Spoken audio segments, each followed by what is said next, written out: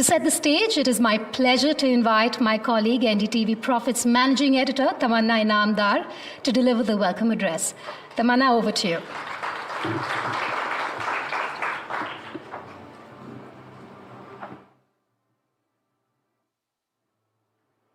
Thank you, Vedika. Thank you to all of you, and a very warm welcome to each one of you to the NDTV Profit GST Conclave, Reforms for a Resurgent India. Today we gather at a pivotal moment in India's economic journey. The goods and service tax, introduced as a landmark reform, has redefined how India does business. It has unified markets, broadened tax bases, and has brought transparency into the system. But as India aspires to become Viksit by 2047, the conversation does not stop at what has been achieved. It extends to what more can be imagined, innovated, and implemented. This conclave is not just about tax, it's about reform, resilience, and resurgence. It's about creating a business environment that is seamless, efficient, and globally competitive. And above all, it's about how India can continue to power inclusive growth through policy innovation. We're privileged to have with us today some of the most respected voices.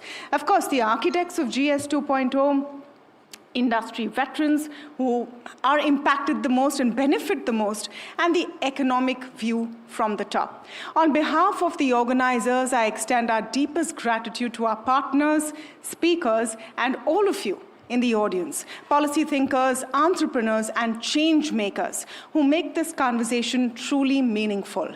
It's going to be a packed day of powerful conversations, and of course, we'll have the Honorable Finance Minister, Nirmala Sitharaman, joining us soon. We will be speaking and hearing from state finance ministers. We're going to be listening to the Union Commerce Minister, Shri Piyush Goyal, the CBIC chairperson. We have every point of view today through the event. Each session has been designed to not only inform, but to also inspire action. So let's explore how reforms can fuel resurgence and how a resurgent India can set benchmarks for the world.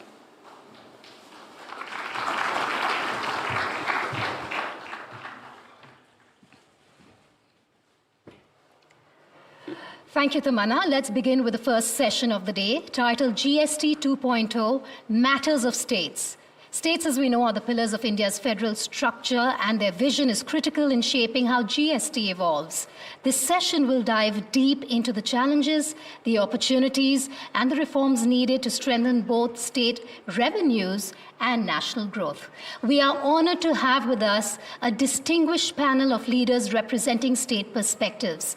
May I call on stage Shri Harpal Singh Cheema, Honorable Finance Minister, Punjab, Shri Radha Krishna Kishore, Honorable Finance Minister, Jharkhand, and Shri Manjinder Singh Sirsa, Minister for Industries, Food and Supplies, Delhi.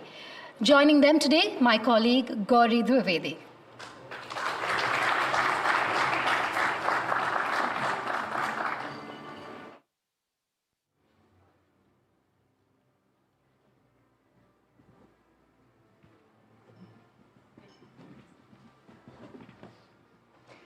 Thank you for that, Vedika, and thank you so much for everybody to be joining in on this GST Council meeting. In fact, this summit that is extremely apt, well-timed, comes as we explore and talk about the reform agenda that lies ahead for India and the resilient India that lies ahead in the wake of these major changes that have taken place. We will be joining with, in fact, Mr. Sirsa will join us very shortly. And as we await him, let's quickly tell our viewers that we will try and cover as much ground here and also talk about the state's perspective. जब हम GST की बात करते हैं, GST की बात तभी पूरी हो सकती है जब हम प्रदेशों की बात करें, क्योंकि ये जर्नी दोनों की साथ की मिलके होगी. और GST एक ऐसा विषय है जो जितना आर्थिक है, उतना ही राजनीतिक भी है. इस विषय के दो पहलू हैं. और इस विषय के और इस ग्रोथ जर्नी के भी दो पहलू हैं, केंद्र सरकार और राज्य सरकार. दो वित्त मंत्री हैं मेरे साथ और सिरसा जी भी हमें जल्दी ज्वाइन करेंगे. पहला सवाल मैं आप लोगों से ये पूछना चाहूँगी, आप सब लोग GST काउंसिल में साथ में थे, वो डिसीजन जो है वो कंसेंसस से हुआ है. कितना बड़ा और कितना इम्पॉर्टेंट रिफॉर्म एजेंडा है जो इस निर्णय से, इस डिसीजन से हुआ है, और आपको क्या लगता है कितना बड़ा रिफॉर्म ये आगे होगा और क्या ग्रोथ ट्रेजेक्ट्री जो है वो देश के लिए इस निर्णय से आगे बढ़ती है? सबसे पहले मैं एनडीटीवी का बहुत बहुत धन्यवाद करता हूं कि आपने ये हमें मंच प्रदान किया। और जीएसटी जो अभी रिसेंटली रेट रिडक्शन हुआ है उसका हम सभी लोगों ने, जितने जीएसटी के मेंबर हैं, सभी स्टेटों ने वेलकम किया है, हमने भी वेलकम किया है, क्योंकि हमारी ये डिमांड थी कि रेट जो है वो 4 स्लैब्स में उसको कम किया जाए और जो इसको थोड़ा सरल किया जाए ताकि आम लोगों को ये समझ आ सके। क्योंकि अभी तक 8 साल की जर्नी में, क्योंकि जीएसटी की 8 साल की जर्नी में बहुत सारी कॉम्प्लिकेशन जो हैं वो स्टेटों को, सेंटर को, सभी राज्यों को झेलनी पड़ी, तो उसको सिंप्लीफाई किया जाए।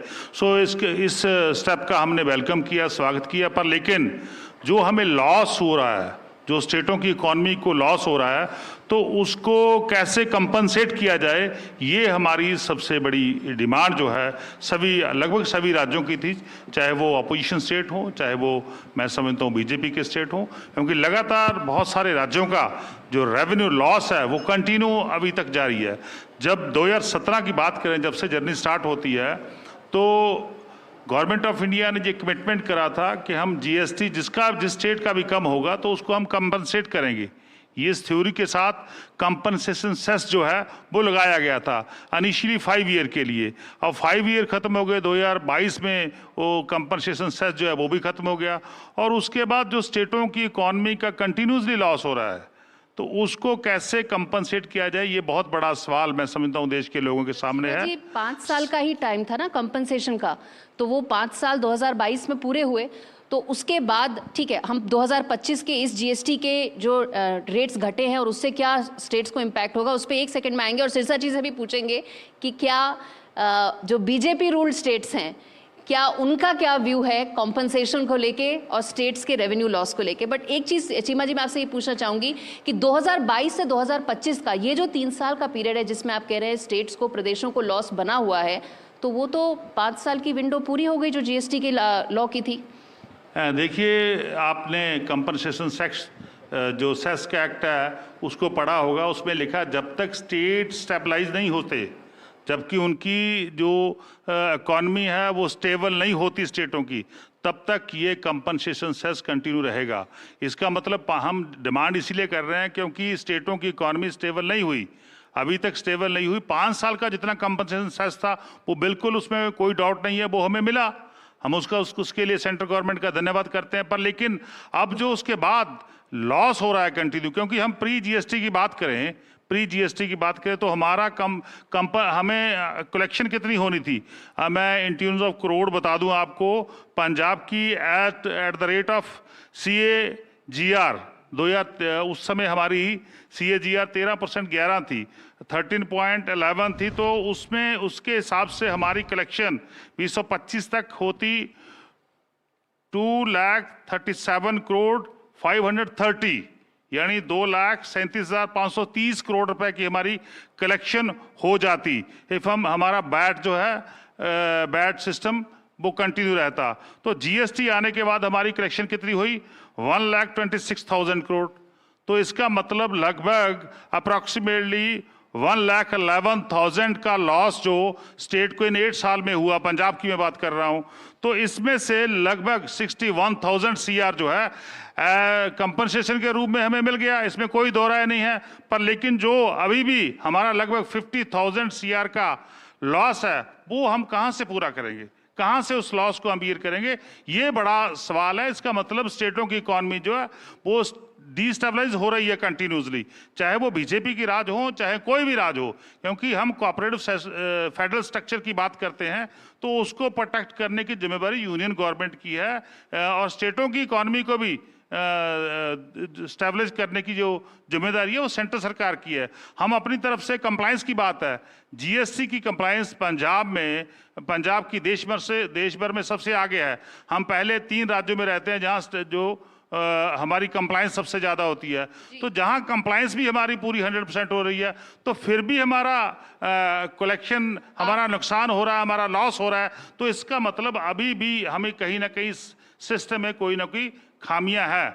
अब तक बात करूं 27 टाइम, अब तक जब से जीएसटी आया है सिस्टम 27 टाइम इसमें एग्जम्पशन हो चुका है और 15 टाइम जो है रेट रिडक्शन हो चुका है। जब जीएसटी की जर्नी की बात करते हैं, जीएसटी काउंसिल का आंकड़ा मैं बताता हूं, तो ये भी मेरी डिमांड भी यही थी मैम गौरी जी, काउंसिल भी मेरी डिमांड यही थी कि सभी राज्यों की इकोनॉमी को कहां खड़ी है, जीएसटी से पहले क्या था और जीएसटी के बाद क्या है, ये सामने आंकड़े होने चाहिए। पर लेकिन गवर्नमेंट ऑफ इंडिया ने नहीं दिए, क्योंकि उनकी वहां मेजॉरिटी थी, तो उन्होंने वहां, अब आपके पास भी नहीं होंगे, तो वो क्या है, वो डाटा क्या है कि मान लो झारखंड क्या है, कहाँ खड़ा है, दिल्ली कहाँ खड़ा है, पूछते हैं, झारखंड दिल्ली दोनों का पूछते वेस्ट हैं, बंगाल कहाँ खड़ा है, उत्तर प्रदेश कहाँ खड़ा है, वो देश के सामने होना चाहिए और उसके बाद रेट रिडक्शन होना चाहिए। हम इसके पक्ष में हैं, हम इसके खिलाफ नहीं है, पर लेकिन स्टेटों की इकोनॉमी को भी ध्यान रखना होगा। स्टेटों की डिफरेंट स्कीम्स हैं, एक अलग अलग स्कीम जो है स्टेटों की चल रही है, उस स्कीमों को भी हमने कंटिन्यू करना है।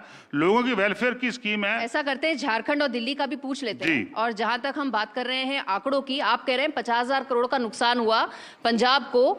अगर हम ये पुरानी जीएसटी जो अभी तक जो चली उस रिजिम का हम बात करें और अब की जो रेट रिडक्शन है उसकी हम बाद में बात करते हैं, पर एक चीज मैं ये पूछना चाहूंगी और ये मैं किशोर जी से पूछना चाहूंगी, वो ये कि जीएसटी काउंसिल में तो निर्णय सारे मिलके हुए, सारे कंसेंसस के साथ। झारखंड का भी एक व्यू ले लेते हैं इसमें। किशोर जी ये बताइए कि सारे निर्णय जो थे वो तो जीएसटी काउंसिल में एक साथ ही बैठ के हुए, कंसेंसस के साथ हुए। बिल्कुल। तो उसके बाद अगर ये मतभेद है जो बाद में निकल के आ रहा है, इसको आप कैसे फिर और देखिए एक्सप्लेन करेंगे? ये मतभेद बाद में निकल करके नहीं आ रहा है। जीएसटी काउंसिल की जब बैठक हो रही थी तो भारतीय जनता पार्टी जिन राज्यों में शासन में नहीं है, ऐसे कुल 8 राज्य के लोग हम लोग बैठे थे और हम लोगों ने ये कभी नहीं कहा कि आपके जो प्रपोज़ल आ रहे हैं हम उसका विरोध कर रहे हैं। हम लोगों ने यही कहा मिलकर के, 8 राज्य के फाइनेंस मिनिस्टर और जो भी आए लोग, हम लोगों ने मिलकर उनसे यही कहा कि आपके इस जीएसटी रिफॉर्म्स के बाद जो लॉस होगा स्टेट को, उसकी भरपाई आप करिए, वो कर दीजिए, हम कहाँ इसका विरोध कर रहे हैं।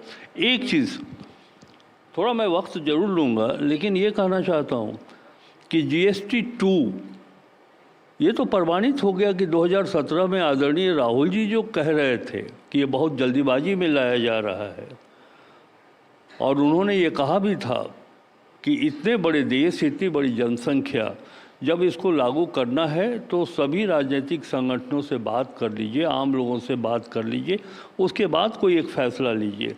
अब इनको 8 वर्ष के बाद ये बात समझ में आ रही है भारत सरकार को कि नहीं, दर घटाना चाहिए। किस पर दर घटाना चाहिए? पिज़्ज़ा पर, पनीर पर, परोठा पर और ड्राई फ्रूट्स पर दर घटना चाहिए। तो ये बात तो है कि 2017 में जो जीएसटी लागू हुआ था वो प्री मैच्योर डिसीजन था गवर्नमेंट ऑफ इंडिया का। ये सेकंड रिफॉर्म्स जो आया है जीएसटी 2 का, तो इससे ये प्रमाणित हो रहा है।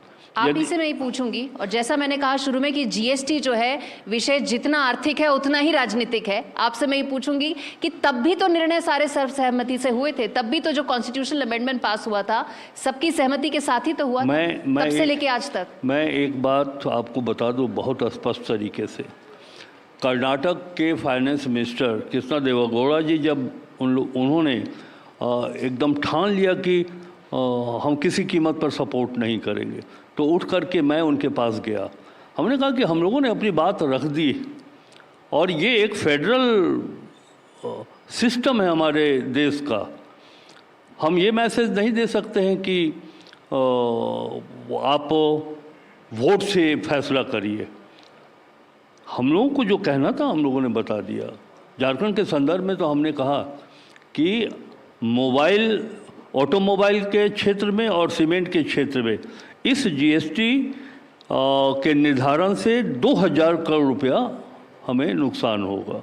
आप दे दीजिए। अगर आपको लगता हो कि हम राजनीतिक दृष्टिकोण से ये बात कह रहे हैं तो आप केंद्रीय वित्त अधिकारियों की एक टीम भेज करके देख लीजिए कि ये लॉस हो रहा है कि नहीं हो रहा है।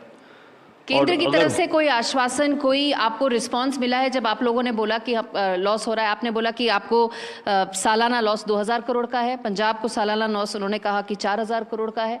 आपको केंद्र की तरफ से क्या इसमें रिस्पॉन्स मिला? आश्वासन मिला होता तो हम लोग भी खुशी खुशी पंजाब और झारखंड गए होते। लेकिन एक चीज़ जो भारतीय लोकतंत्र का तकाजा है कि ये मैसेज नहीं जाए कि राज्य ने राजनीतिक कारणों से विरोध किया है। हम लोगों ने कहा कि मैडम हम लोग अपनी बात रख चुके हैं, अगर आपको नहीं है तो आप जो निर्धारण कर रहे हैं GST 2 वो साथ में, देश साथ में आपके, लेकिन ये लॉस तो हो रहा है। अब ये हम जानना चाहते हैं आपके इस कॉन्क्लेव के माध्यम से कि आखिर अगर हम बहिष्कार कर देते, बाहर निकल जाते, तो ये भी एक अच्छा संदेश नहीं जाता। लोग कहते कि सत्ता पक्ष और विपक्ष बटा हुआ है। हम लोगों ने एकदम बहुत साफ तरीके से कहा कि जिस स्टेट को लॉस हो रहा है आप उसकी भरपाई करिए। तो ये पूछ लेते हैं बीजेपी रूल्ड स्टेट से कि क्या व्यू है रेवेन्यू लॉस को लेके, और क्या सरकार को, केंद्र सरकार को कुछ एक भरपाई करनी चाहिए, एक कॉम्पनसेशन का फॉर्मूला एक लगाना चाहिए अब जो GST 2.0 आया है? सिरसा जी। धन्यवाद जी। देखिए, पहले तो GST अपने आप में इस देश का सबसे बड़ा रिफॉर्म है। ये आपको मानना होगा कि 70 साल के इतिहास में इससे बड़ा रिफॉर्म कोई देश में नहीं आया। एक जब आया तब सर्वसम्मति से आया और सबके लिए नया था, तो केंद्र सरकार ने 5 साल का पीरियड रखा कि अगर आपको कोई लॉसेस होते हैं तो गवर्नमेंट ऑफ इंडिया बेयर करेगी। GST की खूबी क्या है कि सभी के लिए बराबर है। अब चाहे झारखंड हो, चाहे उत्तर प्रदेश हो, चाहे पंजाब हो या हरियाणा हो। हरियाणा पंजाब कभी एक होते थे, झारखंड और बिहार कभी एक होते थे। अभी क्या अगर कोई ऐसी परिस्थितियां हों कि कोई स्टेट अपनी मर्जी से 1% बढ़ा रहा हो, दूसरे को ना बढ़ाने दिया जा रहा हो, तो हम मान सकते हैं कि किसी के साथ ही अन्याय हो रहा है। अभी उन्होंने कहा कि हमने GST के अंदर अपनी बात को रखा, तो अभी सब लोग सुन रहे हैं, तो आपको बताना चाहिए कि आप क्या चाहते थे कि GST बढ़े या GST कम हो। आप चाहते थे कि 5% की दर 5% रहे, आप चाहते थे वो 8% हो, 10% हो। आपको बताना चाहिए कि 18% की दर को आप क्या चाहते थे, 18% रहे, 25% हो, 28% हो। और अगर आप चाहते थे कि 18% की दर ही ना हो, सभी ही 5% से हो, तो फिर आपके स्टेट का 2000 करोड़ का जो आप लॉस बताते हैं, तो आप कैलकुलेट करके आएंगे कि उसकी भरपाई कैसे होगी जब आप उसको कम करना चाहते हैं।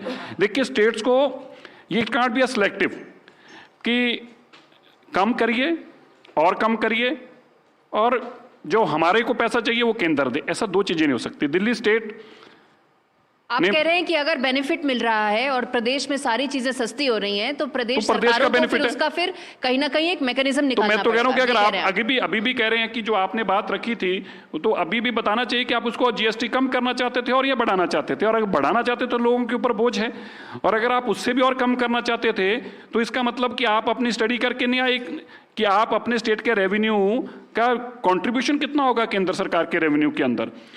GST एक ऐसी चीज है, आपने कहा रिफॉर्म्स कैसे आते हैं। आपको याद करना चाहता हूं सब लोगों को, जब मोबाइल फोन आया था तब अगर आप सबको याद हो तो 16 रुपये कॉल होती थी, और वो 16 रुपये कॉल केवल शाम को 6 बजे तक होती थी। 32 रुपये कॉल हो जाती थी दिन में।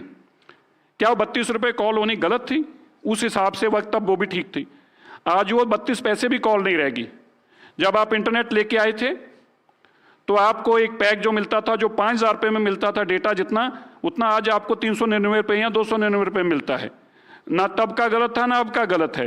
ये रिफॉर्म्स है, इसी को रिफॉर्म्स कहते हैं। इकोनॉमी के अंदर रिफॉर्म्स आएंगे, ये देश जिस तरह से तरक्की में आगे बढ़ता जाएगा उसी तरह के रिफॉर्म्स आते जाएंगे। आज ये कहना, आज देश के अंदर एक कितने अच्छे रिफॉर्म्स क्या आए। आज एग्रीकल्चर के बहुत सारे प्रोडक्ट्स के ऊपर एग्रीकल्चर बेस्ड इकोनॉमी है देश की, उसको 5% में ले आए। हेल्थ सर्विसेज के अंदर 0% GST कर दी। लाइफ सेविंग ड्रग्स के ऊपर 0% GST कर दी। ये चीज़ों की भी जरूरत है, टाइम के साथ हो सकता है। आज 18% की स्लैब जो है, ये और रिफॉर्म्स आने वाले दिनों में आए तो और बेहतर होते जाएं।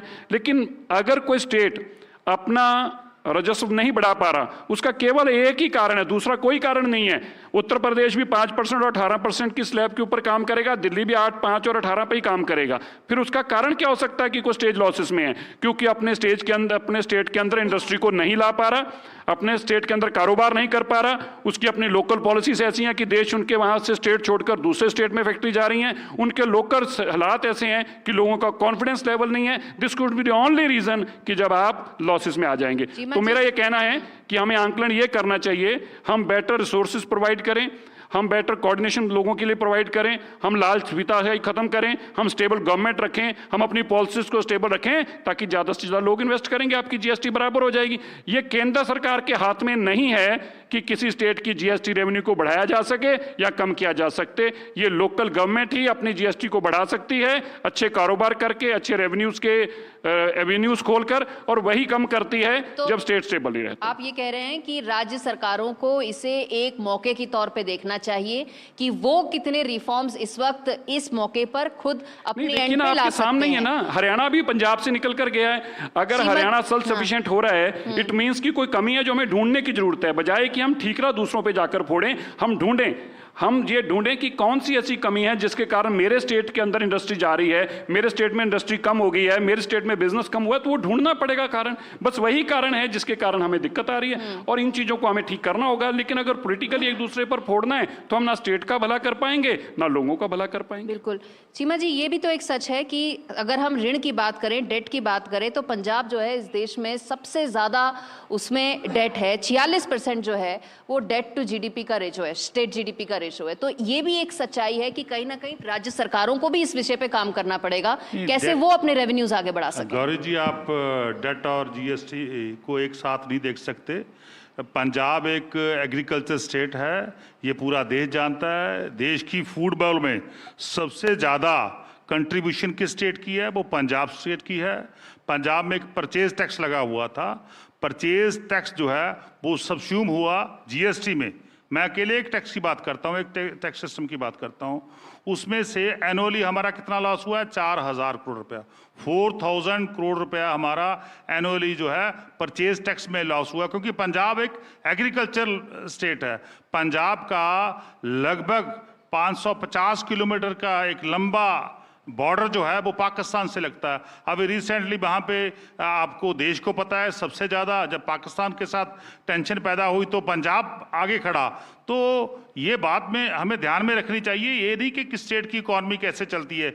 जहाँ प्रोडक्शन स्टेट है, जहाँ प्रोडक्शन स्टेट है, कर्नाटक प्रोडक्शन स्टेट है, पंजाब में प्रोडक्शन स्टेट है, जहाँ पे प्रोडक्शन होती है, जहाँ पे ज़्यादा इंडस्ट्री है, उनका जीएसटी कम हो रहा है।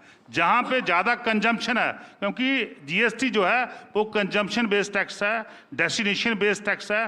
डेस्टिनेशन कहाँ है? डेस्टिनेशन वहाँ है जहाँ पॉपुलेशन ज़्यादा है। डेस्टिनेशन कहाँ, कंजम्पशन कहाँ है? जहाँ पॉपुलेशन ज़्यादा है। इसका मतलब क्या है कि जहाँ प्रोडक्शन होती है उन राज्यों का जो जीएसटी वो कम हो रहा है, जहाँ कंजम्पशन हो रही है उन राज्यों का जीएसटी बढ़ रहा है। बेसिक थ्योरी पे हमें उसको चेंज करना होगा, उसमें हमें बड़े बदलाव की ओर बढ़ना होगा। क्योंकि मैं पहले बोल चुका हूँ कि हमने 27 टाइम कंजम्पशन दे चुके हैं 8 साल में। 8 साल में 27 बार जो है कंजम्पशन मिल चुकी है, और 15 बार इससे पहले, ये 16 टाइम है, 15 टाइम पहले रेट रिडक्शन हो चुका है डिफरेंट स्लैब्स में। तो क्यों नहीं अब तक स्टेटों की इकॉनमी स्टेबल हो पाई? मैं पंजाब की बात नहीं करता, आप हरियाणा की देख लीजिए।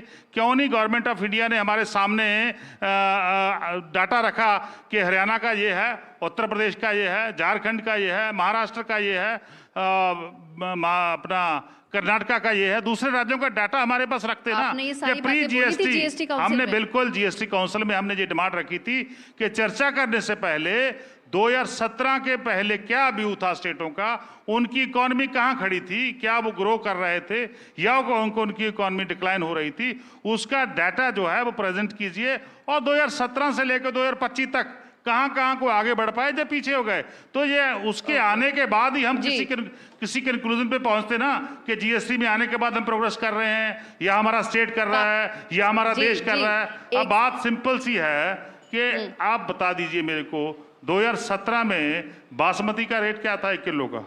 1 किलो का क्या था? 60 से लेके 80%, 60 रुपए या 80 रुपए। अब कितना हो गया? 120 रुपए। 1 kg का 1 kg का, तो रेट आम लोगों को क्या फर्क पड़ा? जो आम लोग हैं देश के, जो आम जनता है, उसको जीएसटी का रेट रिडक्शन का फायदा हुआ या नहीं हुआ? सबसे बड़ी बात तो यह है, अब भी फायदा होगा या नहीं होगा?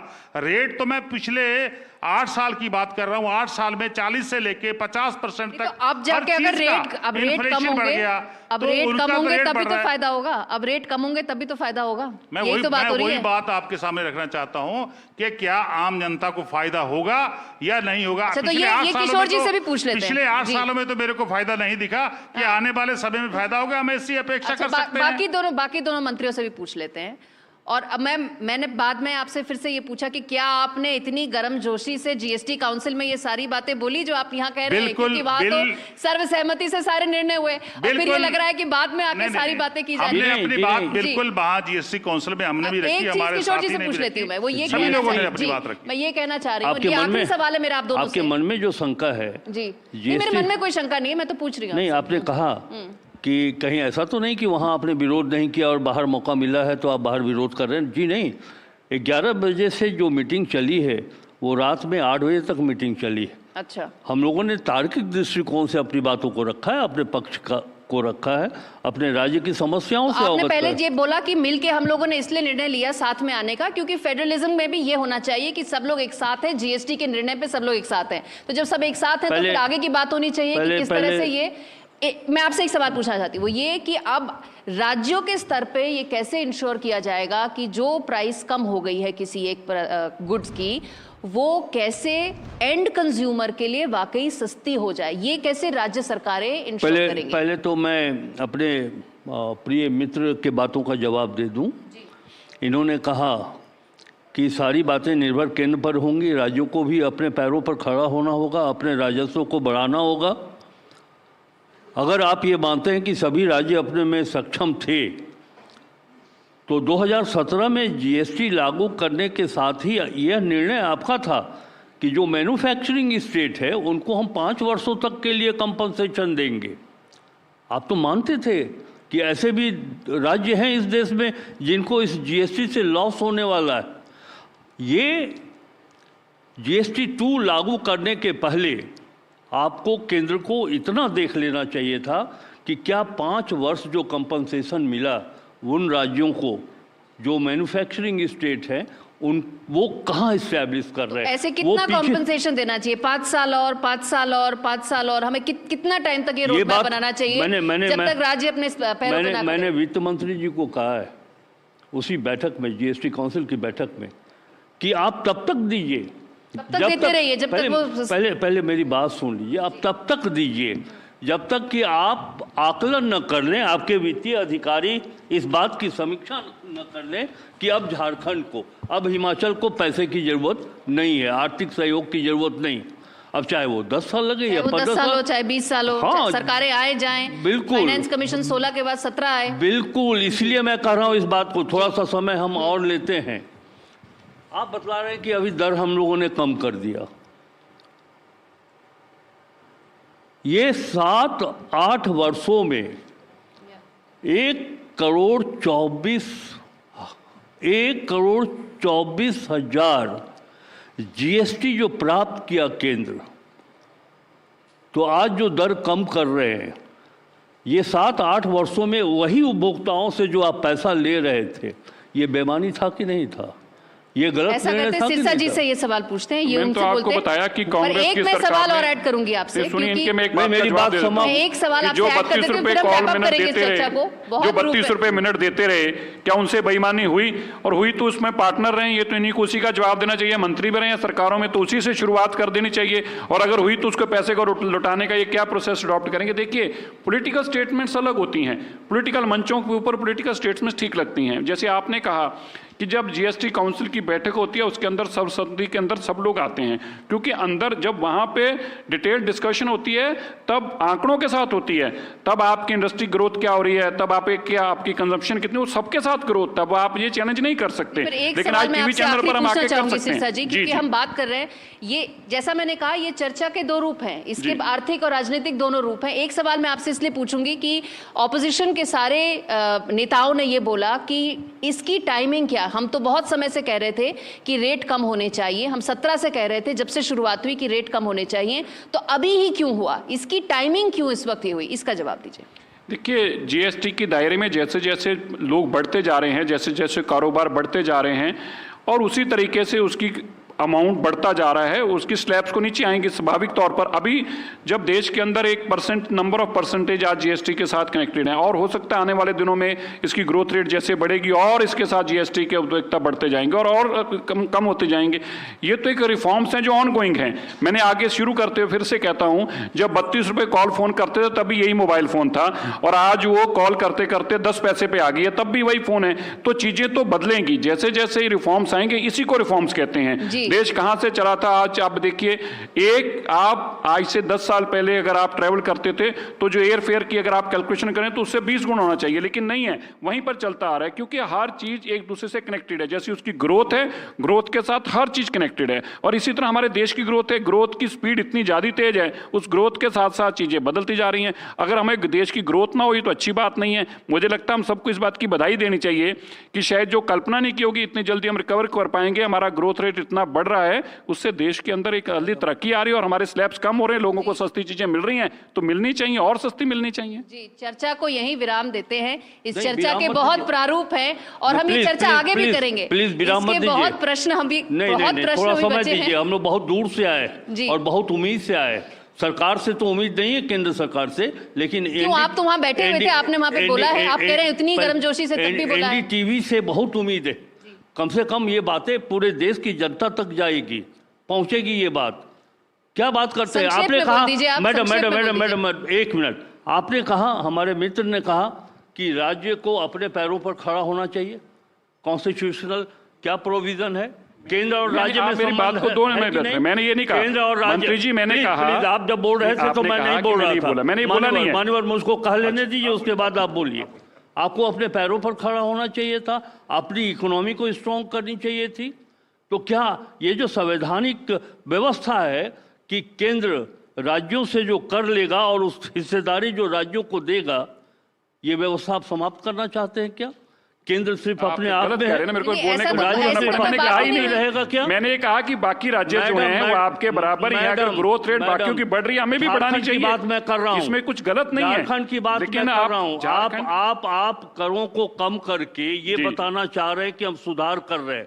एक तरफ तो 8 बरस उसी जनता से 1 करोड़ तो बढ़ाने चाहिए, करिए, कम करने चाहिए, कम से कम ये तो क्लैरिटी आ जाए। नहीं, मैं आखिरी मान गया जब आप बोलते थे, आपने मेरा नाम लेके कहा तब मैंने बोला। हम एकदम चुप रहते, आपने मेरा नाम लेके बोला, मैं तब बोलने को मजबूर हुआ। मैडम की तरफ मैं इशारा करता हूँ कि मुझको बोलने का अवसर चाहिए, मैं बोलना चाहता हूं। ये चर्चा जो है हम मंच के बाहर भी कंटिन्यू करेंगे क्योंकि बहुत प्रश्न हैं अभी भी, जो अभी मैं उम्मीद करती हूँ और यही इस पूरी कॉन्क्लेव का उद्देश्य है कि जितने हमने प्रश्न उठाए इन प्रश्नों का ही उत्तर मिले। मैं आखिरी 2 पंक्ति कह रहा हूँ। देखिए, केंद्र सरकार, वर्तमान केंद्र सरकार की एकदम मानसिकता बन गई है कि जिस स्टेट में उनकी सरकार नहीं है उनके साथ सौतेला व्यवहार किया जाए। झारखंड को 1,40,000 करोड़ रुपया कोयला के ऊपर बकाया है, ये पैसा नहीं मिल रहा है। अनुदान की राशि झारखंड को सही समय पर नहीं मिलती है। केंद्रीय करों में झारखंड की जो हिस्सेदारी है वो सही समय पर हमें नहीं मिलती है।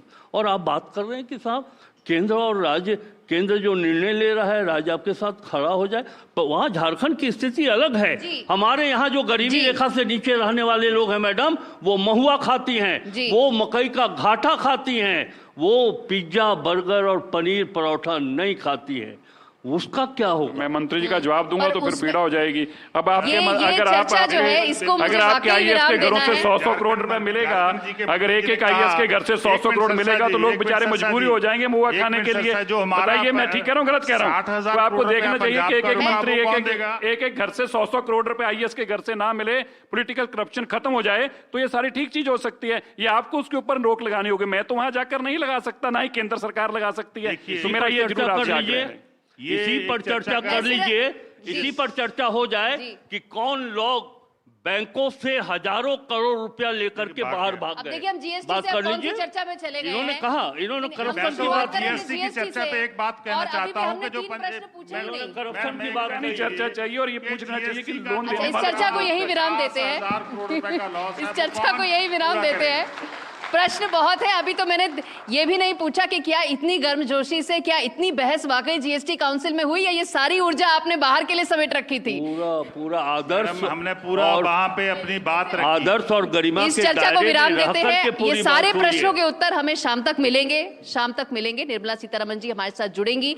And it is expected that these questions that are being raised by the states in terms of their finances, the roadmap that lies ahead, and questions with regard to devolution of tax revenues between the center and state could be some of those part of those answers that the finance minister will give when she shares her roadmap for what lies ahead in India's reform agenda. Thank you so much for being part of this. Thank you so much.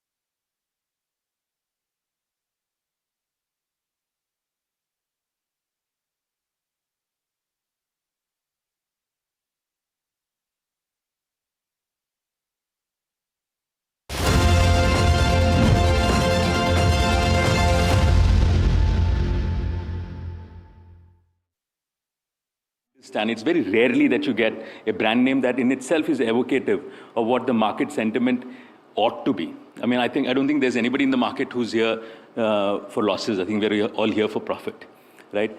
So fundamentally, what we said is that let's understand what the word profit means. It's always been, I mean, if you really look at it, it's a dirty word, right? It's what people used to say, that for the longest time, profit has always been like a dirty word. It has been always seen as the privilege of the few. But if we have an aspiration to be a 5 trillion sort of an economy, then can profit really remain exclusive, right? If you really look at it, I mean, I'd like to quote a bit of Arthashastra, right? And it's very important. Whenever I've been in doubt, I've always gone back to the scriptures, right? They always say that profit is essential. I mean, there is nothing, we always say, dharma, artha, kama, moksha. So profit is as important as the dharma is, right? And it says wealth is to be pursued, but in a way that it sustains the society and the state.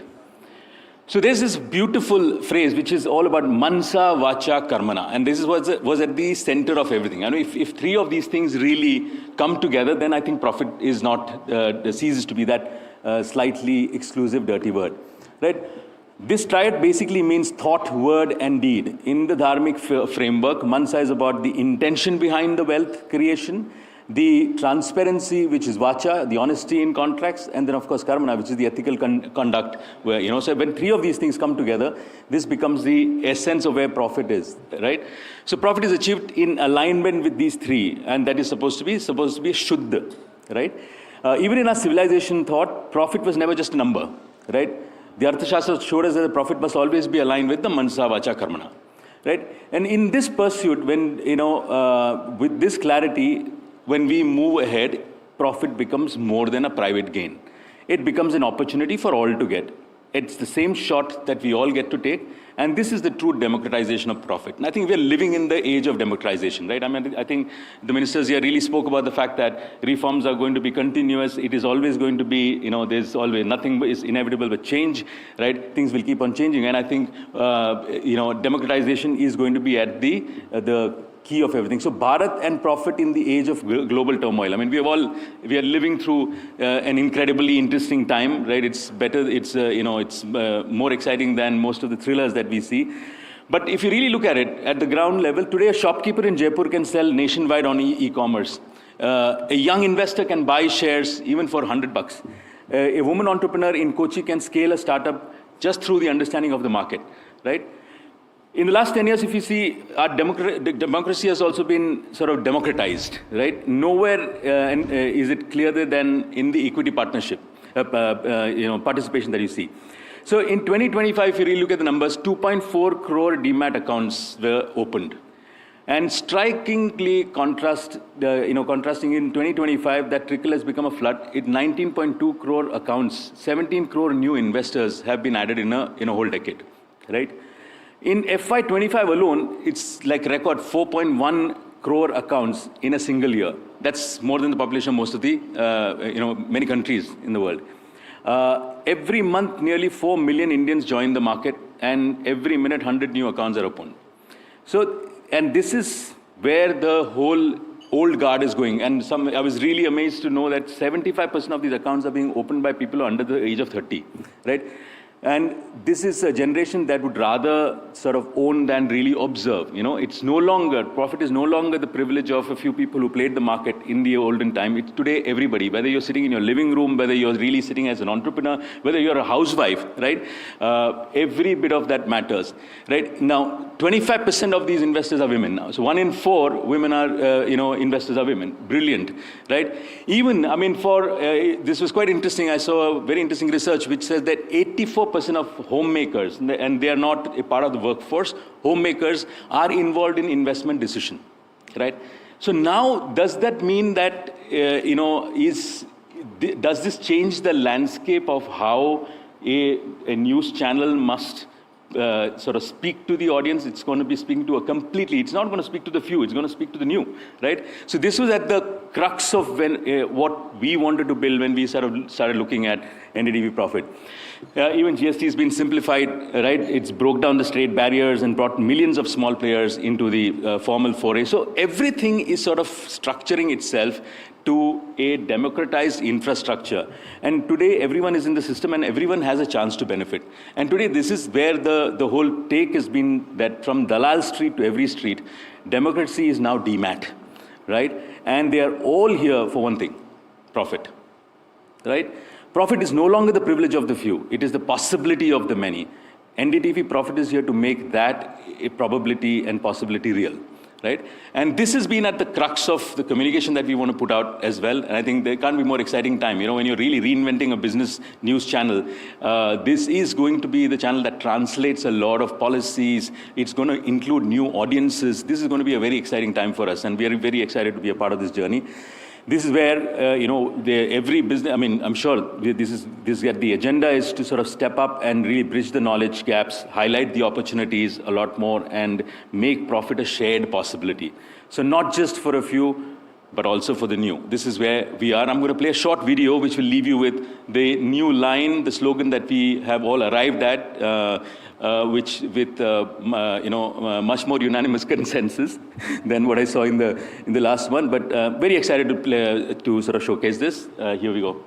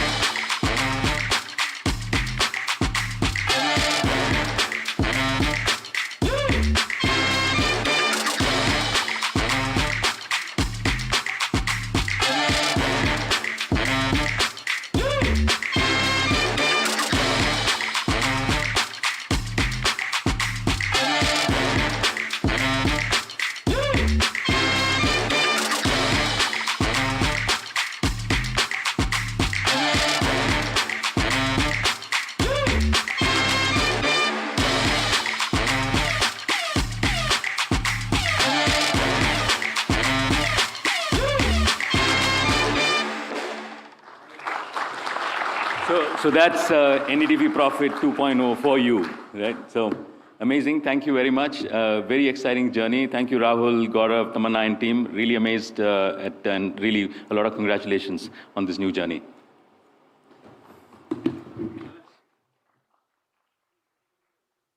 I'll need you to stay on stage. Well, that's a wonderful and exciting proposition, Rajan. Thank you. Please stay with us on stage. I'll also request Tamanna Inamdar, NDTV Profit Managing Editor, and Neeraj Shah, NDTV Profit Markets Editor, to now join us on stage.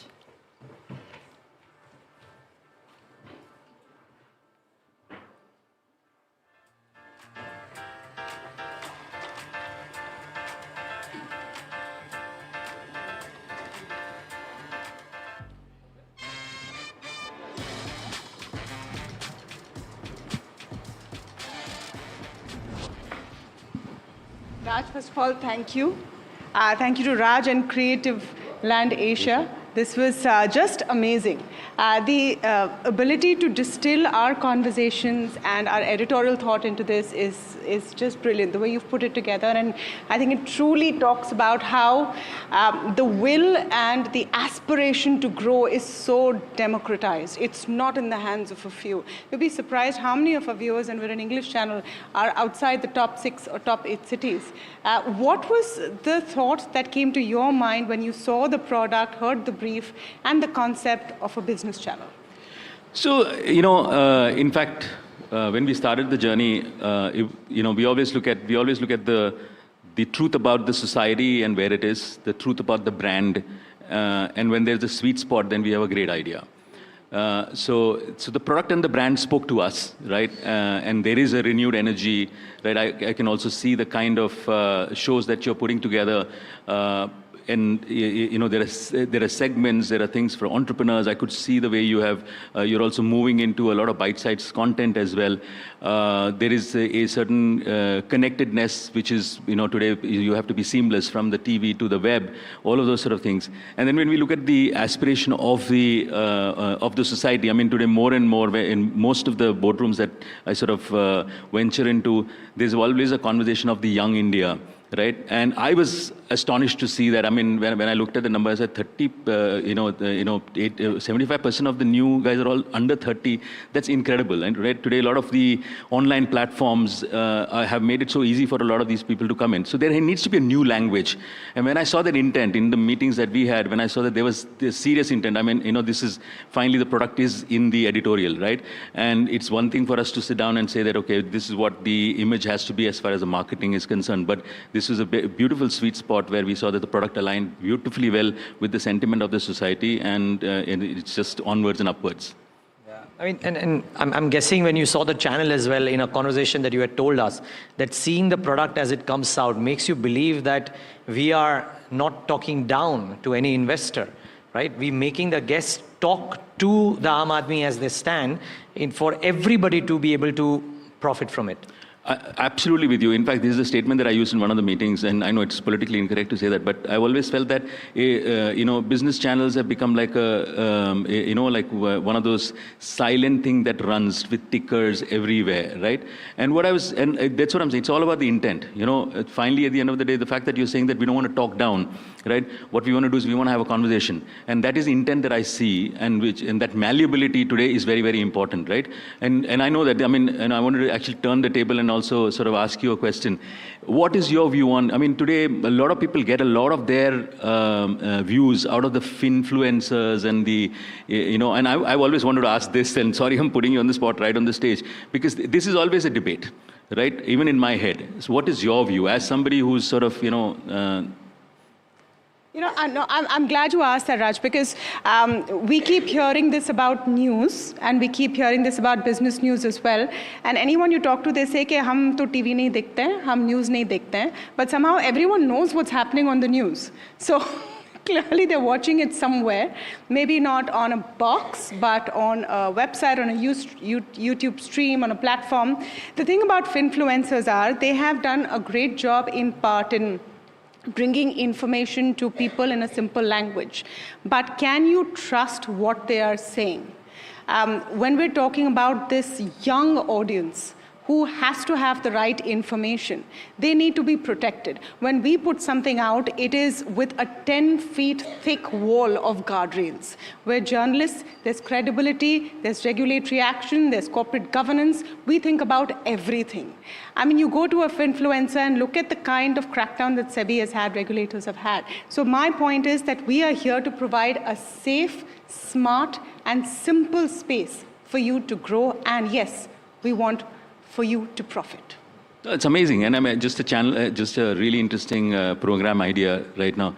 Bring in a few influencers and debate this with them. It'll be brilliant, right? Because I agree, and I really like the fact that, you know, there are a lot of, because this is our path of least resistance, right? And they are there. It'll be quite interesting to really sort of put them on the spot, just like you do with. No, not to run down anyone or what anyone is doing, but we are here. NDTV Profit is for your profit, so we are here in any form that you need. Yeah, and just that last point that I'll add here, I mean, what we are trying to effectively do out here is responsible journalism, talking to the audience who wants to hear us, and we're thinking of the audience and what every minute of the audience spending on a television channel or across our social media handles, what do they get out of it? Are we doing work enough for that? That is the question in the newsroom every single day. No, really incredible. You know, in fact, one of the other things that I wanted to ask you was that, you know, 84% of non-working force in this country are participating in financial discussions.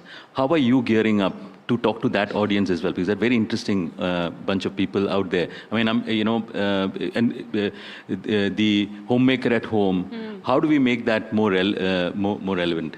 No, we are speaking to everyone. We are speaking to everyone, whether you understand what EBITDA is or not. You don't have to.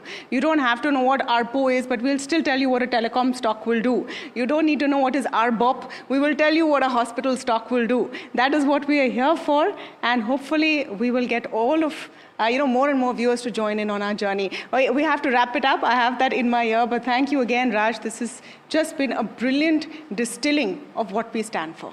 Thank you very much. I love that. No jargons. No jargons.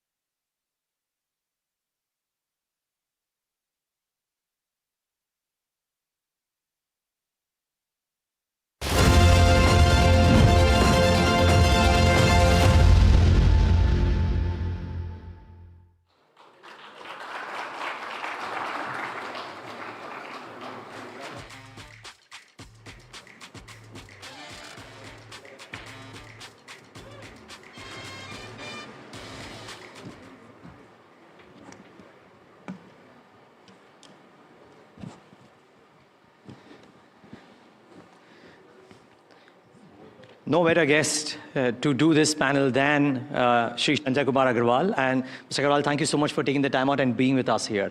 Thank you, Well, you know, the question that comes to mind is, ye dil mange more, and what more can come in. But you would have heard the first panel out here, and obviously there is a lot of conversation, debate, arguments, and discussions around whether this is the best form of ushering in GST 2.0, or are there some chinks in the armor that can be resolved or conversed upon? What are your thoughts here? Because you would have received a lot of feedback from all parties concerned. Yeah, let me begin with what was the philosophy behind this entire reform. In fact, GST has completed 8 years of its journey. GST as a tax system has stabilized, and the revenue growth from GST was quite robust. In fact, last year, total GST collection was to the tune of 22 lakh crore. So this is the right time to carry out this transformational next generation reforms. And in this exercise, whatever was being criticized about GST, that it has led to a lot of complexity and there is uncertainty and instability in the mind of taxpayers because of the many disputes which were arising because of multiple rates, 5%, 8%, 5%, 12%, 18%, or 28%. So it was thought that simplification, yes, is required, and therefore the thought was to bring one standard rate and one merit rate. Apart from that, a lot of process reforms have been carried out in it. And it's a journey. In fact, on rate part, a lot of rationalization has been done. Goods have been put either on 18% or on 5%, depending upon the merit of the goods. As far as processes are concerned, the two processes where every taxpayer is involved is first to come into the GST ecosystem, they have to take the registration. And on registration, we were receiving a lot of complaints about that delays in registration. So it was thought that in GST process, the registration process was tightened because of the entry of a lot of fake entities who were there to pass on fake ITC. So it was thought that entities which are not concerned with passing of ITC were issuing mostly B2C invoices.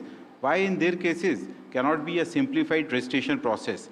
That was a thought to bring a very simplified GST registration scheme, and where on the basis of their opting for not passing on more than 2.5 lakh as per month as GST, ITC.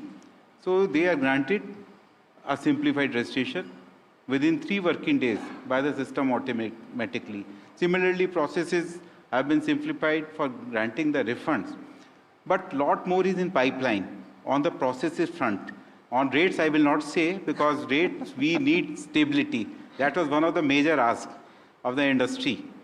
So, but on processes, yeah, a lot more things are in pipeline on return filing so that the mismatches may not happen. And because if a mismatch happens, then naturally to resolve that mismatch, a lot of work is to be done, which leads to compliance burden on taxpayers. So that is next in pipeline. I would like to ask, sir, that you rightly mentioned about the revenue. This rate cut would have some impact on the revenue collection, at least for the near term. Is there any estimates here, and how confident are you to meeting the budget estimates? Shrimi, on this, I would like to mention that a lot of estimates are coming.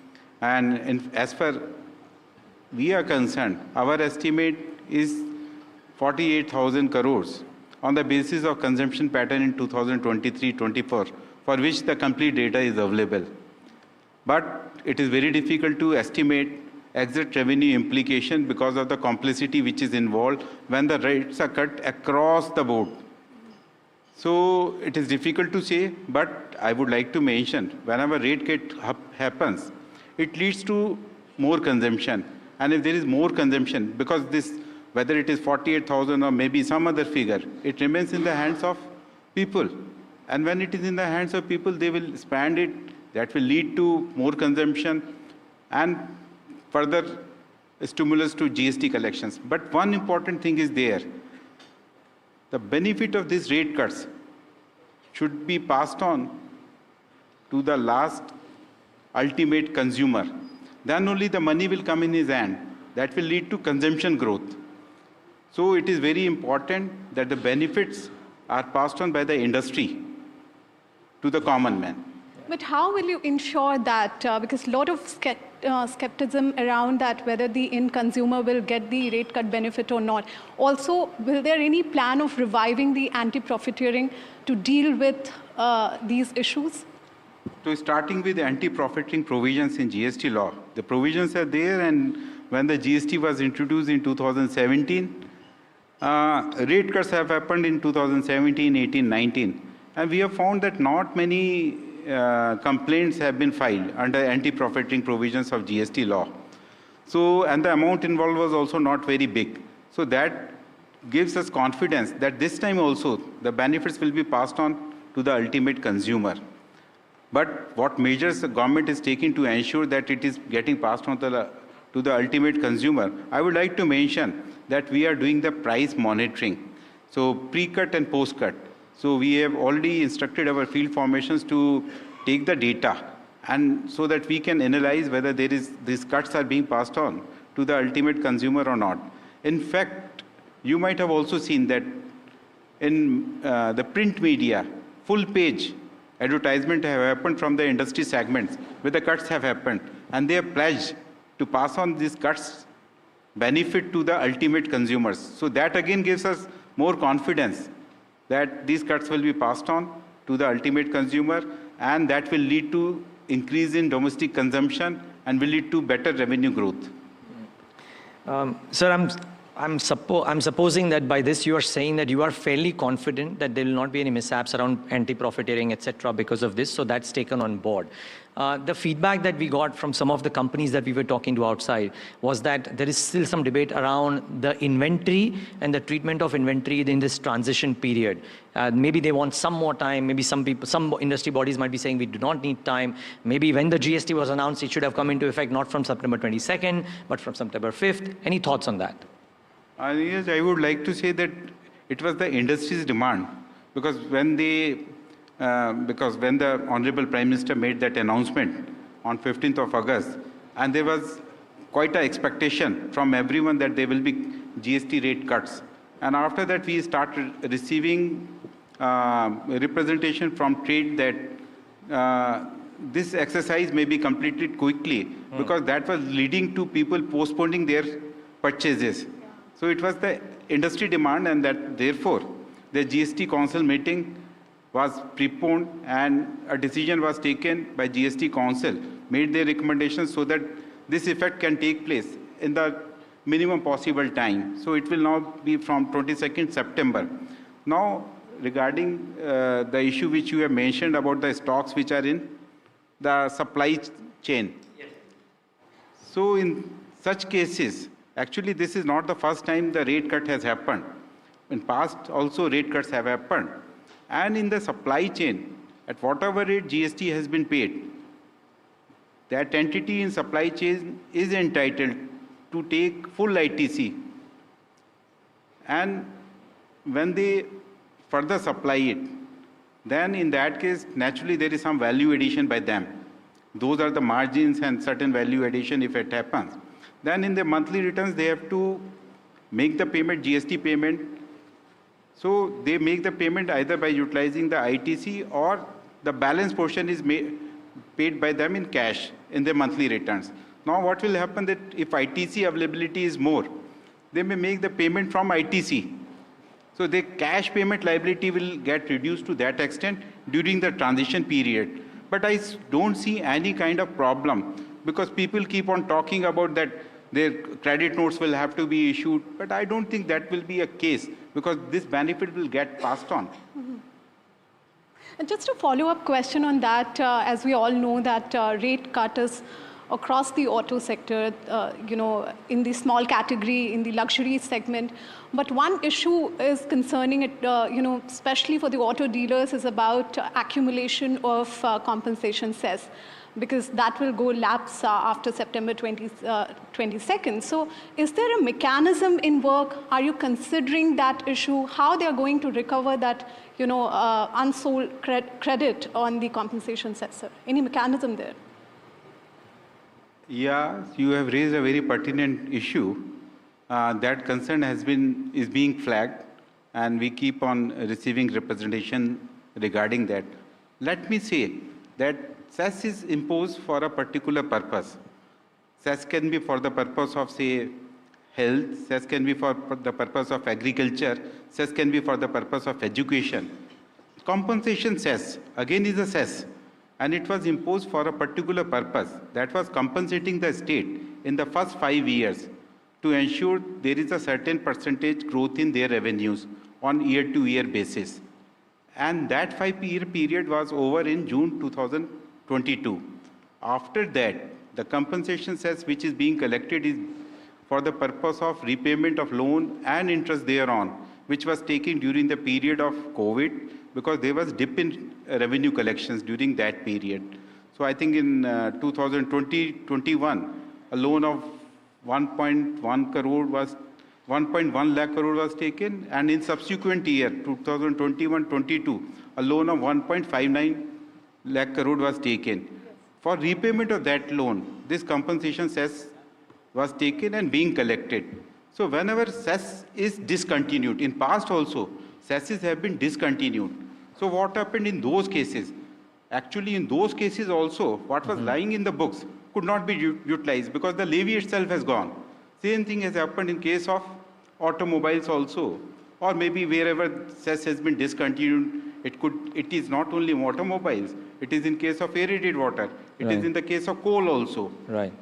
So once the levy has gone, whatever credit is lying, it will remain lying in their books. Sir, most of the people, right, last question or last couple of questions, most of the people that we've spoken to in the last 4 days have, like I said, I started off the conversation saying, "Ye dil mange more," everybody's saying, what's next? Now, I read about your comments that India will move to a single structure when income parity comes across. Now, that is maybe light years away. So between then and now, what else can be expected? Yeah. Not on the process, please, on the rates. Presently, in this restructuring exercise, now it is 2-rate structure, 18 and 5. 5 has been kept a merit rate because our socio-economic conditions are such that for common man use items, we have to keep a lower rate. Once there is no need to keep a lower rate and only a standard rate is required, at that time, definitely another reform can be carried out by doing away with merit rate and having a standard rate. But I think that can happen, as I mentioned earlier also, that is there in some developed countries, not in all developed countries. So once we are in that position, that we can say for sure that everyone can afford goods equally, then we can have single rate. In fact, single rate will lead to another benefit. Then there will be no inverted duty structure, because till the time we have to keep some goods at merit rate, we will have inverted duty structure in those sectors. So that is inevitable. Speaking on the inverted duty structure, do you think these measures which we have taken under GST 2.0 is going to resolve fully with the sectors like textile, fertilizers? As I mentioned that till the time we have to keep certain goods, maybe textiles, maybe certain other goods at merit rate of 5%, their inputs all cannot be brought because inputs can be used across different industry segments. So the inputs have to be kept at 18%. And if you want to keep everything at one rate, as I mentioned, that inverted duty structure will go for all commodities once we have single rate. But that can be only in future, depending upon the socio-economic conditions in the country. Last question, sir. I had to ask this about the additional levy, lot of chatter around it, over and above the 40% special rate on tobacco. Is there any talks on that? Is there any measure under consideration? The central government stand is that on the sin goods, tobacco products, the tax incidence will not be lowered. So the room which was available under GST law was that 40% can be the maximum rate. So up to 40% GST Council has recommended on tobacco products, sin goods. Beyond that, yes, there will be a levy under the constitutional provisions, so the tax incidence does not come down. Sir, I must say, on behalf of a lot of people who look at markets and economy very closely, they're lauding this as one of the most landmark reforms that have happened. So kudos on doing this the way you have, and thank you so much for coming to the GST Conclave and talking to us. Thank you, Neeraj. Thank you, Cheema.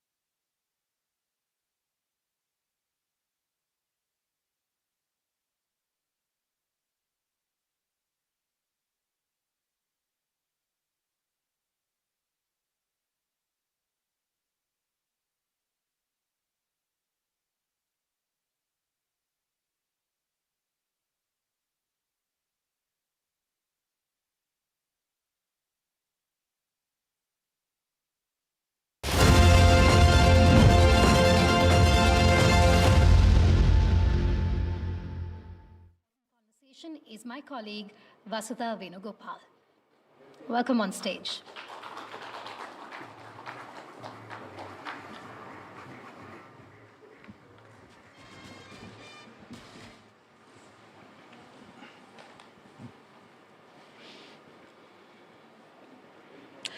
Good evening and welcome to this special conversation.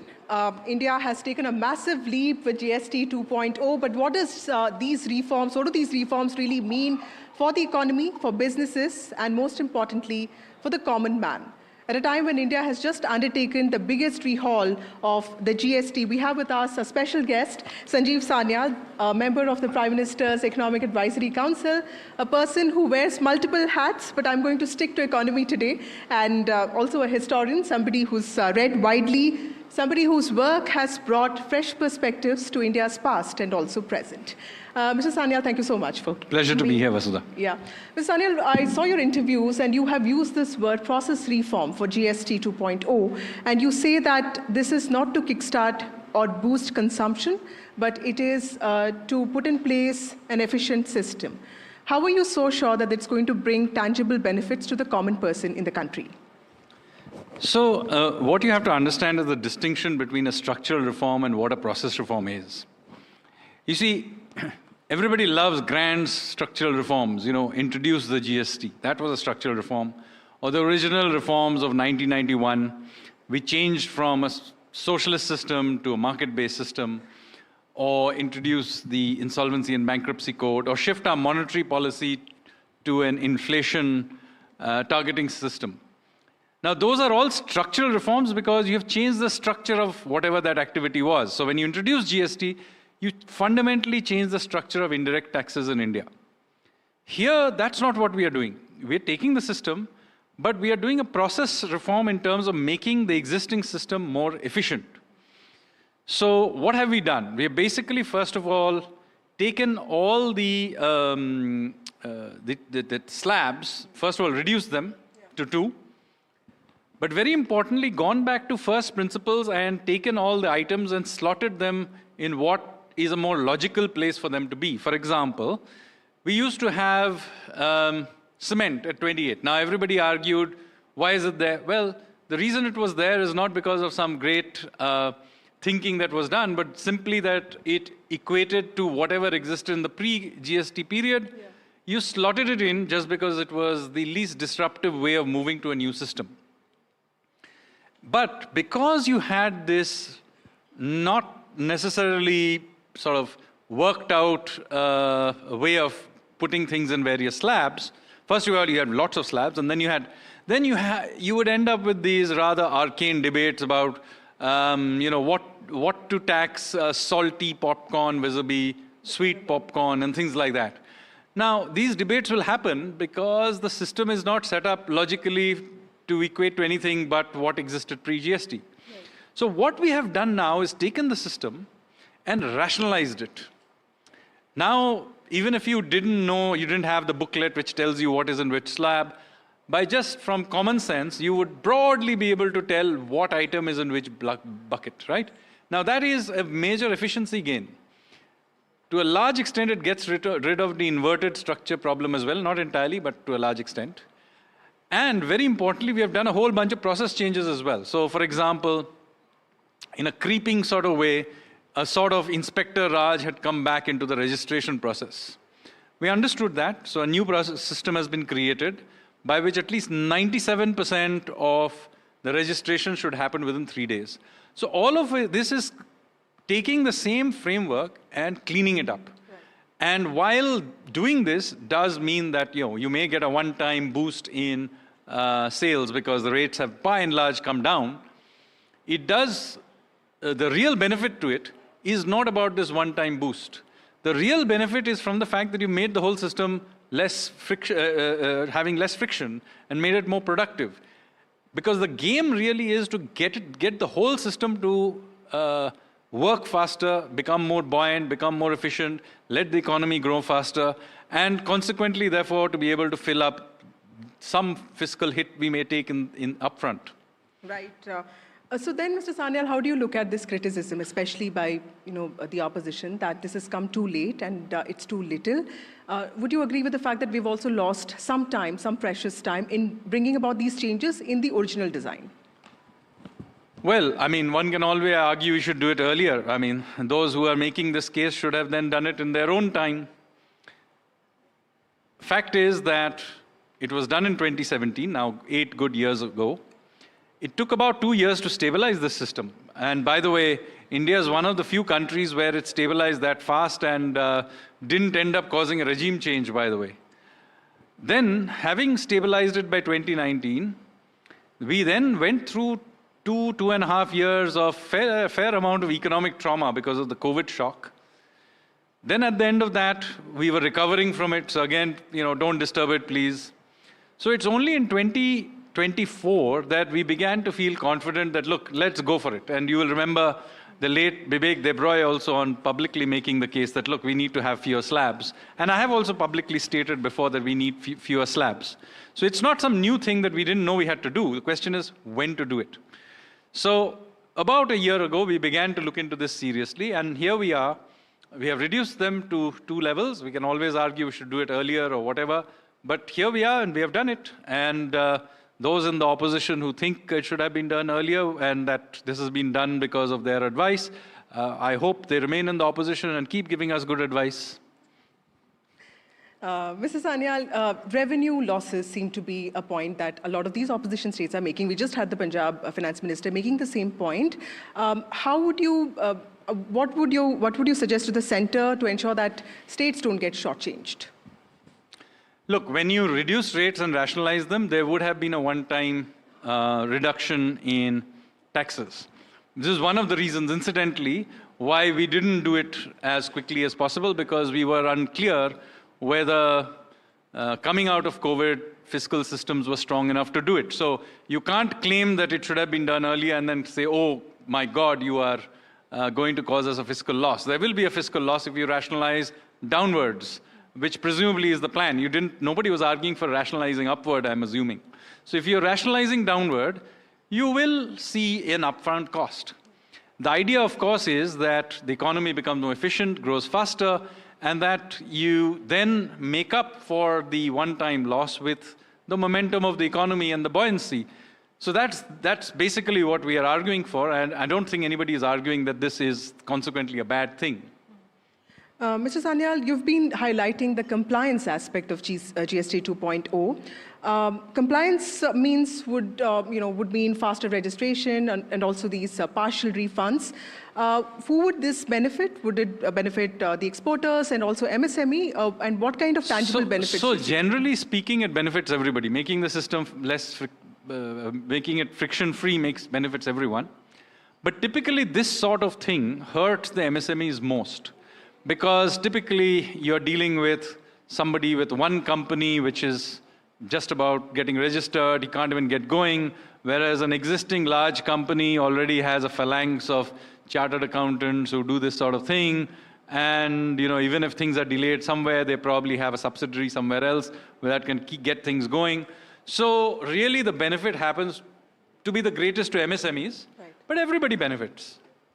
So talking about MSMEs, I come from Tamil Nadu, and there's a lot of uncertainty amongst manufacturers, especially garment manufacturers. Similar concerns have been raised by shrimp farmers and the diamond merchants of Gujarat, and this is all to do with the US tariffs. How do you expect India to navigate the situation? I know that the rhetoric has toned down in the last few days. We also saw the Prime Minister respond to Donald Trump's tweet, but do you expect the situation to get better in the coming days? So look, as we emerge as a global power, you have to get used to the fact that other countries, existing powers, including those who purport to be our friends, will be uncomfortable about it. So first thing we need to do, if we genuinely believe in being a world power, we first of all need to develop a bit of a thicker skin. And as you have seen in this particular episode, we have not escalated the matter, but we have stood our ground. And I think at some point in our history, we will have to do this. Now, if we cannot do it at a position when our economy is growing at least in the first quarter, by 7.8%, there's no particular emergency, our banks are in good shape, inflation is in decent shape, oil prices are in decently low. If in this moment in history we are unable to stomach a punch or two, then we'll never be able to do it. So if there is any moment in history we could have sort of stood our ground, this has got to be it, so we have done so. And I think we have done the right thing. Now, that does not mean that some parts of our system will not take some heat. And let me say, wherever possible, we will provide them support. We do have the fiscal and monetary space for doing it. This GST change also helps some of them. For example, the textiles guys some of their inversion has been removed. So let's see, as things pan out, we will provide whatever support is to be needed. Right. Mr. Sanyal, talking about China, it looks like we could be normalizing ties with China soon. What kind of impact would that have on Indian economy, considering that our trade deficit with China remains quite significant? So the trade deficit with China has been an issue for a while. And of course, we have things like Press Note 3 and so on, various restrictions we had put in place after Galwan. So we will have to see how this pans out. Fact is that while as a country we may not want to join things like RCEP, it also is true that we cannot wish China away. They are the world's largest industrial power. Even if we want to become an industrial power, a lot of the inputs will come from there for the time being, and maybe even into the longer future, there'll be segments where there will be an important supplier. I mean, we can be a great generics manufacturer of medicines, but the inputs come from China. So, and this idea that we can protect everything and manufacture every single thing at home may not quite work out. Even if we may want to, at least the key chokeholds we may want to protect, you cannot wish away China from the equation. So a normalization with China over time is in our interest as well. Also, sir, well, in that case, given that there have been global headwinds and there have been these shocks that we've been getting, and many countries are witness to this, what kind of policy framework does India need so that our economy becomes quite resilient to adjust and adapt to these kind of shocks? Well, you could spend the whole evening discussing various things, but I think you can put them in the general bucket of ease of doing business and ease of living. Basically, what has happened is that while we can still do some very large structural changes which we can discuss, and particularly you need to probably do major structural changes in the judiciary and speed that system up. But on the government policy front, the bulk of the big structural changes are probably done. There are some more that we can discuss, and I have some ideas on that. But a lot of what we need to do is really getting rid of friction. And so therefore, I keep talking about process reforms all the time, to the irritation of other people maybe. But I do want to make sure that the point is, we may need to do maybe half a dozen large structural reforms, but the real game is doing the thousands of process reforms. And when I say process reforms, what am I talking about? I'm talking about, some act, rule number 43C, subsection D, 3 words have to be changed. Now, the economy at large may not care about those 3 words, but there's some sector that does care about those 3 words. Right. And somebody has to do this excruciating business of going there and pulling those out. I have signed up for doing this, as you may be aware, so I have been working on this, but the good news is now it is getting more institutionalized. Just a couple of weeks ago, the government announced that a committee has been put in place for deregulation with former cabinet secretary, now member of Niti Aayog, Rajiv Gauba-ji, in charge of that. So, a systematic effort towards doing these myriad process reforms is being made. Right.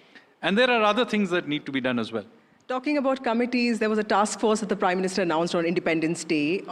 This is to expedite bureaucratic reforms, to streamline bureaucracy. You've had some radical views on that, and a lot of us agree with you on the fact that the bureaucracy needs a lot of changes. What kind of governance changes do you think the country needs at this point of time?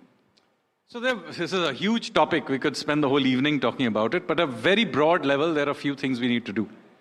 First of all, I think we need to think through the structure of the government in the following way. I have been doing some work on this, and my preliminary findings is that perhaps the Union Government of India is not as bloated as people think.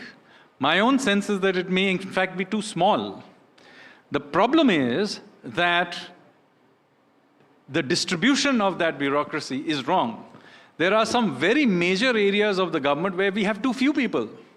For example, we have not enough people in, say, things like cybersecurity, or food safety, or even archaeology and museum protection. Municipal services, of course, that's not a central government activity, but still, if you're taking a more local government, not enough people in municipal government. So, in fact, the Indian government may not be too bloated, but it's all in the wrong place. Right. Meanwhile, we may have way too many people in certain other areas. I mean, I discovered that we have some 3,600 gazetted officers in the Geological Survey of India. Now, I have nothing against geological surveys or geology, which I think is a very useful thing. But one could argue that having 3,600 gazetted officers, and plus there are many non-gazetted officers as well, may be a bit too much for an institution that should be relatively slim and trim. Right. One of my last questions to you, Mr. Sanyal. You've spoken about the demographic potential of the country, and you sound concerned, and this is something that's been echoed by a lot of chief ministers, experts. What should India do to get this right? Because we've seen the examples of several countries who are facing the challenge of aging population. So we haven't aged yet, but we need to begin to think about this, because while we are in the demographic dividend phase for the next 25 years, do remember what this actually means. The reason we have just entered this demographic dividend phase is because 25 years ago, we had the peak in the number of children born. Since then, the number of babies born in this country has actually declined. I think if I'm not wrong, we had 29 million kids born in India in 2001. That was the peak. Today, that number has fallen to about 22 million. So, dramatic decline. We have a total fertility rate of about 1.9 and still declining, which is below the replacement rate. It is only at 1.9 because a couple of states like UP and Bihar happen to still have reasonable high birth rates, but even those are declining. But there are parts of the country where birth rates look like East Asia. And those states have begun to complain about the fact that they are seeing demographic changes because of migration from the north. But let me say, it may not last very long because those declines in fertility are also happening in the north. So rather than complain about this inflow of workers from the north, I think the south and the west as well, but in fact, interestingly, West Bengal too, which happens to have almost Korean birth rates in urban Bengal, you need to begin to think about how to at least ramp up birth rates. Now, let me warn you about one problem here, that no country in the world which has seen a decline in birth rates has been able to bring it back ever up past replacement rate. So if we manage to do it, we'll be unique. But at the very least, we need to shut down all these population control programs which still seem to hang around in our bureaucracy. In fact, since you mentioned in our earlier question, what are the things to shut down in the government? Well, every kind of population control program in this country needs to be shut down now. Are they still working across the country? Yeah, they are all embedded in various ways in the system. You see, it's like this. Once you create a bureaucracy, it stays alive. We are now 30 years into being a market-based economy, but half the things I'm fighting are all structures that were and laws and rules created in the socialist period, some even in the colonial period. So once you create a bureaucracy, it stays alive. This is not true of just India. The one-child policy was removed in China relatively recently. This is 30 years past when it was obvious they had to do it, and almost half a century past their peak in the number of children. So even in China, once the bureaucracy, you had given somebody targets to reduce birth rates, they kept doing it till well past where it made any sense. And every economist and demographer worth their salt was screaming that, look, this makes no sense. Why are you continuing with a one-child policy? Right. But it still went on for 2 extra decades. So you have to go into our systems, and we go into our medical systems, for example. We have actually still all kinds of incentives for doing hysterectomy, tubectomy, and all kinds of birth control things. I am okay with women making fair choices about it. But if we have a government program that actually promotes it and particularly gives incentives to doctors for carrying out these things and encouraging it, then, then at the very least, you should get rid of them. Absolutely. Thank you, Mr. Sanyal. On that note, thank you so much. That's something to think about. Sanjeev, Sanyal, on the importance of making policy that touches people's life and benefits them. Thank you so much, Mr. Sanyal. Thank you.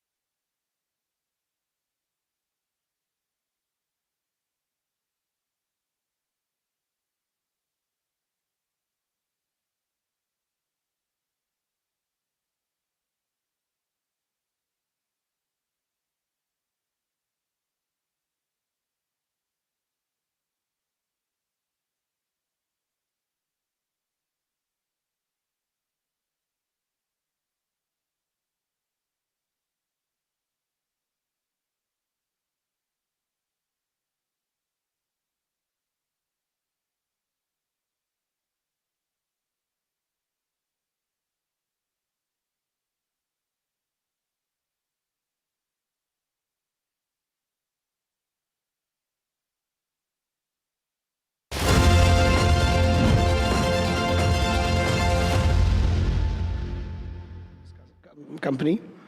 Whenever there is a tax cut or a GST reform, it's not just a cut in taxes, it's actually a growth and consumption accelerator. India is the only large economy in the world where 63% of our entire GDP is domestic consumption, so it's huge. More money in the pocket, reduction in complexity, it's fabulous. It's easier to file taxes, it's easier to pay for them. However, I think our industry, for some reason, does not get to experience the benefit of input tax credit. Now, we are the second largest employer of human capital in India after agriculture. 10 million people directly employed, another 10 million through ancillary means. We also contribute between 2 and 3% to the country's GDP. And we are now compounded annually growing at a rate about 11%. When the GST regime came about in, I think, June of 2017, the compounded annual growth rate was 22%. So it's come down to half for the organized sector and about 8% for the disorganized sector. That being said, I think we're very happy about some of the changes that have been incorporated now. So it's not all gloom and doom, it's very good. I think any reduction in complexity, any reduction in tax rates will put more money in the hands of the consumers, and that'll funnel its way down to us. The good thing is, and this is good trivia for you all, Indians love eating out more than any form of entertainment. The Indian F&B sector is 40 times larger than Bollywood, and Indians spend almost 40% of their gross disposable income on eating out. So we will probably be a direct beneficiary of added money in the hands of consumer. We'll also be a direct beneficiary in some of the input costs that we're going to face, no doubt about it. Ghee, bread, milk, meat, cheese, dairy products, parathas, as somebody mentioned before me, or ACs, utensils. So there'll be a fit-out cost benefit that we'll face, and they will obviously face a benefit in input costs, which happens to be our highest cost. But the problem is some of the key things that affect us are still not fully, the benefit is still not fully accruing to us because we don't get input tax credit. For example, and my dear friend Pushpa is sitting next to me, after food, the largest cost for the restaurant sector is occupancy cost. Occupancy cost is still charged at 18%, which means I'm technically paying a fifth higher in rent and I cannot get a credit. So in essence, when I measure per square foot rates, 500, 400, 300 rupees, it's actually not. 400 is actually 480 rupees. So you're listening to that, huh? Yes, no, she's my dear friend. So we have this banter on a lot of these forums, and we enjoy each other's company. For the government. Yes. However, the lack of ITC for an industry like ours that is already plagued with razor-thin margins, and also, please understand, the morbidity rate of the food business, the restaurant sector, is the highest in the world. 9 out of 10 restaurants shut down within a month, and 9.6 out of 10 shut down within 18 months. So the margins are very thin. It's not a high-profit sector. And it's also an industry. I really feel that we don't have the industry status yet, but we're big enough to be called an industry. And I think it's very important for us to kind of get the benefit of that.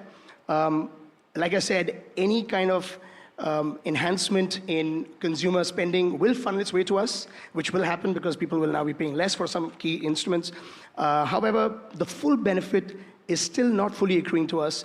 And it's so we at the NRI, I represent the NRI, which is India's largest restaurant body. We have about 5 lakh members, and we have an incredibly robust set of driven people that are sending out these reps and warranties to the government, and we're very hopeful. I think now the time is right.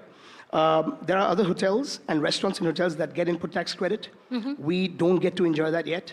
I'm going to come back to you. Let me give Pushpa a chance as well to come in here. Pushpa, I want to understand from you, Zorawar just spoke about, more money in the hands of consumers. From a retail perspective, do you expect shoppers to stay cautious and focus on essentials? Or is this a push towards aspirational lifestyles and purchases? Good afternoon, everyone. Well, before I answer that question, you should grant me that I sit opposite Zorawar and negotiate with him on rents. That must be a tall order, right? Yeah, that's what I was referring to back then, yes. She's a tough negotiator, very tough. Anyways, well, as far as the, the way I look at it is that I represent both CII as well as the shopping industry. And couple of things are very good and few Dil mange more. One is, of course, the fact that, yes, there's a general sentiment where people are understanding that there's going to be more cash in their wallet. Discretionary income and spends would increase, and that is a natural fallout of this. The timing is really good from a shopping industry point of view because it's festive season. That's when 60% of our consumption happens during this belt of October to December, January. This is when 60% of our sales happen. So the timing is absolutely bang on. One of the things that I'd like to point out is that while the simplification is highly welcome across sectors. I've been talking to all of my retail tenants.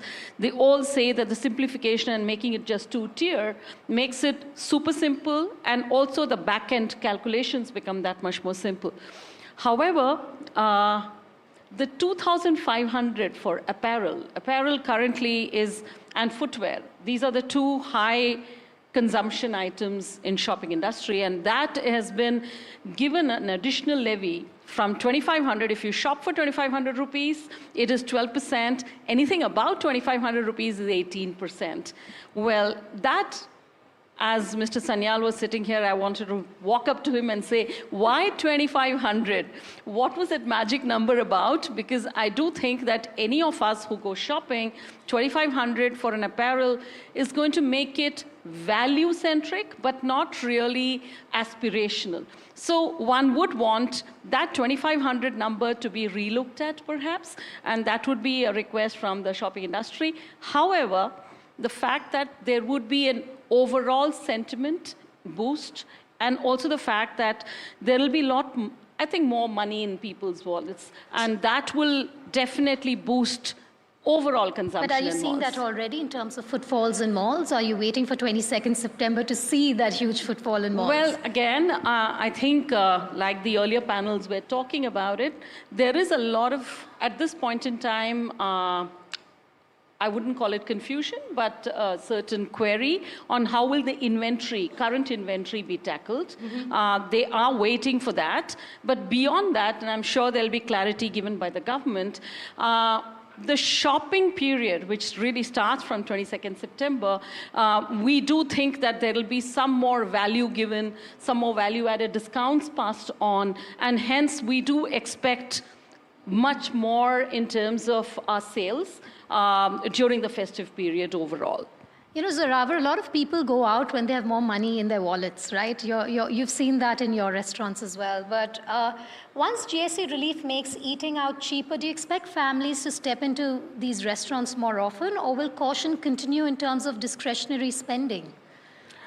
You know, it's incredible that you say that. Like I said, we are the #1 form of entertainment in the world, and whenever there is a affordability in India, and this is an important statement, affordability in India is the gateway to aspiration. It's an absolutely integral element. We are going to add, by 2030, 75 million people into the middle class and 25 million people into the affluent class. So what are these people going to do? They're going to go and eat out. They're going to buy clothes, you know, above 2,500 and below.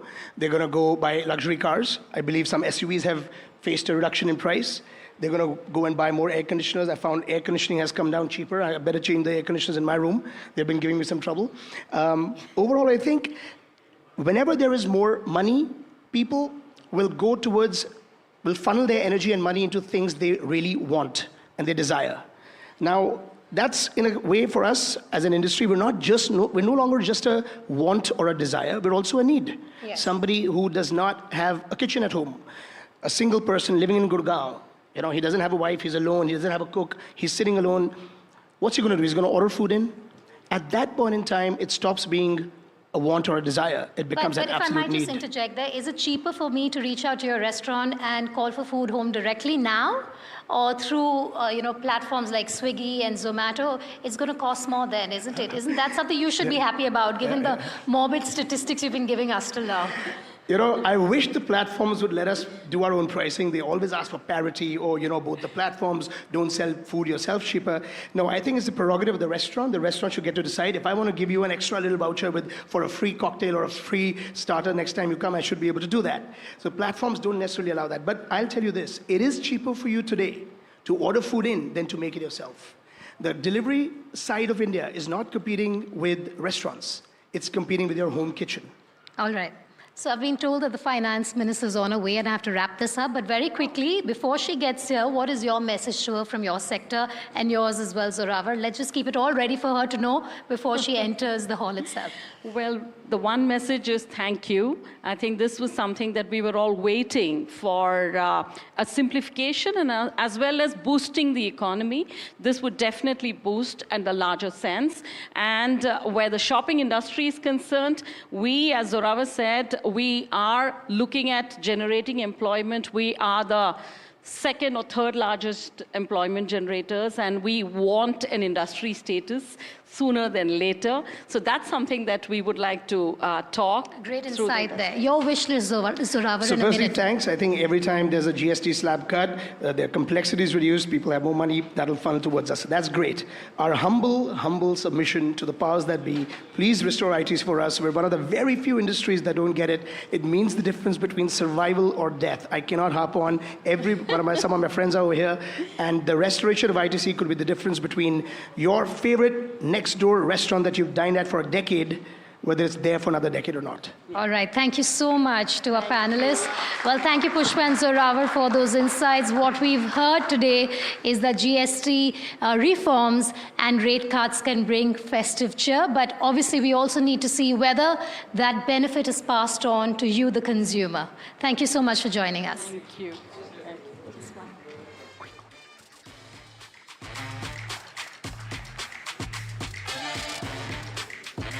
Thank you.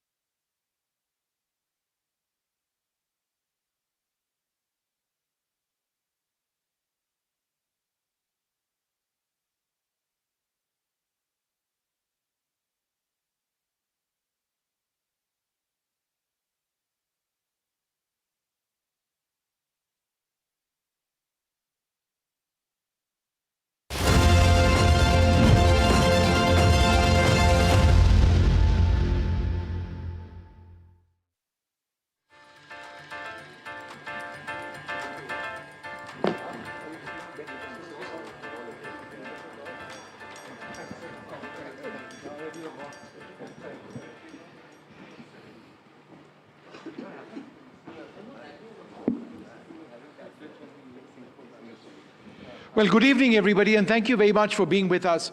I've had the opportunity, the privilege really of interviewing all of the gentlemen on this stage in the past as well, more than on one occasion for most of them. And I think they represent some of the best in industry. Chandrajit Banerjee is somebody I've interacted more than the others. The Confederation of Indian Industry has been wonderful with us at NDTV, and it's great to have this panel, which represents not just CII, but some of the finest voices in India on this topic. GST 2.0 is a revolution.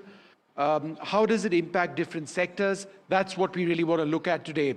Dr. Trehan, I must come to you first. As you sip that glass of water, there's that sin tax, right? For you as a doctor, that must be incredibly important. The fact that we have a sin tax, tobacco products are taxed very heavily, it saves lives. So there are actually 3 categories in which you can classify or break it down. First is the fact that removing GST on insurance premium, which was 18%, made the insurance premiums almost unaffordable at the level that you want it to be. Because when you want to buy a plan which gives you good security for you and your family, 18% on top of that was a killer. So I think that's a great job the government has done in recognizing, and it'll help public at large. The second thing that's happened is that there are some life-saving drugs that have been put to zero, mainly also cancer drugs, which was, as it is the newer cancer drugs are expensive. And GST on top of that was also a very big burden for patients who already are bearing the burden of a very sort of deadly disease and also being able to afford it. So that's the second big benefit. The third is or it's part of that is the pharmaceutical industry. So it's all been brought down from 12%, 18% to 5%. That also will be a big relief to be able to afford treatment. On the other hand, for the providers, our input costs will be reduced because most of our inputs, like consumables, like medtech stuff, attracted 12 to 18%, and it's all been brought down to 5%. So these are all things that have really helped our sector. Now it'll make it more affordable. We can pass on the savings in the consumables to the public at large. So I think from all fronts, this has been a very favorable move by the GST Council. I'm sure the Finance Minister, the Prime Minister and all that have had a major role to play in it. And I think it's a big relief to the public. So it's a public-facing sort of change in policy. So what has not happened, which is still on the agenda, is that we don't get a set-off for whatever we pay at GST. That is one part which we have been actually putting forward to the government, that would also give us more relief and we can make delivery cheaper. The whole idea is whatever benefit we get, we should pass it on to the public. So that has not happened yet. So we are stuck between the fact that we do pay GST, although it's going to be reduced now, the burden, but we still don't. And the other thing that's important is that any room more than 5,000 rupees attracts GST. Right. 5% though. So that also is an added burden on the public. So I think these are the 2 things left which can be actually moderated, and then people will really benefit from a lower cost of healthcare. No, but in terms, Dr. Threyan, of passing on the benefits to people who, for example, visit your hospital in rooms beneath a certain price point, is there any statistic that you can share with us? I mean, for a hospitalization of X period, the average room cost would come down by X amount, or the average cost of treatment, and you can name one of the treatments, might come down to this extent. Is it possible to do that? The back of the envelope calculation would say somewhere around 5 to 7%. Across what? Across the room rents and also in the consumables. So that would be helpful, no question about that. But the actual calculation is yet to happen because we don't know what the other end is going to do, the supply side is going to do to us. So once the supply side settles down, then we can actually calculate and pass on the benefits to the public. That's the intention. And I think we should all as providers live up to that intention. Mr. Bhimani, for the longest time, GST has been meant to be, the ideal was one nation, one tax. It didn't really happen that way. It was a complex web. Compliance was an issue. We've now come down to 2 slabs. To what extent does that help the entire compliance structure? Do you believe it's it's that simplicity or the relative ease which exists now as opposed to the past, which might be one of the game changers in this? Yeah. No, thanks, Vishnu. I would just say differently. When GST got passed in 2017, I think it was a very far-reaching change, and it was one nation, one tax. If you looked at it before that, it was completely broken. So it was one nation, one tax. I think India was venturing into something new at that time.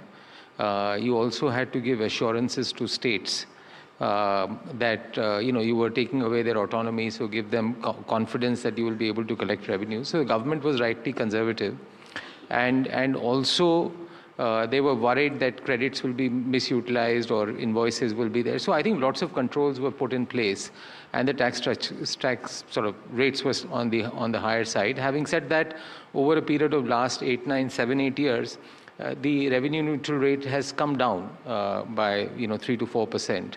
And so I would still say that GST is one of the most biggest tax reforms that happened in 2017. And similar to that, I think what the government has done this time is very path-breaking.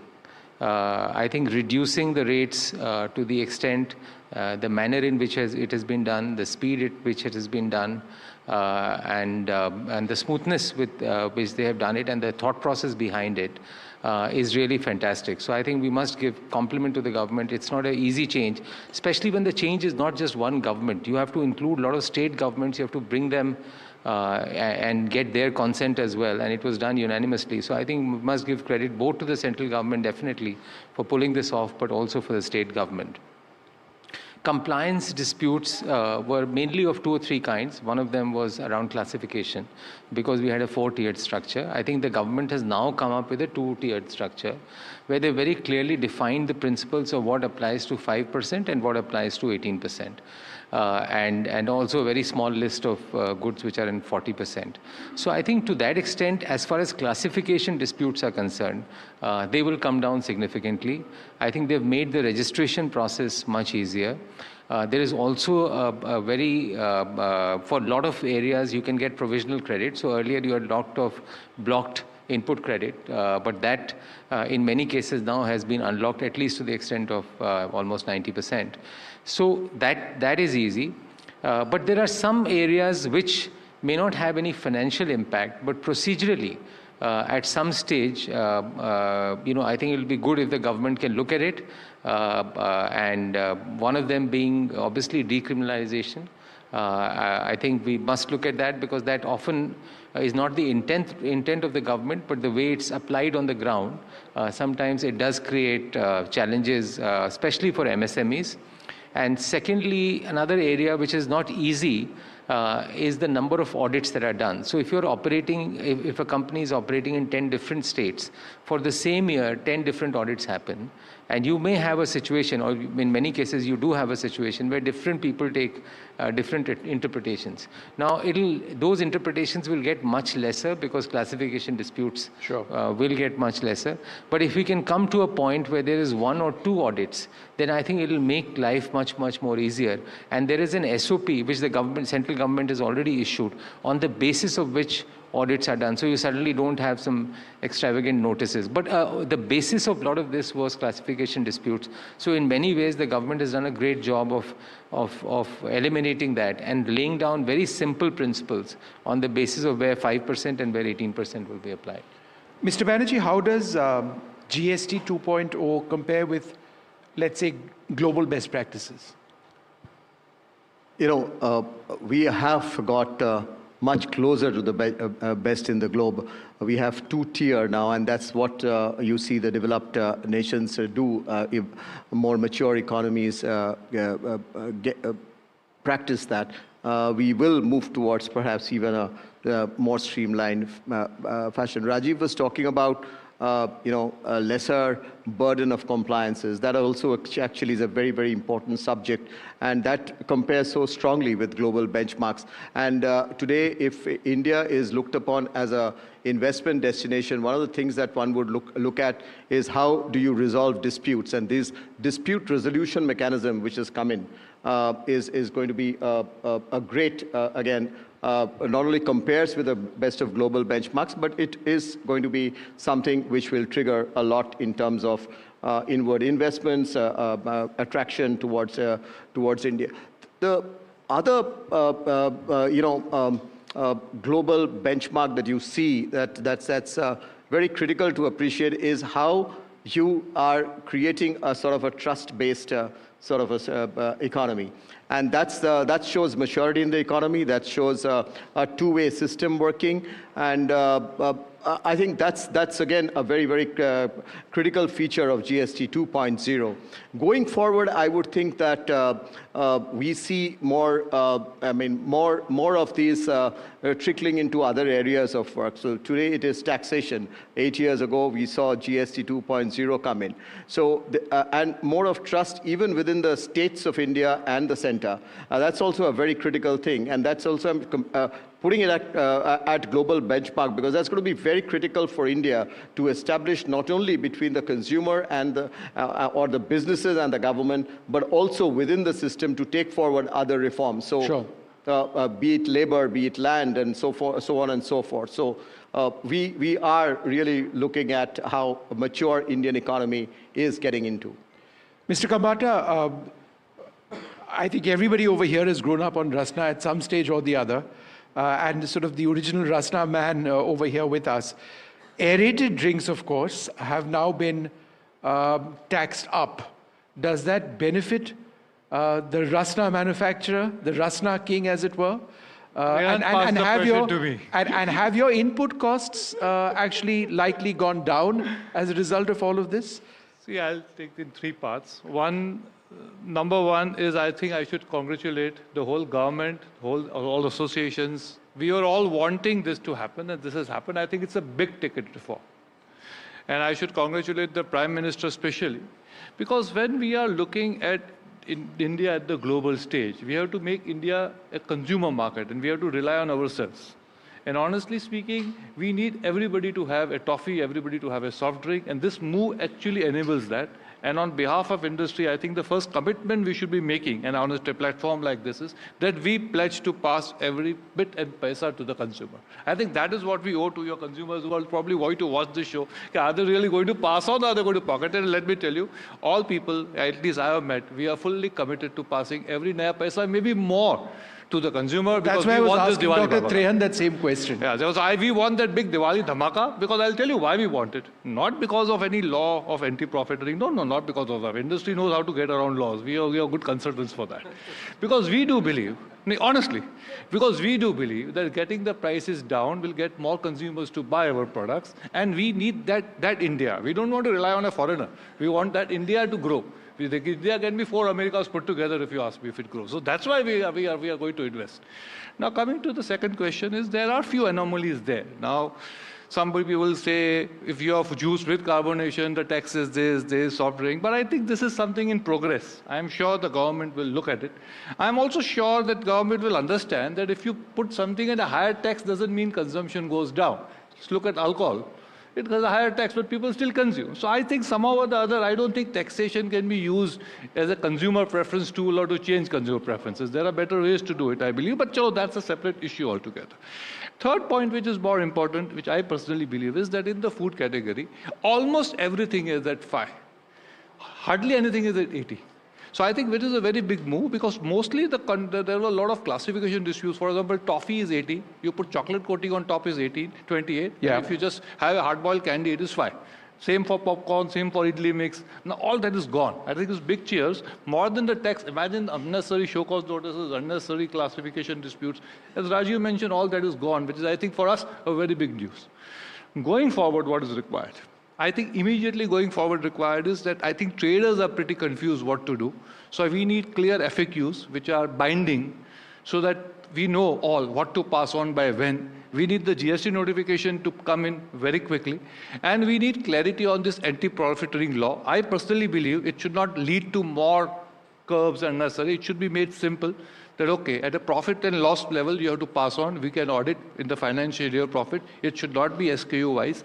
Clarity should be given quickly that if we don't want to reduce the price and give more value, for example, in small packs, we can still do that. So I think these are the type of things required, but I'm very sure the government, when I'm talking, is also working towards it.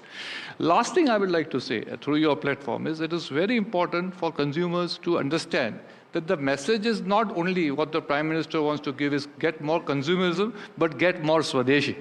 And being something I always have been talking of, Make in India, I think it is important that we see this as that how do we not only consume more products, but how do we consume more Indian products? And this is something which I think on platforms like this I should be talking. If the Prime Minister is saying, the Minister is saying, the industry also should say, consume more Indian, be Indian, buy more Rasla. But the flip argument of that is those companies which actually, for example, in aerated drinks, may not be Indian in origin, but they employ lakhs of Indians. I do believe they are Indians also. In my definition of Indians, once I went to a committee and I was asked, what is made in India? I said, anything which is a manufacturing in India. So you're saying don't buy that Indian product, buy your Indian product. It is the Indian version is in my mind, honestly. Okay. I don't believe, or you ask me, otherwise I export to 50 countries. Imagine if 50 countries talk thinking like this, then they won't buy me, I'll be in more trouble. I've got more exports going. So I didn't mean that. I said, you sell made in India stuff. For me, every brand made in India is Indian, honestly. Right. That, let me clarify this very clearly. Okay. That is what it should be. Sure. You add value in India, don't just pack in India. Add value in India and you are Indian in my mind. Mr. Bhimani, I think there was an important point over there on profit. Profit is at the heart of business. And there's nothing wrong with profit. We're a free market economy. But then there's profiteering and the concern that some of the benefits out of GST 2.0 will not be passed down. How does one balance the goal of business to profit and the government's concerns about profiteering? Yeah. So, Vishnu, I think from CII standpoint, I think we've been very clear and we have committed to the government also on behalf of all members of CII that any benefit that accrues because of the change in the GST rate. And this has been a long-standing request that CII has been making to the government. And we understand that it's a big fiscal call for the government also to take this step. That we would want to assure that at least the communication that we are making to all the members, and as Piyush also mentioned, I think the idea is that any profits that you make because of the reduction in GST will be passed on. And I think you're already seeing some evidence of that in the automobile sector. Now, in some sectors, it may not be that straightforward to compute because of the inverted duty structures. So you know of some of the sectors where even though the duty rates have been reduced, may have been reduced from 18% to 5% or from 12% to 5%, but the accumulated tax credit may be 7, 8%, 9%, 12%.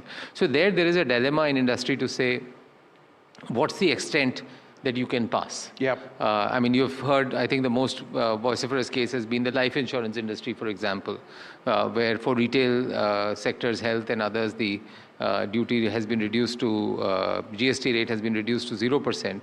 But they have input credit. I think Dr. Trayan also mentioned some of that also happens in the healthcare sector. So I think that's a dilemma that one has to do. And the third is that there is nothing wrong with profits. I don't think industry is saying that there is anything wrong with profits. I don't think government is saying anything wrong with profits. But this, in today's India, in this time, this law has been enacted. I think the government is also very keen. There is a rise in demand. There is a rise in greater economic activity in India. And the business and industry will gain much more with greater consumption, greater urban, greater rural consumption, if there is greater sales momentum in the country.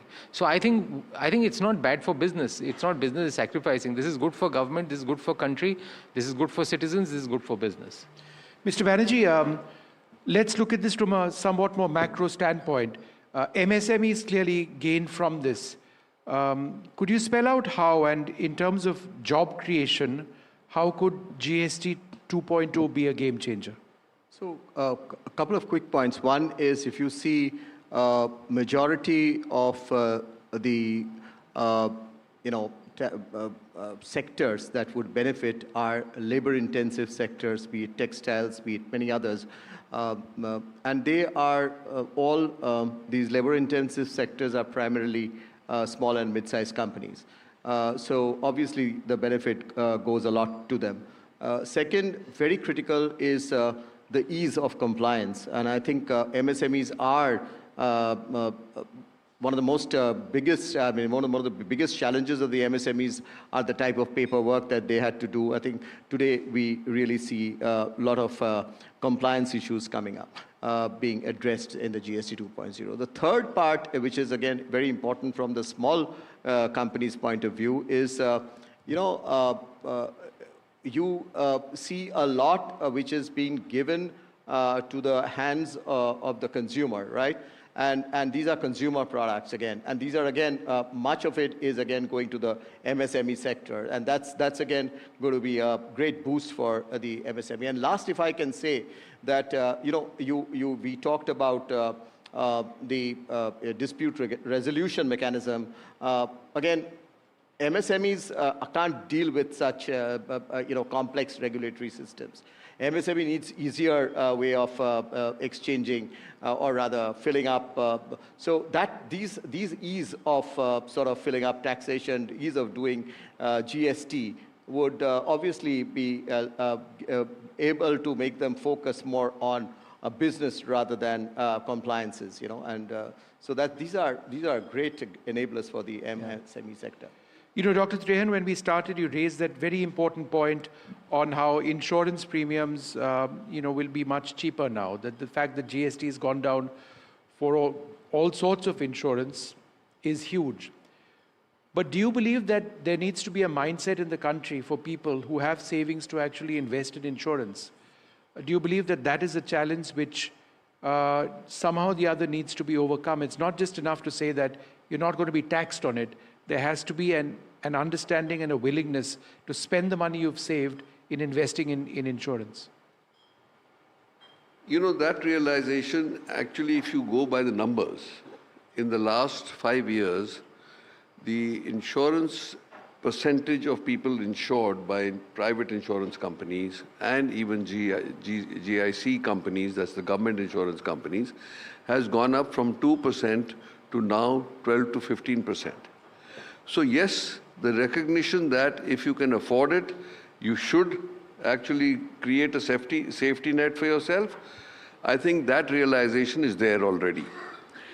Also, you must understand, towards the universal healthcare for every Indian who's stands on the soil of India, this Ayushman has been a big boost for them.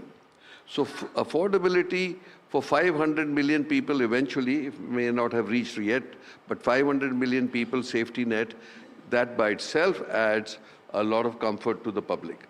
Then you lay on top of that the government schemes, and then you lay on top of that private insurance. So you can say that very large proportion, about 80% of our population has now come in the safety net, which was till 5 years ago, when Ayushman was announced, it was dismal that 500 million people were totally out of the net, and they were actually, what the statistics was, that the cost of their health care was driving 2 to 4% of the people from above poverty line to below poverty line every year.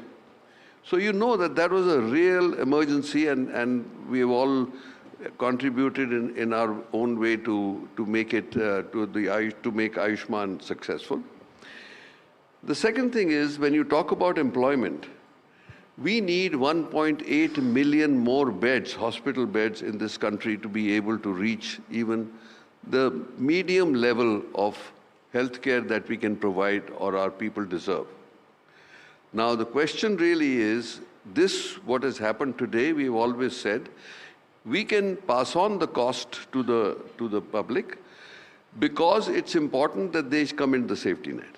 The second thing is that we need to we are already the cheapest healthcare system in the world.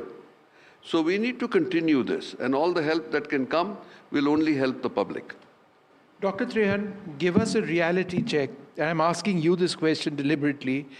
To those who say, who is the government to decide that they should tax us for the tobacco that we consume? Because there are many who say that it's my choice, therefore why should the government interfere with my life? No, you know, that's, I think it's a warped thinking. You know it's going to hurt you. You know you have got addicted to it, so you pay for it. And why not? So the point is that there are two parts to it. One is we know that it's not good for anybody. The other part is that yes, the government has the right to tax, try to discourage them. But what has happened is it's not discouraged people. No matter, I mean, you look at taxes here, 40%, you look at what's happening in the world. A pack of cigarettes in US is costing $10, $12 a pack, up from $2. But people are still buying, and smoking amongst the younger generation is only on the rise. So I don't know what the right formula is, but we keep telling people all the time, tobacco in any form is absolutely a no-no, no question. Mr. Kamata, in terms of what we've seen among states in the country who have been so bitterly divided on accepting GST 1, they've had so many problems, they've had so many concerns. The fact that there has been relative acceptance of everything thus far, how is that critical in going forward and seeing this through? See, first let us admit, GST 1 was better than VAT, for sure. VAT was like 20, 30 assessments. So let us put it this way. The GST 1 was also better than VAT. GST 2 definitely is going to be better than VAT, than GST 1. And I somehow believe we are on the right track. We are trying to make India a consuming economy. The per capita consumption, if the best penetrated food category today is still 20 and 30%. I will give you one just figure. Imagine what can happen if, say, even 80, 90% penetration, that one can get, the others are at 5 and 7. If they go to 30 and 40, we are talking of 3 times, 4 times the turnover of most Indian companies to happen in a very short time. Yeah. And I somehow believe that food is somewhere where I think this has been more benefit than any other sector, because you can directly see the benefit to the consumer can see the benefit quickly. These are all fast moving goods. So I definitely see this is going to catalyze the industry's growth, and on employment, definitely it will help the agriculturist also get a better price, because we have empirical data to prove that the more food is processed, the farmer definitely realizes a better price for the crop. So forget the employment for the industry people. In my industry, probably 500 people are there. But look at the 5,000 farmers back who are supplying to me. Look at their livelihood, how it is improved when I buy from them at a better rate they can ever get from the mandi, and definitely better than what they throw on the street. So in one go, the consumer gets a better price, employment increases, the farmer gets a better price, and we become an economy more powerful than any other economy in the world. So I think it is a combination of all you have to see together as one package. And I believe this is a step towards that. This is the biggest business reform I have seen in the last few years, to be very frank. That's what it says. And this is the biggest business reform. There is no other bigger business reform than this. And we should once again all thank the government for the same. Mr. Bhimani, refund delays has been an issue in the past. There is greater digitalization now in GST 2.0. Do you believe that the entire issue of refunds across, which impact different sectors in different ways, that's been addressed to a large extent? Yeah, I think to some extent it has been addressed, Vishnu. There is this concept of provisional refunds, which was earlier available only in case of exports or zero-rated products. Now, I think if you have any inverted duty structure, you will get provisional refunds almost to 90%, except in case of capital goods or where you're consuming services, or if you have a product that has got zero GST. So I would say the only thing that you could argue is on capital goods or on services. If you're consuming, you will not get credits for that. But this is a very significant shift from what has happened in the past years. And we also have to remember when we look at these, and obviously a lot of people from industry on transition provisions, on inverted duty structures are making representations. But I think the government also has to balance its books. They also have to keep states together. And as we all know, the states' balance sheets are very stretched. And one of the key areas of income for states is GST. I think they have very other They don't have that many areas for collecting revenues. So if you balance all that, I think this is a very significant shift as compared to where we were earlier. Does it mean that everything comes through? The answer is no. But substantial part, at least that which was locked up because of inverted duty structures of goods, I think that gets addressed, minus capital goods. I think that gets addressed. Mr. Banerjee, a final question to you. The concern of states has always been that we are going to sustain losses, at least in the interim run. What we gain in the long term doesn't take away necessarily from the pain we feel now. How does one look at that pain concern presently in the hope that consumption rises to the point that this becomes profitable for states going forward? What I mentioned in the beginning, which I come back to that, is we have to see the long run. We'll have to look at a long-term picture of the Indian economy becoming much more mature than what it is today. We have come a long way. Now, obviously, wherever we have seen taxes go down, at the end of the day, we've seen revenue increasing. Demand picking up, profits going up, consumers benefiting. So it's an all-round benefit. And I don't think today the states, if you really look at the type of competition that the states are having in terms of drawing in more investments than the other, there is, while there will be noise, we are a democracy, and there will be noise, and everybody would think that there is a short-term gain to be looked at. But I think the maths are pretty clear, and we do look at a strong uptick in both revenues as well as investment and demand. All right. Well, I'd like to thank you all very much for joining us. And it's just so wonderful to get this very nuanced sort of expression or understanding of the various sectors which all of these gentlemen, in a sense, represent. Mr. Banerjee represents all of the sectors. But thank you very much for being with us. We've got the Finance Minister of India, Nirmala Sitharaman, who's on her way and should be with us very, very soon. But ultimately, this is all about a resurgent India. It is about the incredible opportunity that consumption leaves us with in terms of achieving our broader economic vision. Thank you very much for being with us. Thank you.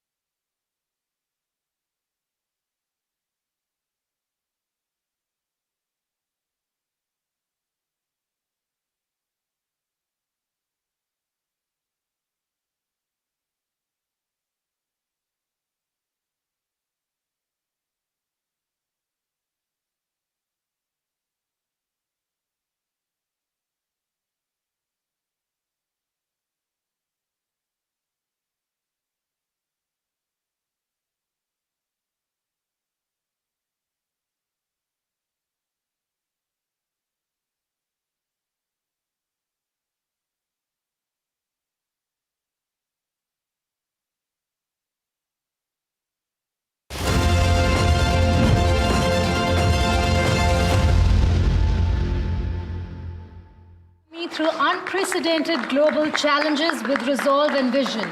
Under her leadership, GST has not only stabilized as one of the most transformative tax reforms in our history, but is now evolving into GST 2.0, a more simplified, technology-driven, and forward-looking framework that strengthens compliance, empowers business, and benefits consumers alike. It is only fitting then that she leads this special conversation, the Town Hall on Reforms for a Resurgent India.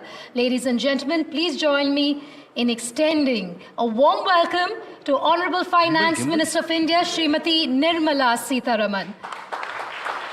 She will be in conversation with NDTV's Editor-in-Chief and CEO, Rahul Kanwal.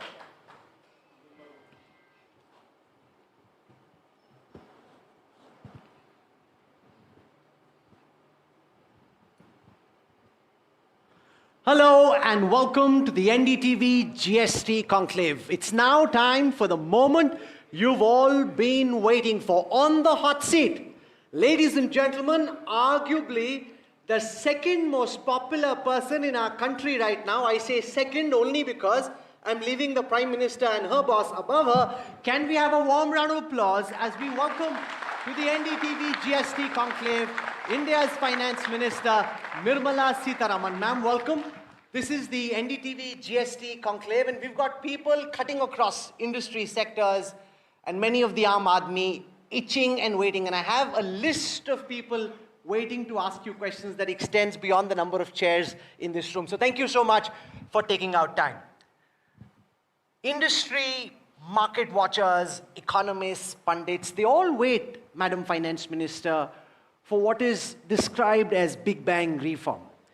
And that always often seems an endless wait. And then suddenly, almost without adequate warning and quite unexpectedly, reform which seemed very difficult to deliver because consensus was extremely difficult to achieve is delivered. It's there on the plate. Everyone's celebrating. This is being called a second Deepavali, which is what the Prime Minister wanted as well. And people are wondering, how did we do it? Is it a crisis that prompts massive reform in a country like India, that's just when everybody rallies to try and deliver? It happened at the time of Dr. Manmohan Singh. It's happened now. Big Bang reform, does it only get delivered when there are massive headwinds staring at us? Ma'am, welcome. That's your mic. And can we have a round of applause before the Finance Minister answers the question? Thank you. Well, this one was in the making for almost 1.5 years. You had an election in between, and then soon after Prime Minister took charge for the third time, he did call me once and asked me if I'm working on GST. I said, yes, I've started. And that was much before the last GST Council meeting, which was held in Rajasthan. And once again, I suppose, when we were preparing the budget this time, when the major announcement about income tax happened, even then he sort of once reminded me, saying, are you doing something on GST? Yes, I assured him even then. Then it was around May when I thought I had a worthy pack of reform measures that I could go to the PM and sort of brief him about it, saying this is what I have got as a major proposal, and the way in which it can work is that the center can give it as a proposal to the council itself. So that's how it happened. So it wasn't as if the crisis was on us because of the tariff measures, but this has been some time in the works. Ma'am, the last time you delivered something which was quite as emphatic and brought India closer to global benchmarks is when you dramatically reduced the corporate tax rates in the country. And at that time, it didn't quite pan out the way you would have imagined for factors completely beyond your control. There was COVID, industry investment didn't quite take off in the way that you had calculated. How confident are you that this time round, the estimates or the hope that you have with the reduction in GST rates will actually get passed on to consumers and lead to a virtuous cycle of consumption which ultimately spurs the growth rate of the Indian economy, madam? I'm very confident. And I say this because I have complete trust on our industry and on our traders. Because I think people know, because after all, industry or traders themselves are consumers as well. So when they know that across the board, rates have been brought down, and I've said this several times before, the guiding principles were for me looking at those which are daily consumption items for all Indian citizens, particularly for the middle class and the poor people. And then that which is aspirational items for the middle class, looking at farmers for their inputs, MSMEs because they are going to have to drive this Indian economy. Already they are about 40% in the engineering sector and so on. So we have looked at all these, I've mentioned 4, the 5th being those which are very critical for the Indian economy at large. So these 5 filters were the one with which I looked at rate rationalization. So I am of the impression that 140 crore Indians will have one or the other thing touching them from 22nd September, where they will see that the government's taxation reduction has come through. Government meaning the GST councils.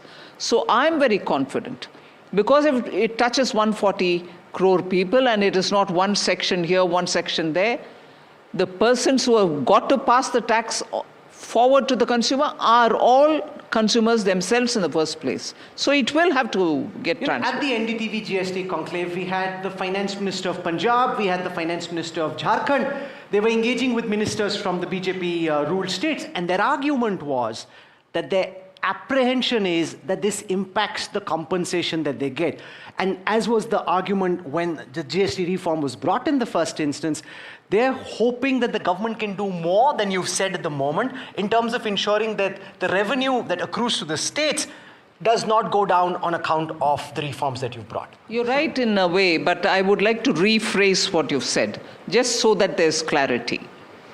The first thing I did after coming out of this very crucial council meeting was to thank every one of the ministers who came from various different parties, various different states and so on, because but for everybody consenting, this wouldn't have come Was through. it an acrimonious meeting, lots of dishum or not really? No, no, not at all acrimonious. But of course there were rounds and rounds of putting everyone's views forward, and the council is quite used to that kind of a discussion going around in circles and not moving forward, but sometimes it does move forward. So that's one thing. But let's have some fundamental facts in our mind. The union's proposal going to this council was not opposed by anybody. And this they said even before coming to the GST council. They said, we are in favor of the rate rationalization. This is a people-friendly proposal. This will affect positively all citizens of the country. To be fair to them, they all agreed on that.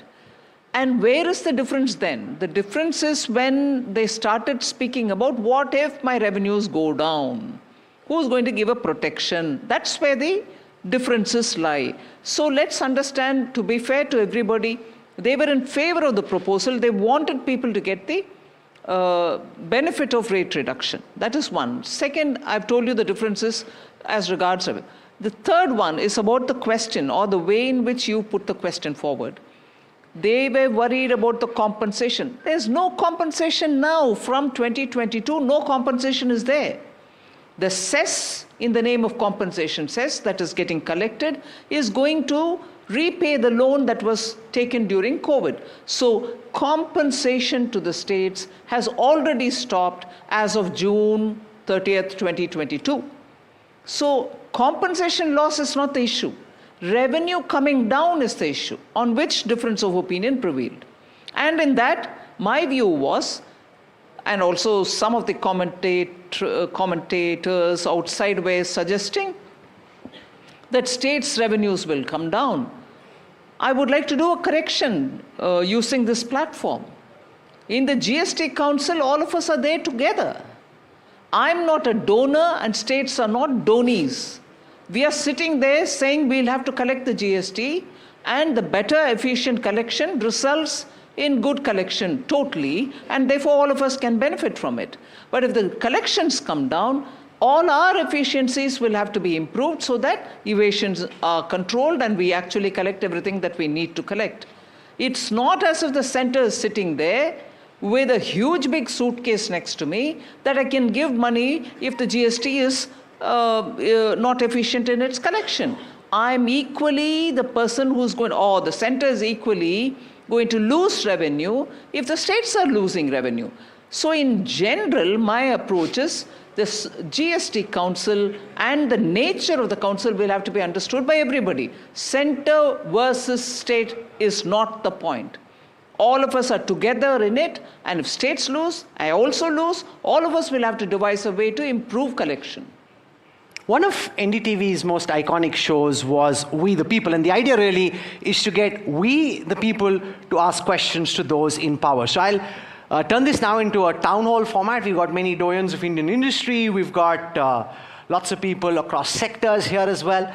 And I'll start with Rajiv Memani, Chief of Ernst & Young in India, President this year of the CII, Confederation of Indian Industry. We'll get him to ask the first question. We've got many stars of Indian television and business journalism here. They'll be asking questions as well.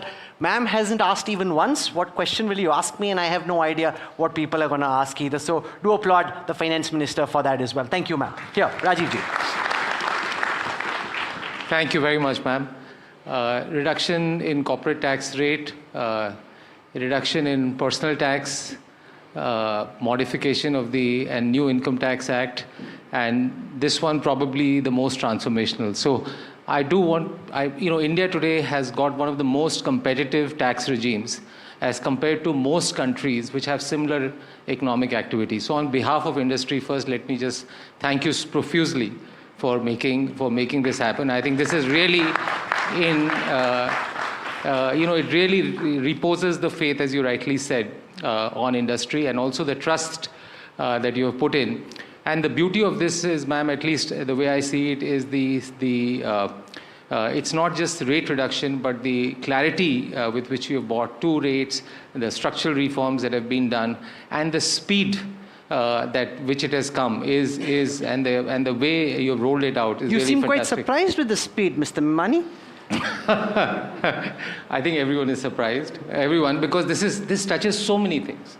So I'm sure a lot of work would have done, because every one product rolls into the other product. What else would you like to see happen with such speed? No, so let me first finish. And ma'am, you've not. I have two questions before Rahul interrupts me or needles me. The first one is, you've not brought in the anti-profiteering clause, at least not till now. And you did mention that you have a lot of faith in industry. I would really want you to articulate, if you can, what you would want from industry. This is a great platform, and I think it'll be great to get your perspective on that. The second is, as compensation cess gradually phases out, did you want to time this around the fact that when compensation cess is also phasing out, so that at least the impact on states will be much lesser, because the amount of compensation cess that was being collected was not going to states. It was mainly center using that money to repay the loans. And to some extent, where the rates haven't moved back, that money will now be available for distribution to states as well. So I just wanted to ask you that question.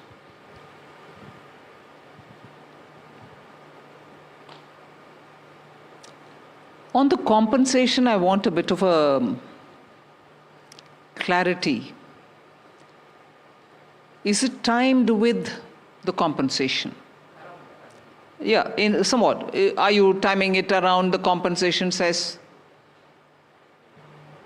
Yes and no. Yes, because June 30th, 2022, compensation collection for the purpose of compensating the states ended. It had to be extended because in 2020 and partly 21, we couldn't give the states the compensation because we couldn't collect enough revenue. We had to borrow, and in order to pay the borrowing back, we had to extend the collection. Now, at least in 2 GST council meetings earlier, we had already said that, first of all, extension was till 31st March 2026, by which time it was assessed that we would be able to repay the loan. Now, sometime 2 GST councils before Rajasthan itself, we had said GST collection for the sake of paying back loan would probably end even earlier than March 2026.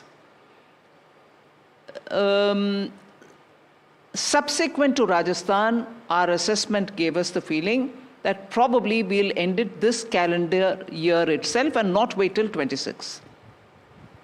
And therefore, if this calendar year we collect as much as we need to repay the loan, we had no business to collect it even one day after that. So we needed to get the clearance from the council that post repaying the cess, what do we do? Which means that is why you had a GOM looking at it, and also then the rate rationalization GOM was also working. To the limited purpose of decision on the compensation cess, the GOM on compensation cess decided, but what to do about the money which was collected in the name of cess? Would it be replowed? Would it be reapplied? All that was to become a part of the rate rationalization GOM. So that decision was put to the GOM looking at rate rationalization. So that is why it had to be time somewhere to keep in mind that by the time the GST compensation cess comes to an end, we should know what happens to those items on which the cess was being levied. Therefore, we had to keep it somewhere closer to this date. Okay, we'll take more questions. I've got Dr. Naresh Trehan here, one of India's most iconic, well-known doctors. Doc, your question for the Finance Minister. So first of all, Honorable Finance Minister, I can only echo a big thank for the public in accessing healthcare by your very bold move. Thank you.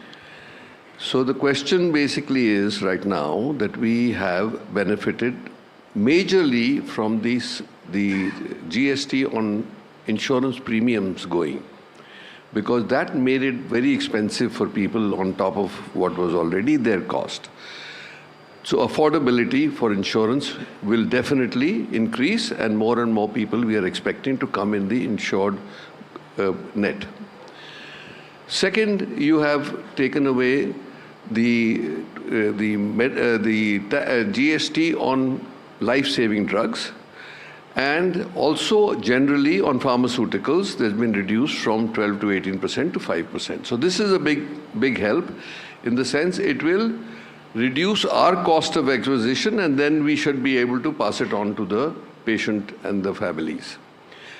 The third thing is that it also helps us to create more hospitals and the employment that we do is about 5 to 6 persons or healthcare workers per bed that we create. We need 1.8 million more beds in the next 10 to 15 years for India. So it can essentially create jobs for 10 to 15 million people as we move forward. So all this will help us to move forward. What I can request for the future is in your GST reform 3.0, that we still don't get a set-off on the GST that we pay, unlike most other sectors. That has been a long-standing request to you, that you should, maybe you can look at it. You've already done enough, but maybe in a subsequent move, if that is, we can get the set-off, it'll help us to even keep the cost under control. As it is, the cost of healthcare delivery in India, comparable to the rest of the world, or even better in some cases, is 1/10 to 1/5 of what the world can offer. So we are in good shape as far as our delivery system is concerned. Whatever help comes your way should be passed on to the public so that more and more people can access us. Thank you very much for this whole thing, and my request stays pending. Thank you. Quite literally, Doc ka dil mange more. Diagnostic equipments have also come down. Yes, I didn't have I understand. Okay, so I've got Chandrajit Banerjee, Director General at CII. He'll ask the next question. I have a question for you, CB, as you ask your question to the Finance Minister, which is essentially this. The fact that when Madam Finance Minister made the big reduction in corporate taxation. Now, one of the hopes you had and others had what this would lead to a capex cycle, that investments would happen. And frankly, for various reasons which have been discussed ad nauseum, it didn't happen. How are you working with India Inc. and all the companies you constantly talk to towards ensuring what the finance minister has been saying constantly, that starting the 22nd of September itself, the entire benefit should be passed on? Because yes, prices are rising, there is inflation, input costs are going up. So how do you ensure that companies don't say a part of it needs to be offset against our own input prices and therefore we can't pass it all on to the customer? So first respond to my question and then your question to the finance minister. First, I will want to also join in congratulating the Honorable Finance Minister for GST 2.0, ma'am. Thank you very much. To respond to Rahul, ma'am, you know that industry has pledged, even in the panels preceding this important session, industry after industry, sectors after sectors were pledging that it would benefit the industry if they pass it on to the consumer. And as you also said a little while ago, that every industry is also a consumer. So we see that happening. We see that happening definitely, Rahul. And of course, institutions like ours will have to play a vital role in seeing that the benefits are passed down to the consumer. Ma'am, having said that, GST 2.0 is being celebrated. You also talked about how you did it. Easy it was, 8 years, and we have done it once again. You didn't talk about what difficulties you faced. And is it that there were no difficulties? What went on in those closed rooms? Because we had a very acrimonious debate on the stage between the finance ministers, and yet so quickly on day one itself, you came out and said it's all done. There was that late evening press conference. There was talk in Delhi, I'm sure Mr. Banerjee and Rajiv and everybody heard that this could go over to a third day, because initially the apprehension was that consensus would be difficult to find. So something which is not yet in the public domain, ma'am, in terms of the difficulties and the navigations that you had to do to make this really happen, it wouldn't have been so easy. No, I think to be fair to the finance ministers, they were all on board about the rate rationalization and the entire package which the union government gave. At no point in time there was acrimony. But certainly the states were repeating the argument, and some of them more than 2 times, let us say, about what happens when our revenue goes down. So once it was clear that all of us are on the same page about the proposal per se, there was no need on that score to talk anymore. But on the question of revenues going down, who's going to fill it all up and all that, I said I'm willing to sit the next day, because anyway, it was scheduled, the council meeting was scheduled for 2 days. But I think gradually people realized that citizens are waiting to hear that the council has come out saying, yes, we agree for the rate reduction. And issues of how revenue dipping should be taken care of are not that which the people are waiting for. I mean, this was not said in so many words, but it could be sensed in the House.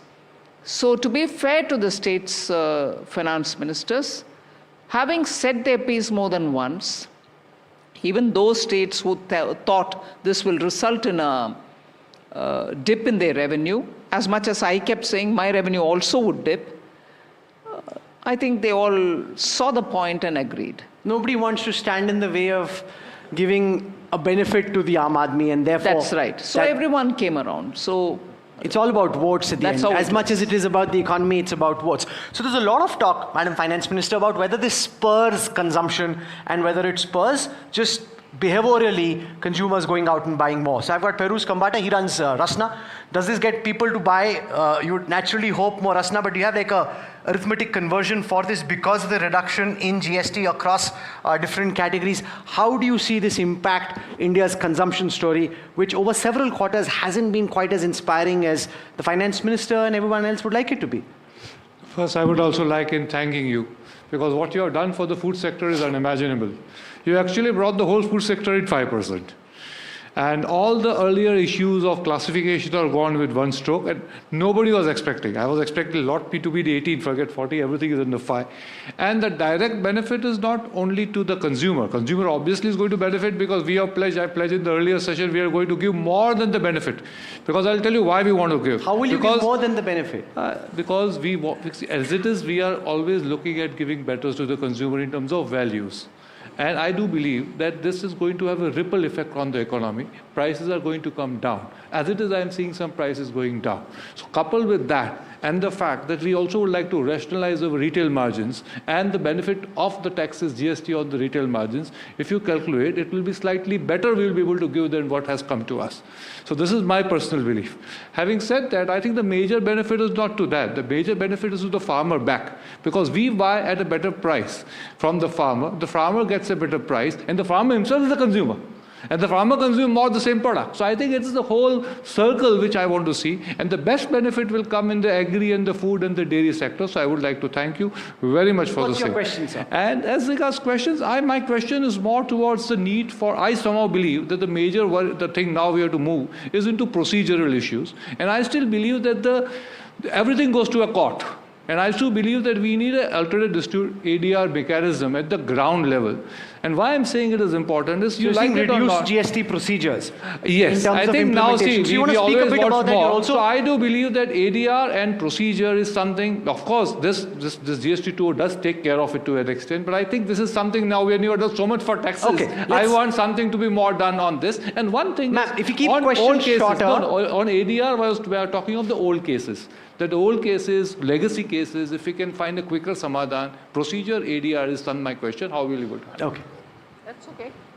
I've heard him. She's saying this is good feedback in any case, and therefore now we have to see what we can do to try and reduce procedures. We've got the man who runs Amul, Jayant Mehta, is here. Can I get Mr. Mehta to ask the next question? Just keep your questions short so we can take as many questions as possible. Go for it, sir. Thank you so much, ma'am. All our lives we heard one very important quote or a phrase. The only thing certain in life is death and taxes. I'm now worried for the 1.5 billion Indians, because taxes definitely are now out of the picture. Direct tax and the indirect tax, both you have simplified so much. And hearing Dr. Trehan, our life is also in safe hands. On behalf of all the milk producers of the country, and there are as many as 80 million farmers associated with dairy in this country, we thank you and the Honorable Prime Minister for this wonderful initiative. As Piyush told, it is definitely going to help all the milk producers, and particularly, ma'am, all the consumers are primarily the women. So through your hands, this decision, which is helping women milk producers and women consumers, is going to be a landmark decision. Usually, this is not the time I would have asked any question, because aapne sab kuch de diya hai. But since these marks for class participation, I may just make a small request. Blame me. Yes, go on. Ma'am, milk is the largest agricultural crop of India. But the income from milk is not exempt from taxation. So as India moves towards White Revolution 2.0, more and more women are actually putting their efforts into increasing the milk production. If their incomes are going above the 12 lakh slab that you announced this year, it would really benefit if you are able to actually treat milk now as an agricultural crop, and with your wisdom, benefit large number of women milk producers in the coming decades. Thank you so much. Ma'am is taking some of this just as feedback, because you can't possibly expect her to make tax policy on including or excluding new items. I saw Sanjeev Bikhchandani, and there's a lot of talk about the impact this has potentially on employment, jobs. So from your lens, Sanjeev, and given everything that you've done, your question to the finance minister, and whether you see a reduction in GST rates potentially having a ripple effect on job creation and employment. No, I think anything that simplifies and makes it less complex is great. It makes it easier to do business, and therefore this simplification of slabs is great. I think anything that reduces costs, whether input costs or for the consumer, is great, because that will give a boost to demand and therefore growth. And as the companies grow, they'll employ more people. I've spoken to several startups in the last 2 days.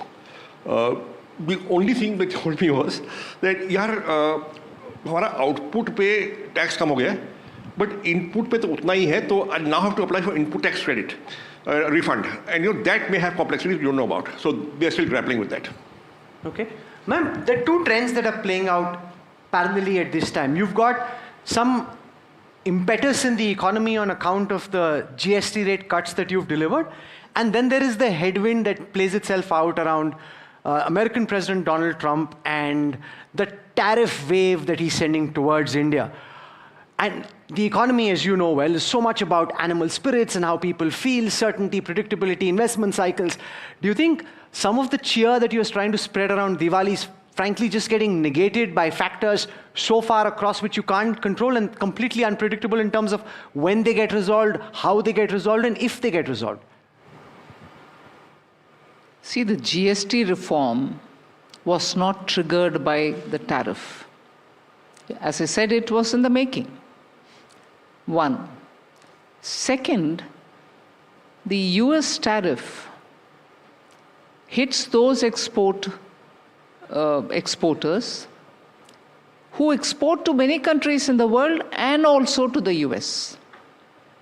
Surely, I'm not undermining the impact of a 50% tariff, but it hits exporters who are exposed to the US, who have a market access and who export to US. In fact, I've been saying that many of these exporters were getting hit by the 50% tariff. Government is doing some kind of a work to get something so that we can, support them in some form or the other. But the inputs to making that policy or a scheme or designing a scheme will also depend on those hit by the 50% tariff and telling us to what extent they are exposed and what is the actual loss or damage because of the 50%. So by industry, first of all, we need to have an assessment of those who are exporting to the US and to what extent of their total exports and what is the hit. That is when also do you hope some. To have this package ready? That will be a vital input for making the package. But even otherwise, some inputs have been coming and government is working. But it's not just about companies exporting to the United States. So you're also trying so hard to attract foreign direct investment into India. And as companies look at setting manufacturing bases up, and so many were thinking about it, work was in the pipeline. Now when the American president holds this tariff sword over their heads, are you concerned that this potentially jeopardizes, impacts the prospects of long-term foreign direct investment coming into the India story? Because I don't want to take any one company and single that out, but so many companies may have scaled up their manufacturing in India in the hope of exporting to the US and elsewhere. Now they wonder, hey, just let's wait it out. Let's see what happens. We will, that possibility exists. But from our side, we are keeping all the doors open, if I can use that expression. The diplomatic teams are engaging with the US. The trade negotiations can still go on. So we don't, from our side, we are not making anything difficult for others, one. And second, FDIs also come through various other routes. They come through investment, wealth funds, sovereign wealth funds. They also come through various other destinations from where funds are managed. So I'm not saying this is not going to have a bearing. It will have a bearing, but we are trying to offset it. We are not engaging with other countries, other FDI sources. So work is on. I can assure that much. Okay. We'll take some questions from the NDTV team as well. I've got Vasudha Venugopal. She's the editor for politics at NDTV. She'll take the next question. Go for it, Vasudha. Thank you, Rahul. Ma'am, I'm going to ask you a political question and about a state that we both come from, Tamil Nadu. You were in Tamil Nadu recently, and I want to understand from you, what are the prospects of the BJP-AIDMK alliance? And considering that there have been voices from the AIDMK, Sengotian specifically, do you see that impacting the prospects of the AIDMK-BJP alliance? Well, post the Lok Sabha election, BJP has been very keen to get back its NDA alliance to strength. And therefore, every effort was made to get all the allies back. And there is one clear unanimity among all members of the NDA alliance, and to a large extent the people of Tamil Nadu, that DMK should not come back to power in 26. Why is that unanimity? Because of the extent to which things are going on in Tamil Nadu about not just the liquor policy, but also the drugs which have gotten into the society. Tamil Nadu has never seen this kind of a situation. And above all, it is also very clear that even the DMK is far removed from its own ideology. If you want to believe that its own ideology was social justice, which is what they normally say, we are building a society which is going to have social, equanimity. Everybody is going to be equal, and people are not going to be treated up and down or higher or lower and so on. Tamil Nadu has seen one of the highest of honor killings. Villages which are dominated by scheduled castes, for instance, have had unbelievable crime. If I can tell you here that in one particular village, where SCs are the majority, from the drinking water source from where they take their domestic, for use in their homes, that was polluted with human excreta. And the government has not even till today taken concrete action against those who have done that. Similarly, in another one village, I think it's called Kallakurchi, spurious liquor has killed women and adults in the village. You don't have one solid action. They may say, yeah, we filed an FIR, we've done this. But concrete action is missing. And similar to what happened in that RG Kar medical hospital come college. Tamil Nadu, Anna University had a similar attack on a woman student. And it so happens that the culprit was so closely associated with the first family ruling Tamil Nadu. So today there is near unanimity among people, among political parties. You may be in an alliance or you may be out of it. Clear understanding that another 5 years for Tamil Nadu with DMK is going to make the state go backwards. So that unanimity among the NDA members is also recognized, and all of us have come together on that score. I don't want to comment on the internal disturbances or whatever you may call of the ADMK. I'm sure they will resolve it for themselves. Okay, I'll go to Tamanna Inamdar. She's the managing editor at NDTV Profit, and she's tracking the stock markets very closely. So Tamanna, here you go. Ma'am, since we've started with the queue of the stock markets, I think the big question right now is why are stock markets not responding maybe with full fervor as they should to the GST cuts? They have been larger than expected across more areas than expected. There are many theories, but I wanted to know if you had any thoughts on this. Because if you look at the triple whammy of good news, income tax cuts, 7.8% on GDP, take that those who say dead economy, and then you have these GST cuts. Markets should be cheering. Do you have any thoughts on this? Well, I think markets always react to so many different other factors as well. The global uncertainty is definitely dominating, and therefore we'll have to see. But I thought today, for instance, the market has actually done well. Yes. So, Does it play on your mind when you're at work or once you're at home, the way markets are responding and the impact you would expect your announcement would have on the stock market versus what's actually happening? No, I do observe the market, but I don't think I can measure the reforms based on the performance of the market. I would want the reforms to go down well within the country with our citizens. Markets are within the country, no doubt, but I would rather have that gain ground. So I watch the markets, but I don't think I'm very worried about immediate reaction from the market on these. Does it lift or sink your mood? Just I'm psychologically kind of wondering. On market-related matters, Rahul, no question will get any better answer from me. That's right. Okay.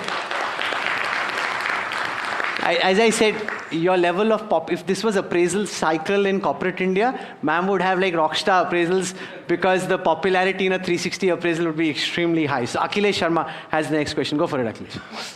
नमस्ते ma'am, अभी हम जब बात कर रहे हैं तो उपराष्ट्रपति चुनाव के लिए वोटों की गिनती हो रही है और जैसे आप जानती हैं कि अभी तक भारत को कभी कोई महिला उपराष्ट्रपति नहीं मिली। एक दूसरा चुनाव है जो बीजेपी के अध्यक्ष का है, काफ़ी लंबे समय से पेंडिंग है। बीजेपी को भी अभी तक कोई महिला अध्यक्ष नहीं मिली है। क्या ये समय आ गया कि बीजेपी को कोई महिला अध्यक्ष मिले? That's the trickiest question that's come. Yes, ma'am. Would you like to be the new BJP president? Whoever becomes the president of BJP, all of us will work under her or him. We are happy with that. You think it is time that the BJP have a woman president? You know, I like the media which goes on asking about us. You know, is it time for BJP? Is it time for the BJP to do this, that? BJP was the first party to give 33% reservation in every one of its organization down to the Panchayat to up to the national executive. And I'm a beneficiary of it. I've come into the national executive of BJP because there was reservation for women. So on women, BJP is never behind. And for that matter, the reservation bill, women's reservation bill, being the first one in the new parliament, is also because of BJP. You know, as we try and build out, ladies and gentlemen, a new NDTV, it's always good to look back at the past as well. And very interestingly, we have in the audience the former chief executive of NDTV who happened to be here, madam, to moderate a session at another event which was taking place nearby. And because this was an NDTV event, Vikram Chandra couldn't help, and we invited him to come and just join us here. So Vikram, here you go. NDTV, the finance minister, your question next. Thanks a lot, Rahul. It's interesting to be holding this mic after 7 years, but madam, it was great to get a chance to come here and talk to you.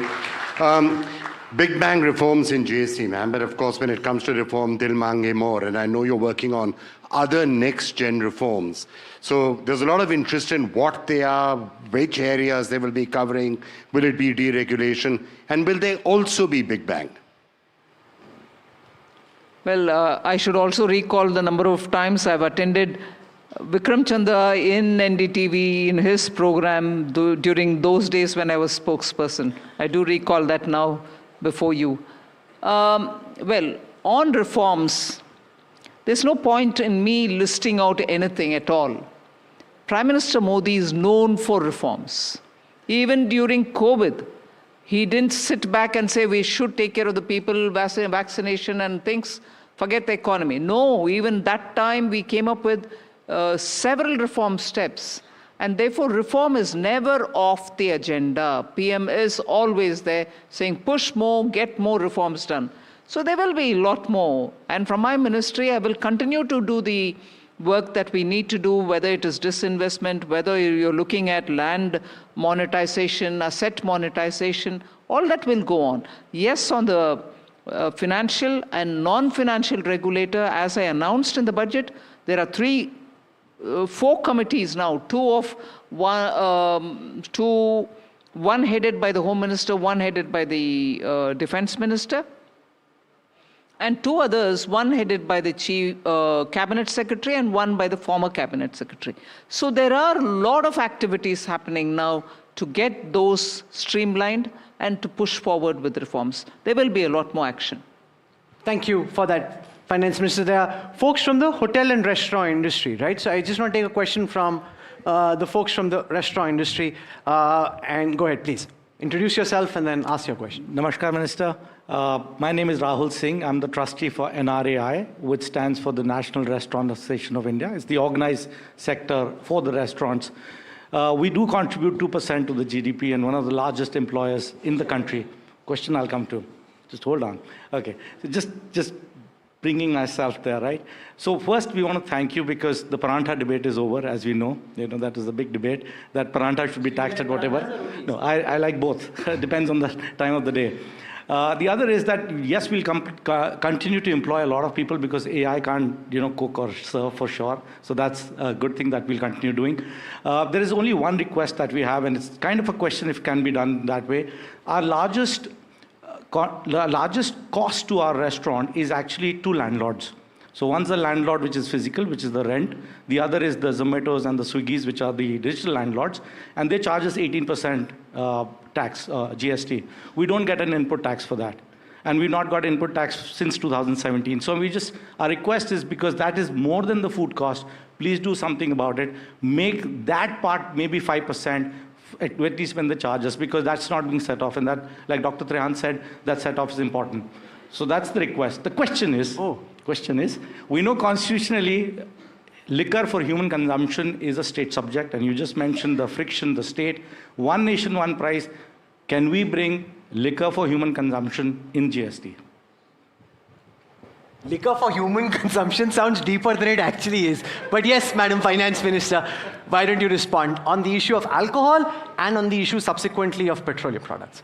But can liquor ever come under GST? That's the question. That depends on the states. It's not for me to answer that.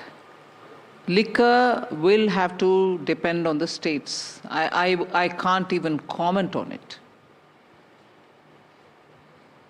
Yes, Rahul. Okay. There's a gentleman from the Auto Dealers Association. They've got lots of pent-up inventory. So got deep discounts, pent-up industry, and he has a question also. So go on. So, Madam Finance Minister, I'm Venkesh Gulati representing FADA, Federation of Automobile Dealer Association. So first, thank you. Compensation cess has been absolved or finished. And all the issues, legal compliances issues were major in dealers, which is over now. But it has created one more issue. So overall, the GST, all the OEMs, like Mahindra has already started giving the post-GST price from today, even before 22nd, Audi and Skoda also. So as from the auto industry, we commit, we'll pass on everything. But one major thing with this reform, which has created an issue with the automobile dealers, which are working at paper-thin 3% margin, is the cess input, what is still left in the GST and ledger. So from 22nd onward, whatever cess input is left for a dealer will not be able to adjust as per our information as of today. There has been questions on the evening. The question. Yes, ma'am. Yeah, so.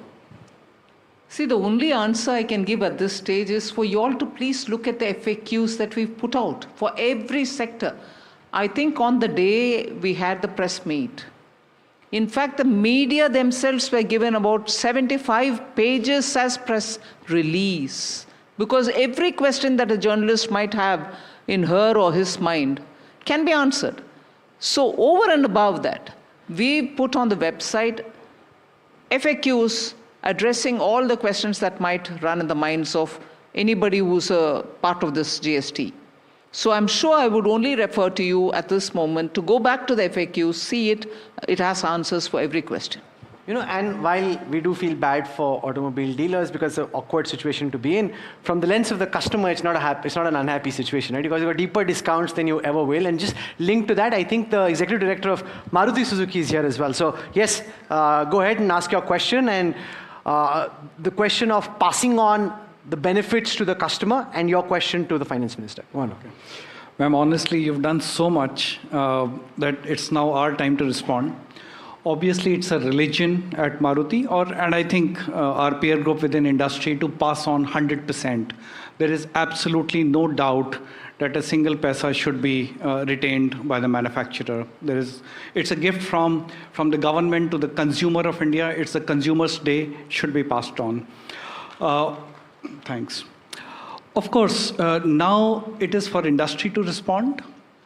And in fact, we are now worried about investments. We might have to accelerate our capex cycle because the demand surge that might come, we want to be on the right side of the consumer and start producing.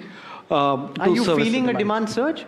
Yeah, in fact, we know the pulse of the customer. So we certainly will have a demand surge. The projection that we have given out is, for example, small cars had some structural issues. They were declining at about 6% per annum. From a -6, we think a swing to +10% growth. That is our initial projection. We may be surprised positively, we don't know. But certainly we are accelerating our new plants and investments in anticipation of more demand. And, okay. Ma'am? Now, there are two things. One, of course, the fact that you'd want the companies like Maruti, the Mahindras, etc., to spend more on building capacities here. then the fear that part of this production was meant for exports. And it comes back to that point that till the time the uncertainty around tariffs settles, they're sinking in this infrastructure spend without knowing fully whether they'll be able to export in a competitive fashion or not. So there is that, I mean, there's nothing you can do about it, but there is that factor which also plays its out simultaneously. That may be so, but I quite appreciate Maruti's commitment to transfer or pass on the tax reduction to their consumer. And that is the spirit which I think the people of India are also expecting, because eventually you asked Maruti the question that do you see a surge? I'll give you one input from my side. Much before, once the GST union government's proposal, rate reduction were all now coming out in trickles, much before the GST council met, so many industries called up to say, hey, would you please take this call sooner? Because those people who come to us are no longer ready to place an order. They're saying likely there is a reduction, so we shall wait. So you're also getting a situation from the other side saying surge, but before that they held back. So obviously a surge. हमने भी wait किया है. I think lots of people here, I don't know if anybody is planning to buy a car, but many people decided to wait कि देख लेते हैं ma'am क्या करती है, फिर decide करते हैं. So can I just take some more questions from people? Ma'am, I have, in the economic survey, the chief economic advisor spoke about relooking investments from China. Now, given that the Prime Minister went there was a good meeting with Chinese President Xi Jinping, how do you as Finance Minister view the contentious issue of investment coming from China, the sectors where you currently have guardrails, and given what we're seeing with the United States and the slight thaw that we're seeing with Beijing, how do you see this play out in the weeks and months to come? Well, I think it's important. We will have to be negotiating for greater market access to Indian products in China, if at all there is a trade talk. About investment, the PN3 guides us, the press note 3 guides us.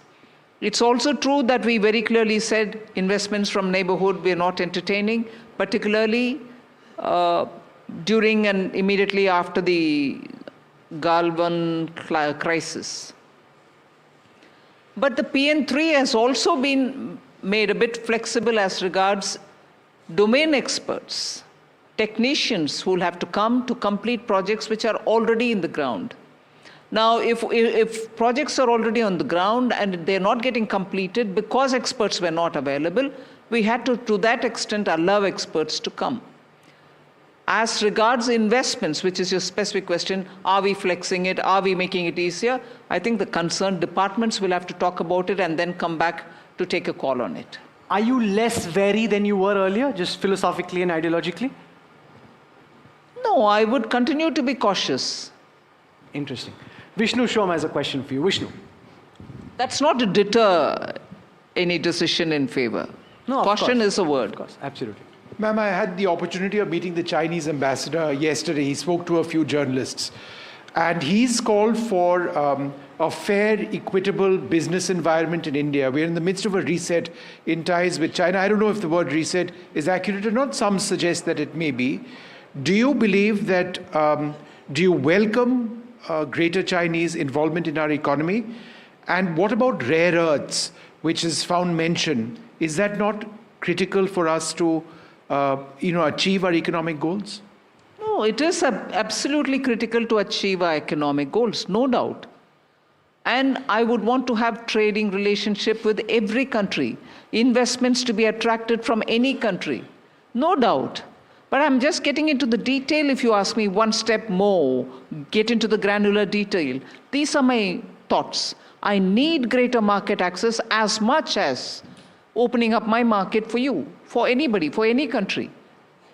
In a way, isn't that the question of what negotiations with the US, with the EU is all about? Give us greater access and trade surplus. There are many countries which have trade surplus as against vis-a-vis United States.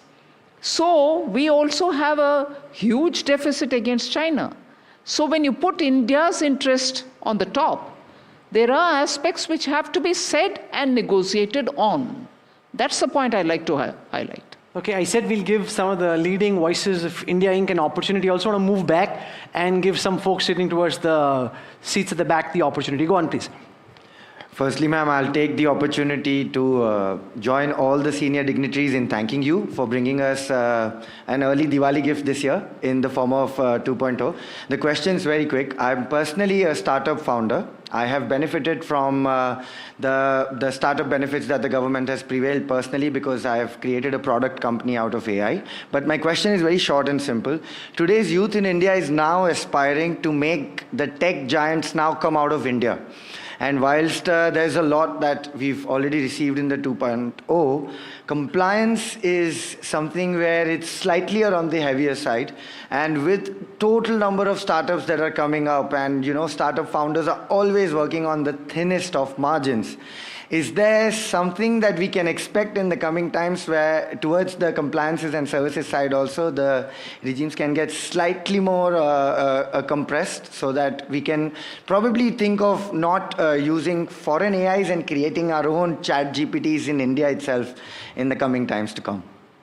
When you say compliance, I don't know what you're referring to, because as many compliance-related issues that may pertain to me, central government, we are actively engaged with the stakeholders to say, tell us where you want to remove something, we are willing. Hasn't the last 2 terms of Prime Minister Modi seen so many archaic acts being removed, compliance conditions being removed? We are always on course for it. But the problem sometimes is, I'm not shifting the blame, startups are located somewhere in some state because union government doesn't have its territory except for union territories which are known.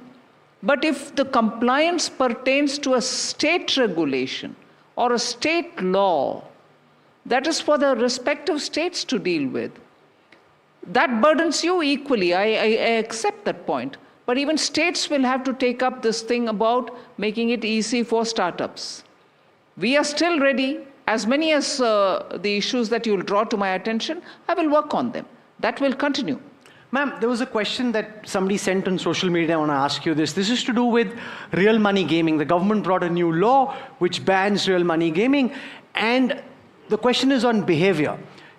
And we had the same question for you when you did the same with cryptocurrency. The government comes with an iron fist and comes out with a law. It doesn't really change youth behavior. A lot of those who are buying cryptocurrencies in India move some of those investments abroad through VPN. They still continue to trade. And a lot of the Web 3.0 companies feel they're having to move to Dubai, move elsewhere, but they're still trying to do the same thing. And a lot of that money is coming from India. The concern around real money gaming is the same, that while and there's a moral reason why you've done what you have, but it doesn't change behavior. And therefore, instead of Indian startup founders benefiting from the surge in real money gaming, the benefit just gets exported to somebody in some other geography who's making the same money with people who are based out of India. How do you look at this argument?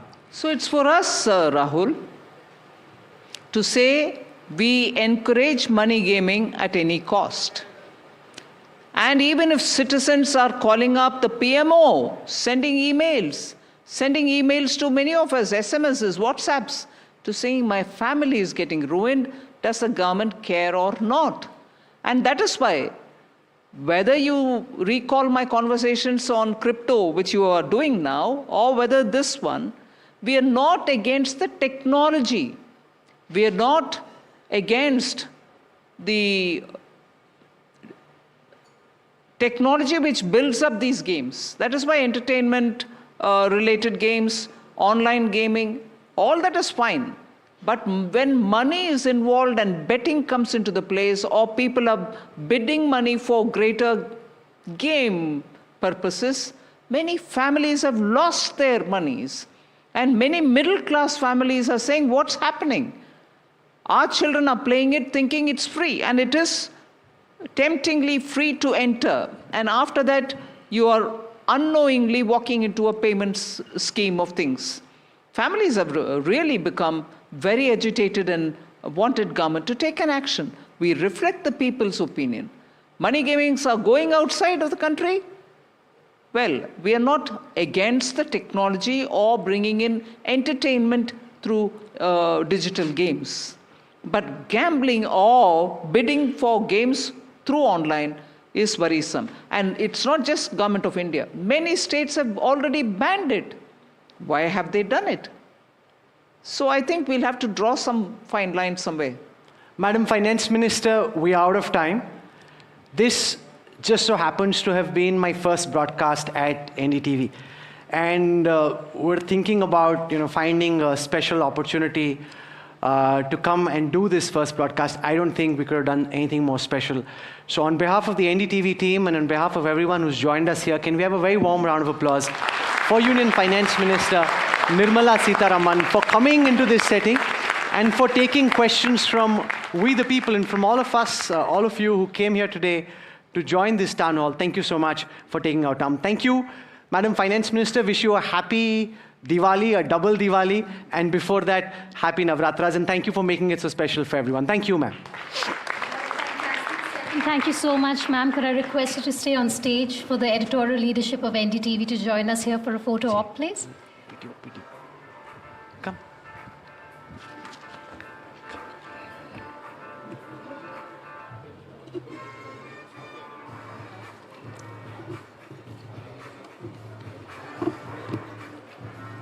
Everyone's moving very slowly. Come, Shimi, come. Come, Vasu. Mohit.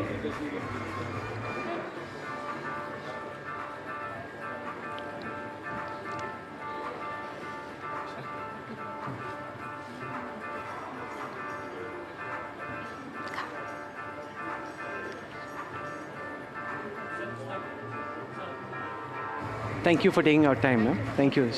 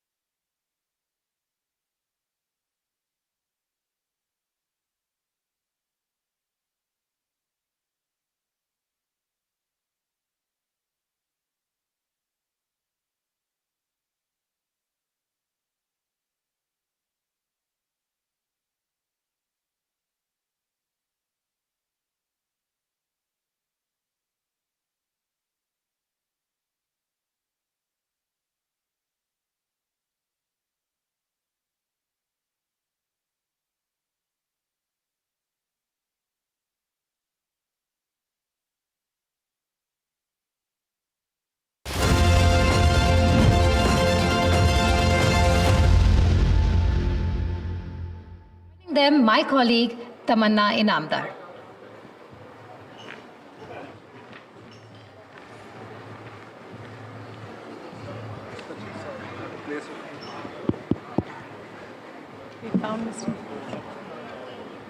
Okay, that's a truly tough act to follow. Finance Minister and her sharp answers have had everyone floored. We'll just give a little bit of time. I think Mr. Mehta is around. All right, what are we talking about today? You know why India has been able to stand up to tariffs? Why India has been relatively resilient during the biggest global financial crisis in the last several decades? Well, the answer is consumption. Consumption is the bedrock of our economy, and it's a domestic consumption which fuels us. Consumption in India may have been sluggish in recent quarters, weighed down by inflation and weak consumer sentiment, but it is no doubt what is keeping us going. Now, with the government's bold GST reforms, simplifying the rate structure, lowering taxes on daily use items, and reducing compliance hurdles, there's renewed optimism. These changes are designed to put more money in consumers' hands, boost affordability, and revive demand at a critical juncture. Joining us to unpack how these reforms could reshape consumption patterns are industry stalwarts. I'm speaking today with Rahul Bharti, Executive Director, Maruti Suzuki. We will be joined shortly by Dr. Jayan Mehta, Managing Director, GCMMF, that's Amul, as we all know and love it, and Sanjeev Bhikchandani, Founder and Executive Vice Chairman, Info Edge India. Let's begin. Gentlemen, it was excellent to hear some of your questions to the Finance Minister as well. We've had that opportunity to hear from her wisdom and thought behind what government wants to achieve. What's really clear is the ball is now in your court. And when I say your, I mean industry. Industry has to take that mandate forward and make it easier for people to consume. I'm going to start with you, sir, Mr. Bharti, on how Maruti plans to do that. Yes, the cuts will be passed on. You've made a commitment on the NDTV platform that you see demand surging and coming in as high as 12%. How do you see this really boosting the urge and the ability for more Indians, especially first-time buyers, to buy their first car? Absolutely. I couldn't agree more with you. It's the domestic consumption that gives the resilience to India to weather all these storms and headwinds like tariffs, etc. And again, agree with you that the government has done a major, bold reform, a historic reform, I would say. They have given a major gift to the consumer of India across sectors, across segments. And most of these are mass consumption items. I mean, food, the medicines, agri, mobility, all segments of mobilities, trucks, buses, three-wheelers, small cars, two-wheelers. So, of course, now the first, of course, is, as we mentioned, it is industry's absolute imperative that we pass on 100% of this benefit, and at least at Maruti, it's a religion, and not just this time, it has been since all times to come. So 100% of this will be passed on to the consumer. The second is, of course, we expect a demand surge. You would know that compact cars, smaller cars, have been degrowing for a while. So this financial year, for example, the first 5 months of the year, we had a decline of about 6%.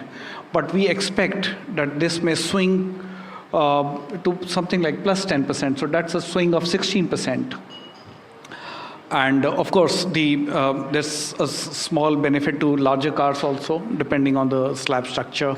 We expect consumers to come back.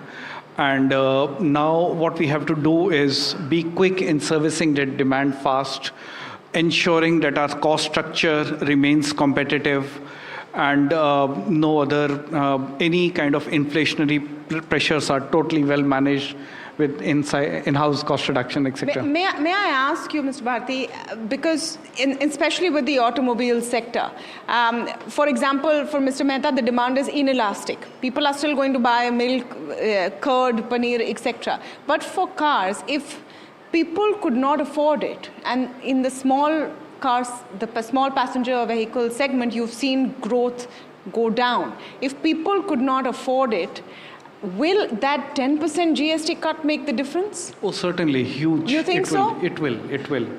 So the net impact to the customer, for example, in small cars, so from 128, it will move to 118, the total cost, if 100 is the base price. So that reflects a reduction of about 8.5% to 9%. It will make a huge difference. It does. You wanted to comment? Yeah, no, look, also, this news of GST cuts has been doing the rounds for a while, right? So there's also likely that a lot of people had postponed waiting for these cuts. And now that these cuts are there, there will be some held back demand that will come in immediately. So there might be a surge. But you've seen degrowth over several quarters. Way before the GST news has come in. The degrowth in the small car segment has been an issue, and maybe some of it is moving upwards. I think it might have been accentuated by some people holding back for a few weeks. And if I may add, the buoyancy is not only because of GST. The budget recently, the income tax structure was made more favorable. The government placed more money in the hands of the consumer. Then we have the repo rate cuts. It's probably one of the lowest ever, the interest rates that are there. All these collectively will generate a lot of buoyancy, and we are expecting demand to come back. So, Mr. Mehta, for you, the demand is inelastic, like we said. But on the other hand, dairy producers are set to increase rates, is what we hear. How do you see this? Will there be more increase in rates on the base level just because of that kind of demand coming in? How do you see it play out? No. Well, there is no proposal to increase rates of any of the products. Not from your end, from the dairy farmers, basic milk prices. I don't think that's an issue at the moment. For a simple reason, the rains have been very good and overall the market momentum is also there. The first part is on the demand, which is very, very important. While one may say that it is inelastic, actually it is a function of the incomes also and pricing also. So if your income increases by 1, the consumption of dairy increases by 1.1. And milk and dairy is the single largest item in everyone's monthly household consumption. And I'm not just referring to food, it is entire consumption basket. Dairy is the highest. So that is the importance of this segment, both from the consumption point of view and also, of course, from the production point of view. As we know, milk is the largest agricultural crop of India, and value of output of milk in India is more than wheat, paddy, oilseeds put together. So it is very important, and 4% of India's GDP comes from the dairy sector, and 1/4 of the agri GDP comes from the dairy sector. So that it's a very important sector, and once you bring down the GST, I mean, it's either 0, which is on milk, and rest of the products are 5%, including ice creams. So what we are now looking at a scenario is that while people will consume products, the consumption of per capita of many of the dairy products, excluding milk, starting with ice creams, for instance, ghee, butter, cheese, it is very, very less. Per capita consumption of ice cream in India is only 5 cups per person per year, which is 500 ml as compared to 15 to 20 liters for developing countries or developed countries. So, which means there is a big headroom for growth. 1 in 10 Indians consume butter, and I'm not telling about what quantity of butter they consume. 1 in 20 perhaps consumes cheese. These are all aspirational products, and they were all taxed very high. The new policy has brought them into affordable category. What is the kind of volume growth you think you will see? We have been growing at double digit, but now the rate of growth will be much, much more high. And you have to now also see the reforms in context of what happened in the past. 2 years back, under the PLI scheme, the government encouraged us to invest and also supported that investment. So we doubled our capacity of manufacturing ice creams. And now with this cut, you can imagine we will have to double our capacity in the next 2 years. Same applies to cottage cheese. Same applies to other dairy products. So we are seeing a big growth. And second dimension of the growth is not just the growth organically. People are also moving in from loose and unbranded to package and branded. And that's where the industry will grow. And once the industry grows, the consumer base grows, the producers benefit. And this is what is the optimism for the entire dairy sector because of these reforms. I think we need to look at what has happened from a larger context than just a tax cut. Because yes, everyone loves paying less taxes. And then you'd want to either save more or spend more. But what is the virtuous cycle that gets kick-started? And Mr. Bigchandani, I'm going to come to you on this point.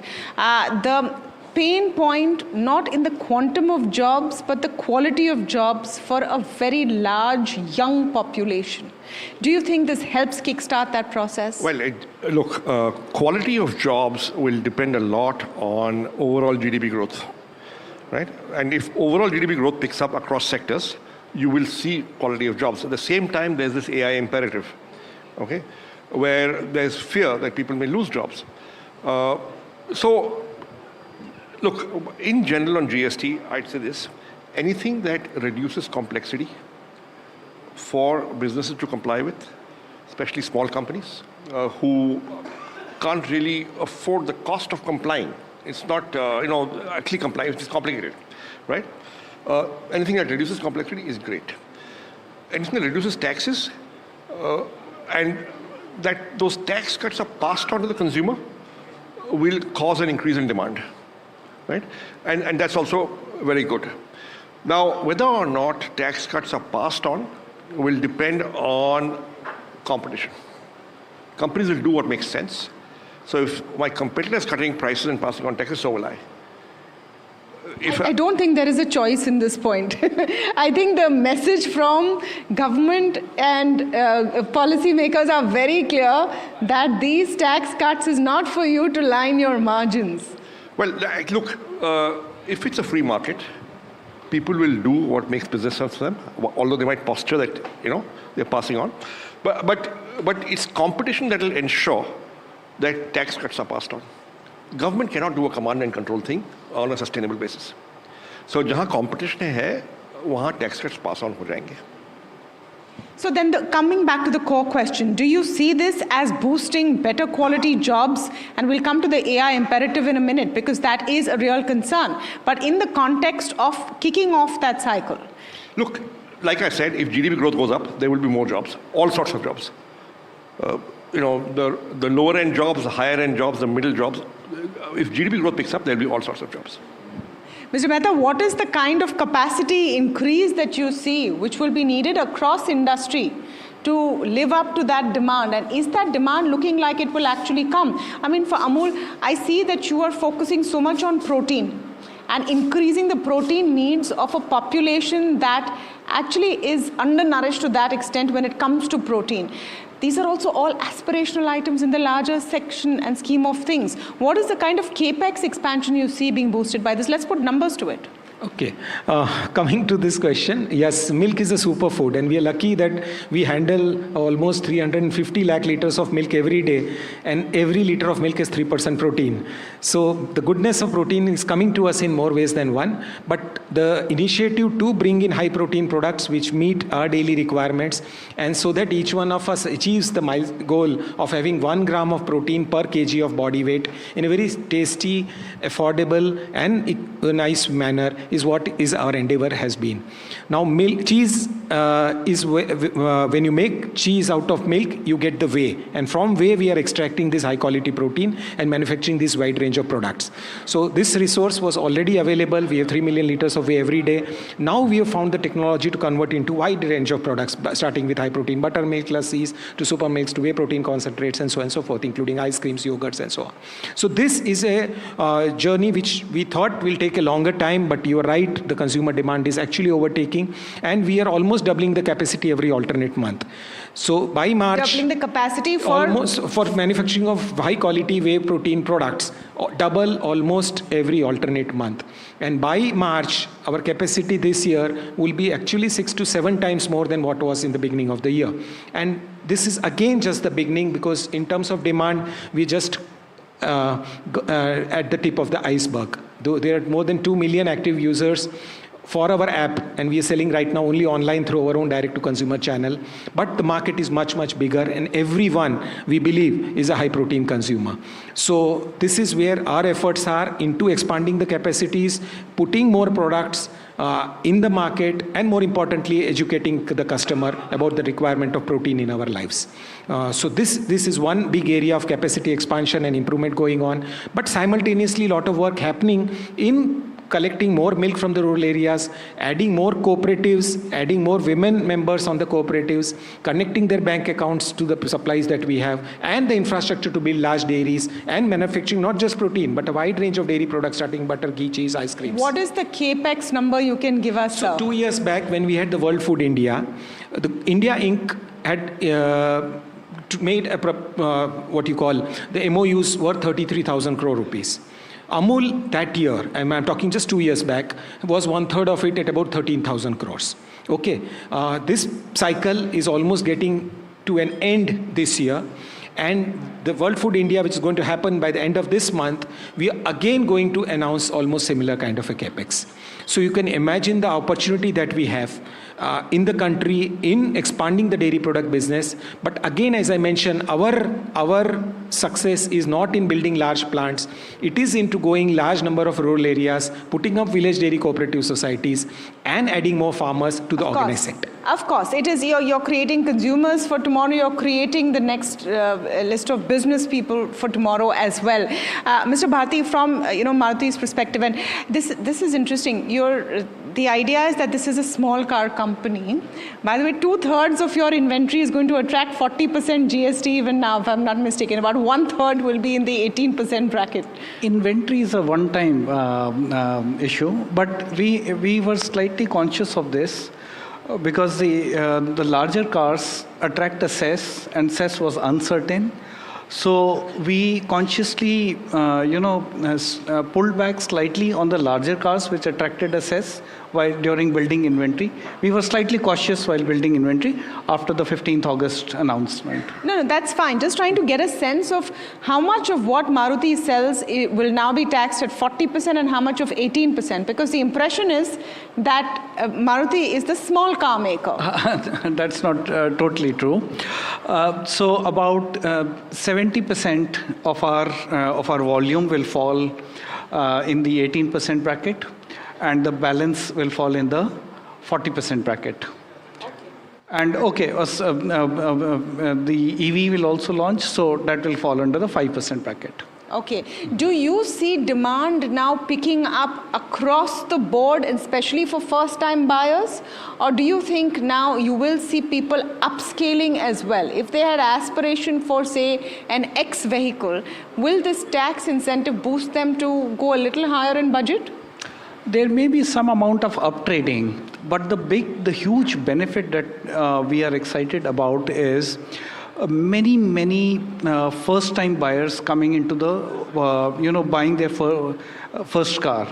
There are about, for example, in the past 10 or 15 years, about 20 crore two-wheeler owners would have, two-wheelers would have been purchased in India.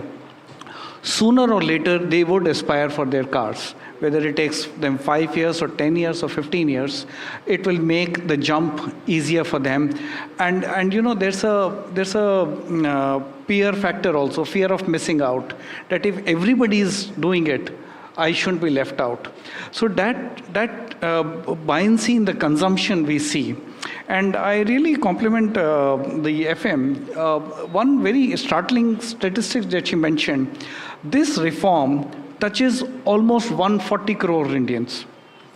We talk about mass consumption, food, we talk about medicines, insurance, he said like milk or milk products, three-wheelers, trucks, buses.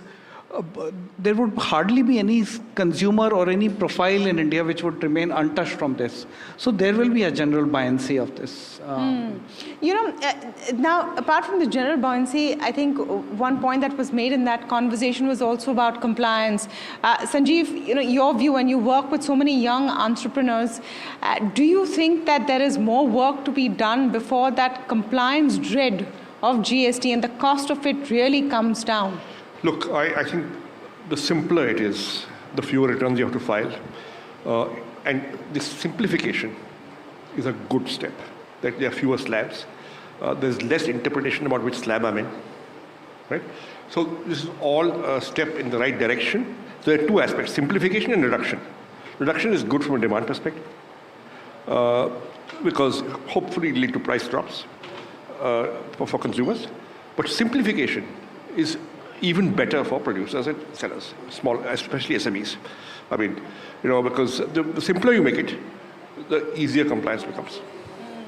The price drop is going to lead to maybe a demand buoyancy, which is one time. In the sense that, okay, yes, those who are on the fence will come in. Over time, it will have to be an overall boost to consumption, which will have to come through. Yes, but here, एक बार consumption boost again one time, obviously that money goes somewhere. So it'll be in circulation. And you might be kicking off a virtuous cycle. Virtuous cycle, which will actually benefit everybody.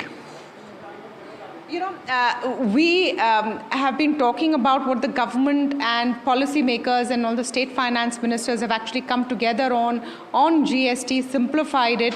But the fact is that there's always more that industry wants. And we've heard from a perspective of every stakeholder today at the NDTV Profit GST Conclave. I think it's only fair that we also hear industry's perspective. One is, of course, you are passing it on.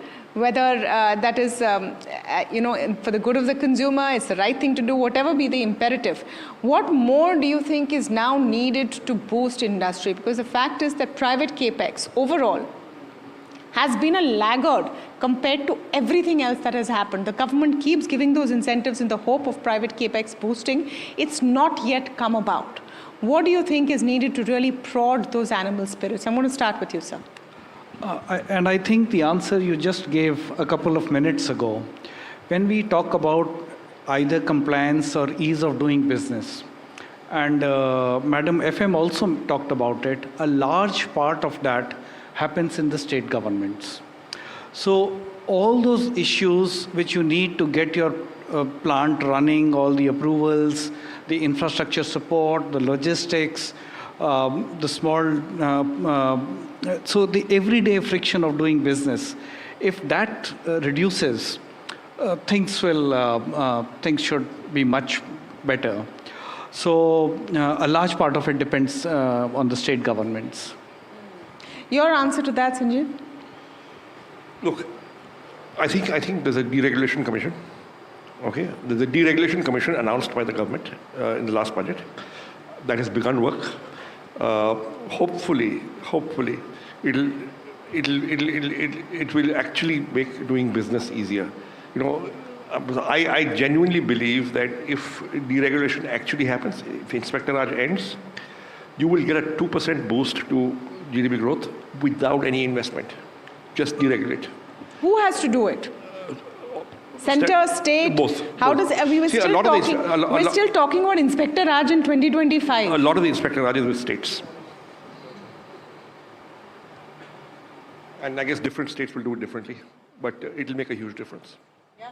Any inputs on that, Mr. Mehta? I think the states are actually now rolling out the red carpet for investments. And Maruti is a very distinct, classic example for Gujarat. I come from Gujarat, where we have vibrant Gujarat event for now more than 20 years. And the Prime Minister today, who was the Chief Minister, actually initiated this process. And you have similar templates of states rolling out such a very high-profile investment attracting events across the length and breadth of the country.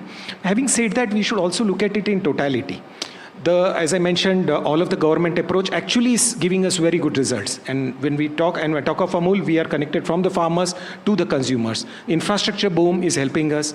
Milk moving in tankers, on trains, coming from Gujarat to Delhi in just 12 hours.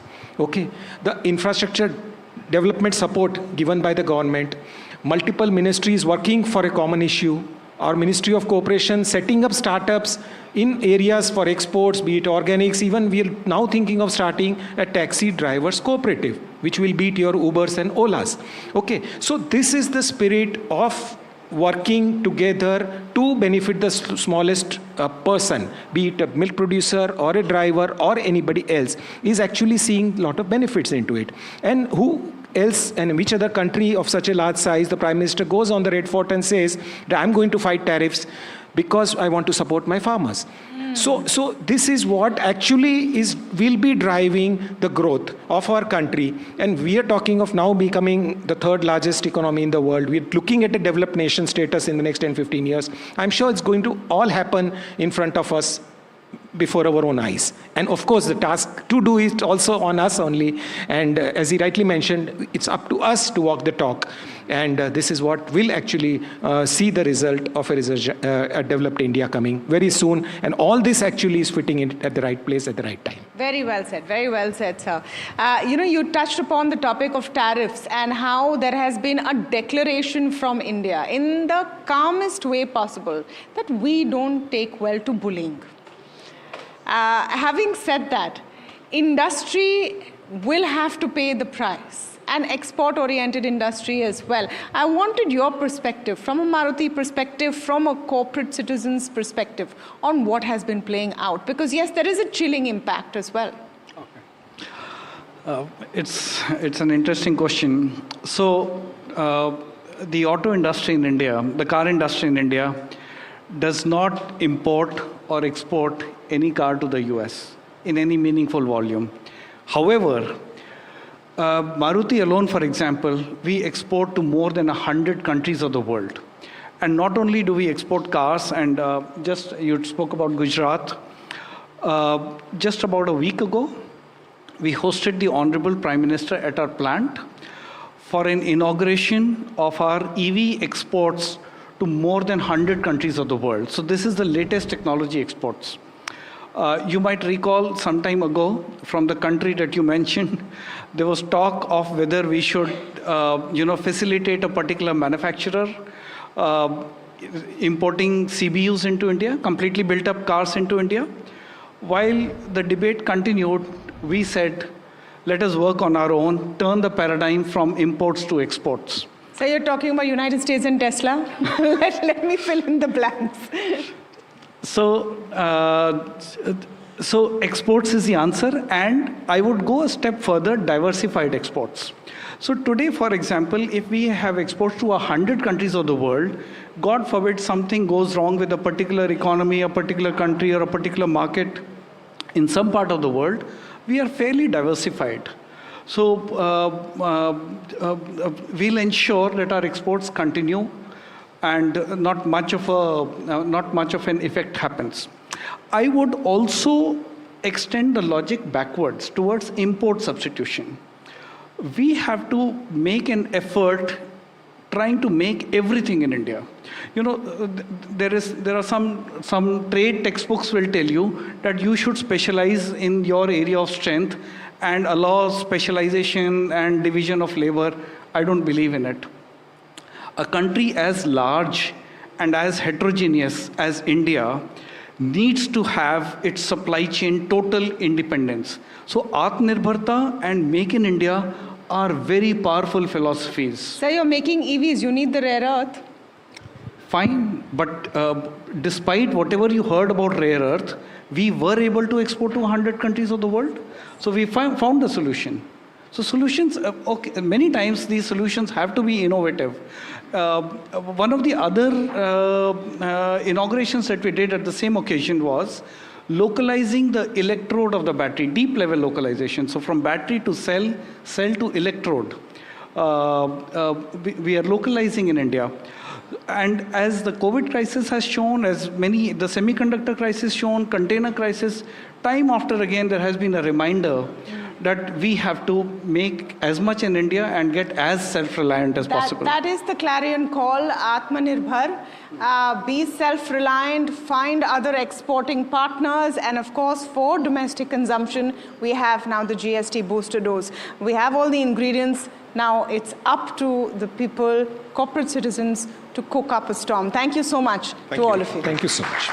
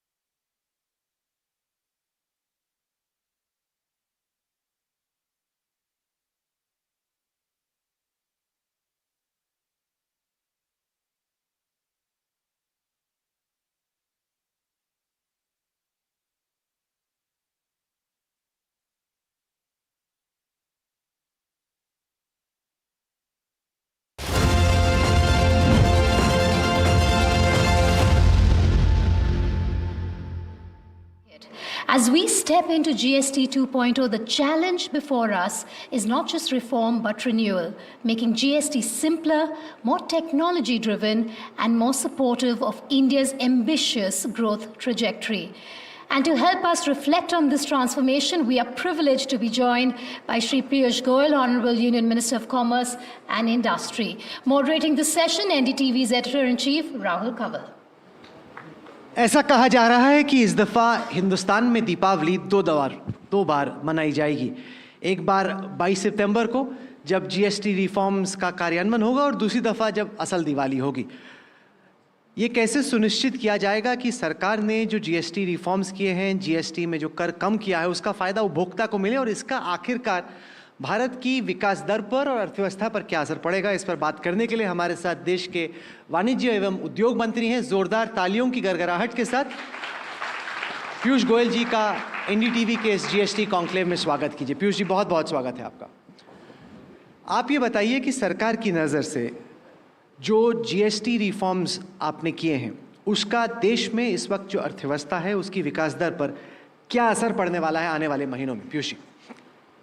मैं समझता हूँ माननीय प्रधानमंत्री नरेंद्र मोदी जी ने जिस प्रकार से बहुत सोची समझी रणनीति के तहत देश की अर्थव्यवस्था को गत 11 वर्षों में मजबूत किया, लगातार आगे बढ़ाया और एक ऐसे पायदान पे लाके खड़ा किया, ऐसी नींव रखी अर्थव्यवस्था की कि 3 तारीख को जब जीएसटी काउंसिल मिली तो मेरा मानना है कि भारत के आज़ादी के बाद अगर सबसे महत्वपूर्ण और निर्णायक कदम भारत की अर्थव्यवस्था को नई ऊंचाइयों पर लेके जाने के लिए कोई हुआ हो तो वो 3 सितंबर के व्यापक रूप से जीएसटी के रिफॉर्म, रेट में कटौती, पूरा जो प्रोसेस है, सिस्टम्स हैं, उसको सरल करना, जहाँ जहाँ पे रेट्स को रैशनलाइज करने की ज़रूरत है, यानी पूरी सप्लाई चेन, वैल्यू चेन को और व्यवस्थित बनाना, एक प्रकार से भारत के लिए और भारत के उपभोक्ताओं को नई ऊर्जा के साथ अपनी रोज़मर्रा की ज़रूरतें खरीदने के लिए नए उत्साह के साथ डिमांड जनरेट करने के लिए बहुत ही महत्वपूर्ण कदम रहा है। इससे स्वाभाविक तौर पे महंगाई की दरें भी कम रहेंगी। महंगाई कम रहती है तो ब्याज की दरें कम रहती हैं और महंगाई और ब्याज जब कम होता है तो लोगों की जेब में पैसा ज़्यादा होता है, डिस्पोजेबल इनकम, परचेजिंग पावर बढ़ती है। और आपने 2 दिवाली की बात की, आप तीसरी दिवाली तो भूल ही गए। 12 लाख रुपए तक जो टैक्स की छूट दी बजट में, और जो सैलरी अर्नर्स हैं उनको तो 12,75,000 रुपए तक अब कोई टैक्स नहीं है। तो प्रधानमंत्री मोदी जी ने, जिन्होंने एक बड़ी कमज़ोर अर्थव्यवस्था 2014 में विरासत में पाई थी, फ्रेजाइल 5 इकोनॉमी, कैसे हर वर्ष सिस्टमैटिकली उन्होंने उसको मजबूत बनाया, विश्व की टॉप 5 इकोनॉमी बनाया। आज हमारा बैंकिंग सिस्टम मजबूत है, हमारे foreign exchange reserves all time high पे हैं और इतने सब्सटेंशियल हैं कि कोई भी शॉक एब्जॉर्ब कर सके। आज हमारी विकास की दर दुनिया में सबसे तेज गति से बढ़ने वाली है, 7.8%। हमारी महंगाई की दर 1.55%, शायद ऐसे लो पे है जो 4-5 साल में कभी नहीं देखा। और वैसे देखो तो हमारे पूरे 11 वर्ष एवरेज महंगाई देखे तो it has been the lowest decade of inflation in the last 75 years. तो एक प्रकार से जब मजबूत अर्थव्यवस्था बनती है तभी वो क्षमता आती है कि इतना बड़ा धमाका, इतनी बड़ी रेट कटौती करके उपभोक्ताओं को आगे आने वाले दिनों में देश की अर्थव्यवस्था को और आगे तेजी से बढ़ाने के लिए हमने कई सारे अर्थशास्त्रियों से, उद्योगपतियों से बातचीत हो रही थी। उनको काफी आश्चर्य हुआ किस रफ्तार के साथ जीएसटी काउंसिल में कंसेंसस बन गया। आपको लगता है कि जब आपदा आती है तभी जो देश में पॉलिटिशियंस हैं, नेता हैं, क्योंकि इसमें विपक्षी पार्टियों के वित्त मंत्री भी थे, बीजेपी शासित सरकारों के भी वित्त मंत्री थे। जब कोई आफत बाहर आती है तभी सब लोग मिल के कहते हैं कि फटाफट रिफॉर्म किया जाए, कुछ बड़ा किया जाए। नहीं, मैं नहीं मानता हूँ ऐसी कोई स्थिति है।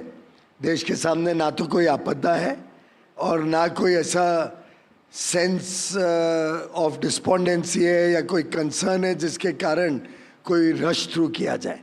आखिर आप सोचिए, इतना व्यापक रिफॉर्म ओवरनाइट तो नहीं हो सकता है, महीनों महीनों की कश्मकश और मेहनत होगी। मैं मानता हूँ कि अनंत नागेश्वरन जी भी कई रात सोए नहीं होंगे इसकी तैयारियों में, इसकी कैलकुलेशंस में, इसका क्या प्रभाव होगा, क्या उसको कैलकुलेट करके ध्यान में रखना कि अर्थव्यवस्था को कोई तकलीफ नहीं हो, स्टेट्स के रेवेन्यूज़ भी ठीक रहें, डिमांड बुयोंसी से रेवेन्यू ज़्यादा जनरेट हो। तो एक बहुत ही गहरी गंभीर सोच समझ के ये नीतियाँ बनती हैं। तो मैं नहीं समझता हूँ ये कोई इस प्रकार का कंसेंसस है जो कोई प्रेशर में लिया गया है। रही बात विपक्ष की, उनके ऊपर अब क्या भरोसा करना। मीटिंग के अंदर तो उन्होंने हर संभव कोशिश की, मैं तो नहीं था मीटिंग में, पर जो बात उड़ते उड़ते बाहर निकली है, केरल, कर्नाटक, इन्होंने हर संभव कोशिश की इसको स्टॉल करने की। इतने नासमझ हैं, राजनीतिक सूझबूझ भी नहीं है कि जब जनता को लाभ हो रहा है, सामान्य मानवी के जीवन की रोजमर्रा की हर एक वस्तु में प्रधानमंत्री नरेंद्र मोदी जी चाहते हैं कि जनता को लाभ मिले। कोई बहुत ज़्यादा रेवेन्यू लॉस भी नहीं है, उससे ज़्यादा तो ब्यूएंसी और डिमांड ग्रोथ से रेवेन्यू बढ़ेगा। आखिर हमने 5 साल तक 14% ग्रोथ गारंटी करके जीएसटी को लागू करवाया। ऐसा तो हिम्मत यूपीए की कभी रही नहीं। कांग्रेस 10 साल बोलती रही, नाटक करती रही, कभी जीएसटी लागू करने का साहस ही नहीं था। ये तो मोदी जी के ऊपर लोगों को विश्वास था, विपक्षी दलों को भी विश्वास था कि वो कहते हैं वो करते हैं। 15 अगस्त को उन्होंने एक फ्लेवर दिया था और देखिए 3 सितंबर कितने दिन हुए, 18 दिन के अंदर कर दिखाया। और वास्तव में आज पूरे देश में एक उत्साह है, पूरे देश में एक विश्वास है कि ये 7.8% पे बढ़ने वाली अर्थव्यवस्था अगले 2-2.5 साल में विश्व की तीसरी सबसे बड़ी बन जाएगी। और जिस प्रकार से सरलीकरण, डिक्रिमिनलाइजेशन, कानून में जो जो डरावने प्रावधान थे उनको हटाया जा रहा है, पुराने कानून जिनका कोई मतलब नहीं है उनको ध्वस्त किया जा रहा है, कंप्लायंस बर्डन, प्रोसेस, प्रोसीजर, सबको सिंपल करना, सरल करने का काम तेजी से सरकार में गत वर्षों में मोदी जी के नेतृत्व में हुआ है। उसको आने वाले दिनों में हम और गति देंगे। और मैं आपको विश्वास दिलाता हूं कि भारत में काम करना, व्यापार करना, कारोबार, उद्योग करना सरल और सुगम भी होगा और हम सबके जीवन में भी बहुत सारे बदलाव से जीवन भी हम सबका और अच्छा होगा, तेजी से अच्छा होगा। आप अनंत नागेश्वरन जी की तरफ देख रहे थे, मुख्य आर्थिक सलाहकार हैं और कह रहे हैं कि पता नहीं ये सो पा रहे हैं रात में कि नहीं ठीक से। मैं तो कभी कभी ये सोचता हूँ कि पीयूष गोयल जी आजकल रात में सो पाते हैं कि नहीं ठीक से। वो इस वजह से कि आप यहाँ पे गए, आप वैसे ही देर काफ़ी लेट सोते हैं, तब तक वहाँ वो डोनाल्ड ट्रम्प जग जाता है और दे दन उसने कुछ दिया ट्रूथ सोशल पे। आपको नींद आती है आजकल या देखते ही रहते हैं कि भाई एक्स पे क्या चल रहा है, ट्विट पे क्या चल रहा है, क्या नहीं? आप गलती कर बैठता है। देखिए, डोनाल्ड ट्रम्प जब उठता है तब यहाँ क्या शाम होती है। मैं जब सोता हूँ तो वहाँ तो लगभग वर्किंग आवर्स ख़त्म हो जाते हैं तब तक। तो मेरे जागने का कारण कोई और नहीं है। मेरे जागने का कारण है कि प्रधानमंत्री नरेंद्र मोदी जी चाहते हैं कि जिस प्रकार से वो मेहनत करते हैं वैसे ही हम सब मंत्रियों की भी जिम्मेदारी है कि हमारा क्षण क्षण पल पल उन्हीं की तरह जनता की सेवा में लगे, हम और ज़्यादा अधिक काम करें और ज़्यादा तेज़ी से काम करें। वो मुझे बिजी रखता है। बाकी विश्व की समस्याएं आज हमें इतनी चिंता की बात नहीं है, क्योंकि भारत अपने आप में एक ताकत है। आखिर 140 करोड़ लोग जो डिमांड जनरेट करते हैं वो बहुत बड़ी ताकत है।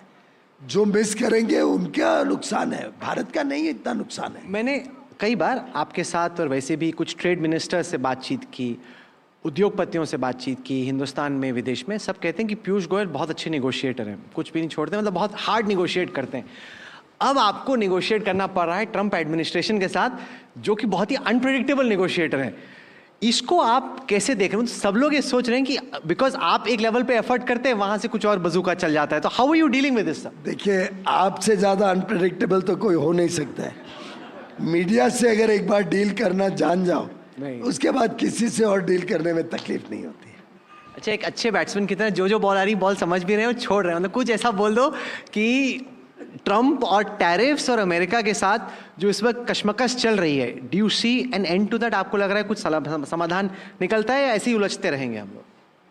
देखिए, मैं एस्ट्रोलॉजर तो नहीं हूं, लेकिन मेरा कन्विक्शन है कि भारत सही ट्रैक पे है और भारत जो कर रहा है अपने देश के हित में कर रहा है, अपने जनता के हित में कर रहा है। मुझे ये विश्वास है कि हमने जो अपने किसान हो, अपने मछुआरे हो, अपने जो छोटे उद्योग जगत से जुड़े हुए इकाइयां हैं, एमएसएमई सेक्टर है, हमारे कारीगर, हमारे कामगार, विश्वकर्मा, हमारे हथकरघा, इन सब की जो इंटरेस्ट है, इसको सर्वप्रथम रखना पड़ेगा, सर्वप्रिय रखना पड़ेगा। और उसको संभालते हुए जो भी हम निर्णय लेते हैं, वो मैं आपको विश्वास दिला सकता हूँ, माननीय प्रधानमंत्री नरेंद्र मोदी जी इन इंटरेस्ट को कभी सैक्रिफाइस नहीं करेंगे, भारत के हित को कभी सैक्रिफाइस नहीं। उसके अलावा तो बहुत मौके हैं, बहुत अच्छे डील करने की संभावना है और मेरा विश्वास है कि यूएस और भारत दो इतनी कॉन्सिक्वेंशियल डेमोक्रेसीज हैं, इतने महत्वपूर्ण देश हैं। हम दोनों की सोच, हम दोनों के लोगों के बीच जो आपसी रिश्ता, संबंध और आत्मीयता है, जो माननीय प्रधानमंत्री और राष्ट्रपति ट्रंप के बीच मित्रता है, जिस प्रकार से हम सब मंत्रियों के बीच में लगातार संपर्क बना रहता है, दोस्ती बनी रहती है, मुझे लगता है कि कभी कभार समय लगता है। And all good things take time, all good things come after lot of hard work, lot of patience and lot of effort. तो मैं चिंता नहीं करता हूँ, मुझे पूरा विश्वास है कि भारत का भविष्य भी बड़ा उज्जवल है और जो लोग भारत के साथ रिश्ते बढ़ाएंगे, भारत के साथ व्यापार बढ़ाएंगे, उन सब का भविष्य भी बहुत। क्योंकि दो चीज़ें इस वक्त एक साथ चल रही हैं। एक तरफ आपने जीएसटी में कर को कम किया इस उम्मीद में कि इससे कंजम्पशन बढ़ेगा, कंजम्पशन बढ़ने से इंडिया इंक और इस विश्वास के साथ कि कंजम्पशन बढ़ेगा, इंडस्ट्री इन्वेस्ट करेगी, नई नौकरियां बनेंगी और एक ग्रोथ साइकिल आएगा। दूसरी तरफ जो विदेशी कंपनियां भारत में इन्वेस्ट करने के बारे में सोच रही थी, अब उनके सामने ये बहुत बड़ा चैलेंज है कि भाई आप यहाँ पे इन्वेस्ट करोगे लेकिन आप एक्सपोर्ट कर पाओगे नहीं, अमेरिका बड़ा मार्केट है, उसको लेके एक अनिश्चितता है। तो ये तो एक अनसर्टनिटी उन्होंने क्रिएट कर ही दी है ना, ये तो एक फैक्ट है, उससे आप कैसे डील कर रहे हैं? ऐसा है कि अनसर्टनिटी तो अवश्य है, लेकिन जो निवेशक भारत में आ रहे हैं उन निवेशकों को पता है कि आखिर और कौन सी अर्थव्यवस्था है दुनिया में जो लगभग 7.5-8% पे ग्रो कर रही। कोई और अर्थव्यवस्था बता दो जो विश्व की ग्रोथ का 18 से 20% कंट्रीब्यूशन कर। कोई और अर्थव्यवस्था बता दो जहां दुनिया के सबसे ज्यादा स्टेम ग्रेजुएट्स हर वर्ष निकलते हैं। 23 lakh stem graduates, science, technology, engineering और मैथमेटिक्स, 23 लाख हर वर्ष, और उसमें लगभग आधे महिलाएं, हमारी बहनें भारत में तैयार होते हैं। आप मुझे कोई और अर्थव्यवस्था बता दो जिसमें इतना युवा देश, हमारी एवरेज एज 28.4 है और अगले 30 वर्ष तक हमारी एवरेज एज 30 वर्ष से कम रहने वाली। कोई ऐसा इतना कंपल्सिव इन्वेस्टमेंट डेस्टिनेशन दुनिया में और कोई है ही नहीं। तो निवेशक भी भारत में आएंगे, निवेशक भारत की बड़ी मार्केट 140 करोड़ आशा और अपेक्षा और आकांक्षा से भरे हुए युवा देश की मार्केट में अपनी जगह बनाना चाहेंगे। और दुनिया तो बहुत बड़ी है, हमने तो देखिए Mauritius, UAE, Australia, UK, 4 nation EFTA के, स्विट्जरलैंड, लिechtenstein, नॉर्वे और आइसलैंड के साथ ऑलरेडी एफटीएस कंप्लीट कर लिए।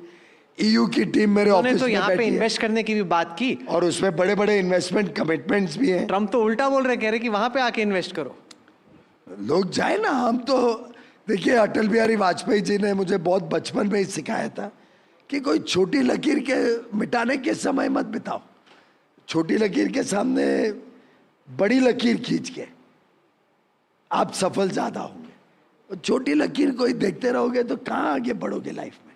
अगर आप एनडीटीवी चलाते हो तो आप क्या अपने आप को बेंचमार्क करते हो कोई ऐसे चैनल से जो कोई छुटकर मुटकर लोकल चैनल है, या आप बेंचमार्क करते हो whoever is the best with the highest TRP? नहीं, हम तो इंटरनेशनल बेंचमार्क करते हैं, हम डोमेस्टिक बेंचमार्क ही नहीं करते। कोई फ़ायदा ही नहीं है, क्योंकि एनडीटीवी आप देखें एक ऐसा ब्रांड है जो कि दुनिया भर में जब भी भारतीय मीडिया की चर्चा होती है तो एनडीटीवी सबसे पहले जिक्र में आता है। कभी आप अमेरिका जाओ, यूरोप जाओ। बात से सहमत हूं। उल्टे हम भी जब विदेश जाते हैं, the best app to use is the NDTV app.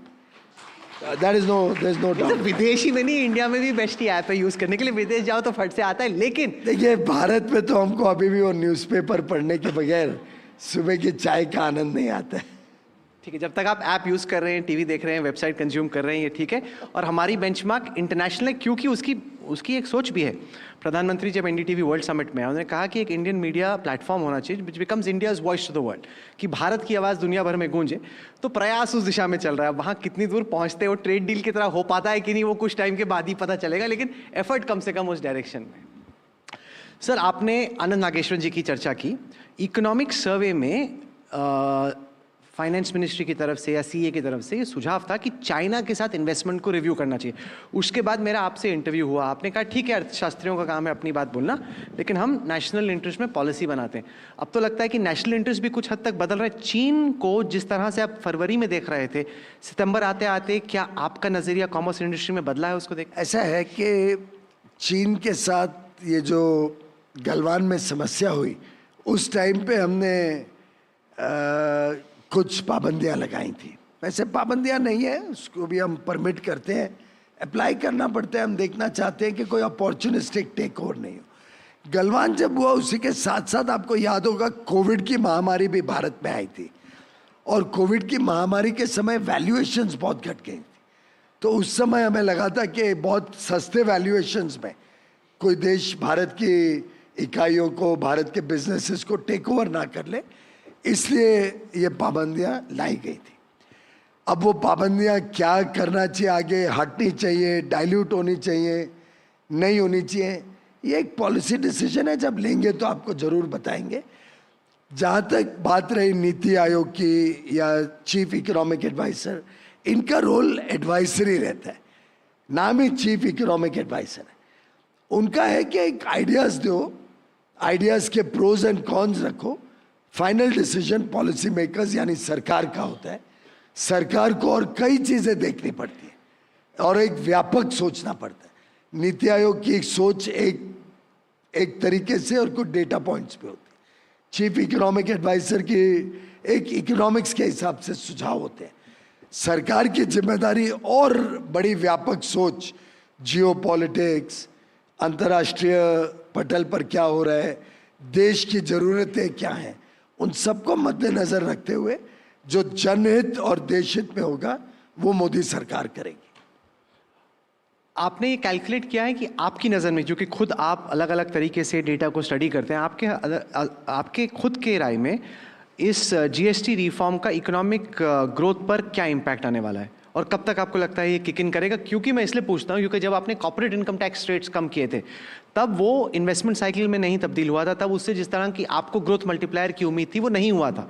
तो इसको आप इस कॉन्टेक्स्ट में कैसे देखते? साधारणतः कॉर्पोरेट टैक्स जब आप कम करते हो, उसको इन्वेस्टमेंट साइकिल में कन्वर्ट होने में टाइम लैग होता है, क्योंकि आदमी मार्केट असेस करता है, डिमांड असेस करता है, डिमांड के आधार पर लोकल प्रोडक्शन में शॉर्टेज कितनी है, इंपोर्ट स्टैटिस्टिक्स देखता है कि what will he B replacing, उतनी डिमांड होनी चाहिए, तब निवेश करता है, या एक्सपोर्ट इंटरनेशनल डिमांड असेस करता है, लोकेशन ढूंढता है, कई विषय होते हैं, तो टाइम लैग ज़्यादा होता है। जीएसटी के जो बदलाव है ये 22 तारीख से इम्प्लीमेंट हो जाएंगे और मैं समझता हूँ कि probably by the last quarter of this year या first quarter of next year इसका इम्पैक्ट दिखना शुरू हो जाएगा। चलिए हम कुछ सवाल लेते हैं, हमारे कई सहयोगी भी हैं।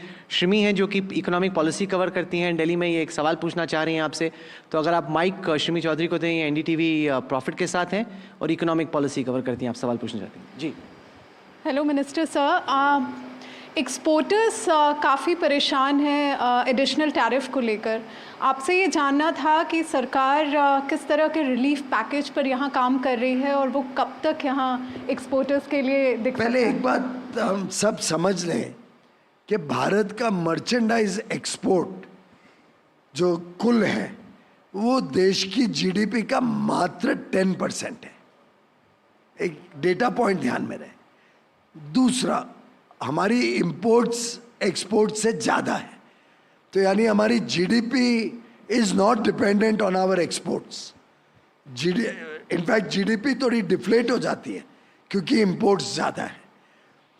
और मैंने कोविड के दिनों में भी ये सुना था कि कोविड की वजह से बड़ी तकलीफ आएगी, एक्सपोर्ट्स तो घटने ही वाले थे और घटे भी थे, लेकिन हमारे इंपोर्ट्स ज़्यादा फास्टर पेस पे घटे because we are an import dependent economy. हमारे एक्सपोर्ट्स के अंदर वैल्यू एडिशन का कंट्रीब्यूशन रिलेटिवली कम है। उसके कारण इनफैक्ट कोविड में तो हम ट्रेड सरप्लस नेशन बन गए थे, current account surplus on the trade account, we had become a current account surplus nation. तो ये एक ध्यान में रहे कि कोई इसका जीडीपी पे बहुत सिग्निफिकेंट इम्पैक्ट होने नहीं वाला है, पहली बात। दूसरी बात, जो एक्सपोर्ट्स पे रेसिप्रोकल टैरिफ लगे हैं वो उसको जीडीपी का सामने हम अगर देखें तो हमारी जीडीपी का 1% है, भारत की जीडीपी का 1% एक्सपोर्ट अफेक्टेड है। Correct, value of export that is only 1% of our GDP. उसमें भी जो सेक्टोरली एनालाइज करोगे, अब जेम एंड ज्वेलरी है, 46 में से 13 बिलियन जेम एंड ज्वेलरी है। हम सब यहाँ जानते हैं कि जेम एंड ज्वेलरी में तो क्या 3, 4, 5, 7% मैक्सिमम वैल्यू एडिशन होता है, नॉर्म तो सिर्फ 3-4% का है। तो ऐसे आप जब डीकंस्ट्रक्ट करोगे ना तो आपको ध्यान में आएगा कि 2-3 सेक्टर्स अवश्य है जहाँ थोड़ा सिग्निफिकेंट इम्पैक्ट होगा। टेक्सटाइल में एक थोड़ा इम्पैक्ट होगा जहाँ गारमेंट या होम डेकोर वगैरह जाता था। लेदर गुड्स करीब करीब $2 बिलियन के अफेक्ट होंगे। श्रिम्प 1.5-2 बिलियन का अफेक्ट होगा। तो रियल इम्पैक्ट काफ़ी कम हो जाता है, बजाय कि जो एक इम्प्रेशन कुछ न्यूज़पेपर्स या मीडिया में क्रिएट करने की कोशिश की जाती है। जब जीएसटी के कर कम हुए तो सब घरों में चर्चा हुई कि 22 सितंबर को क्या खरीदना है। आपके घर में क्या चर्चा हुई, क्या खरीदने की प्लानिंग कर रहे हैं? हो सकता है कि हम एक टेलीविज़न खरीद लें, वो सस्ता हो गया है। हो सकता है कि हमारे बच्चों की इच्छा हो कि एक अच्छा 2 व्हीलर खरीद लें, अप टू 350 सीसी, या एक गाड़ी खरीद लें। हो सकता है कुछ परिवारों में महिलाएं कैलकुलेट कर रही होंगी कि हमारा रोज़मर्रा का बजट कैसे घट गया, क्योंकि आप कल्पना करिए, आप सुबह उठते हैं तब से लेके सोने तक हर एक चीज सस्ती हुई है, चाहे वो दंत मंजन या ब्रश और टूथपेस्ट हो, चाहे बाल में लगाने वाला तेल हो या कॉस्मेटिक्स हो। आजकल तो ब्यूटी सैलून्स, मेरे क्षेत्र में आप आए थे, हर तीसरी दुकान ब्यूटी सैलून है। आज एक कॉन्शियसनेस आई है, उनके सब प्रोडक्ट सस्ते हो गए, चाहे अमूल के प्रोडक्ट्स हो, फूड प्रोडक्ट्स तो A to Z सस्ते हो गए, खाने पीने का सामान, वाइट गुड्स, एयर कंडीशनर। आजकल एयर कंडीशनर कोई लग्जरी नहीं रही है, मध्यम वर्ग घरों में लगभग सब जगह आपको देखने को मिलेगी। Air conditioners, televisions, refrigerator, 2 wheeler, 3 wheeler, 4 wheeler, you name the product. आप सुबह से रात तक आपके पेन, आपकी घड़ी, आपके जूते, कपड़े, हर एक चीज में कटौती हुई है। तो ये जीएसटी इतनी व्यापक प्रभावशाली इम्पैक्ट करेगी भारत की अर्थव्यवस्था पे, भारत के लोगों के रोजमर्रा के जीवन में, हम सबके कॉस्ट ऑफ लिविंग में, and ultimately leads to ease of living. तो मुझे लगता है कि जीएसटी एक गेम चेंजर होगा।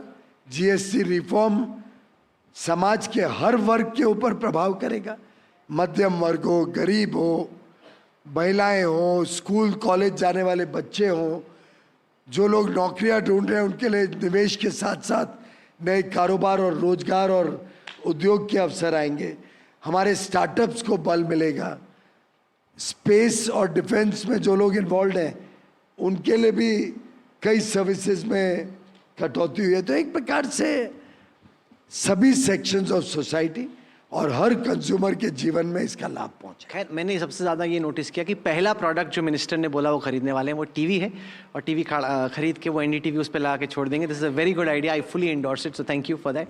एक सवाल लेते हैं नीरज शाह से, हमारे स्टॉक मार्केट एडिटर हैं और चीफ एनालिस्ट हैं एनडीटीवी पे। नीरज। थैंक्स राहुल। पीयूष जी, आप काफ़ी तेज़ी से अलग देशों के साथ, अलग ब्लॉक्स के साथ FTA साइन कर रहे हैं। इस पे कोई विजन दीजिए, because I think that will help in combating the export loss if any two the United states.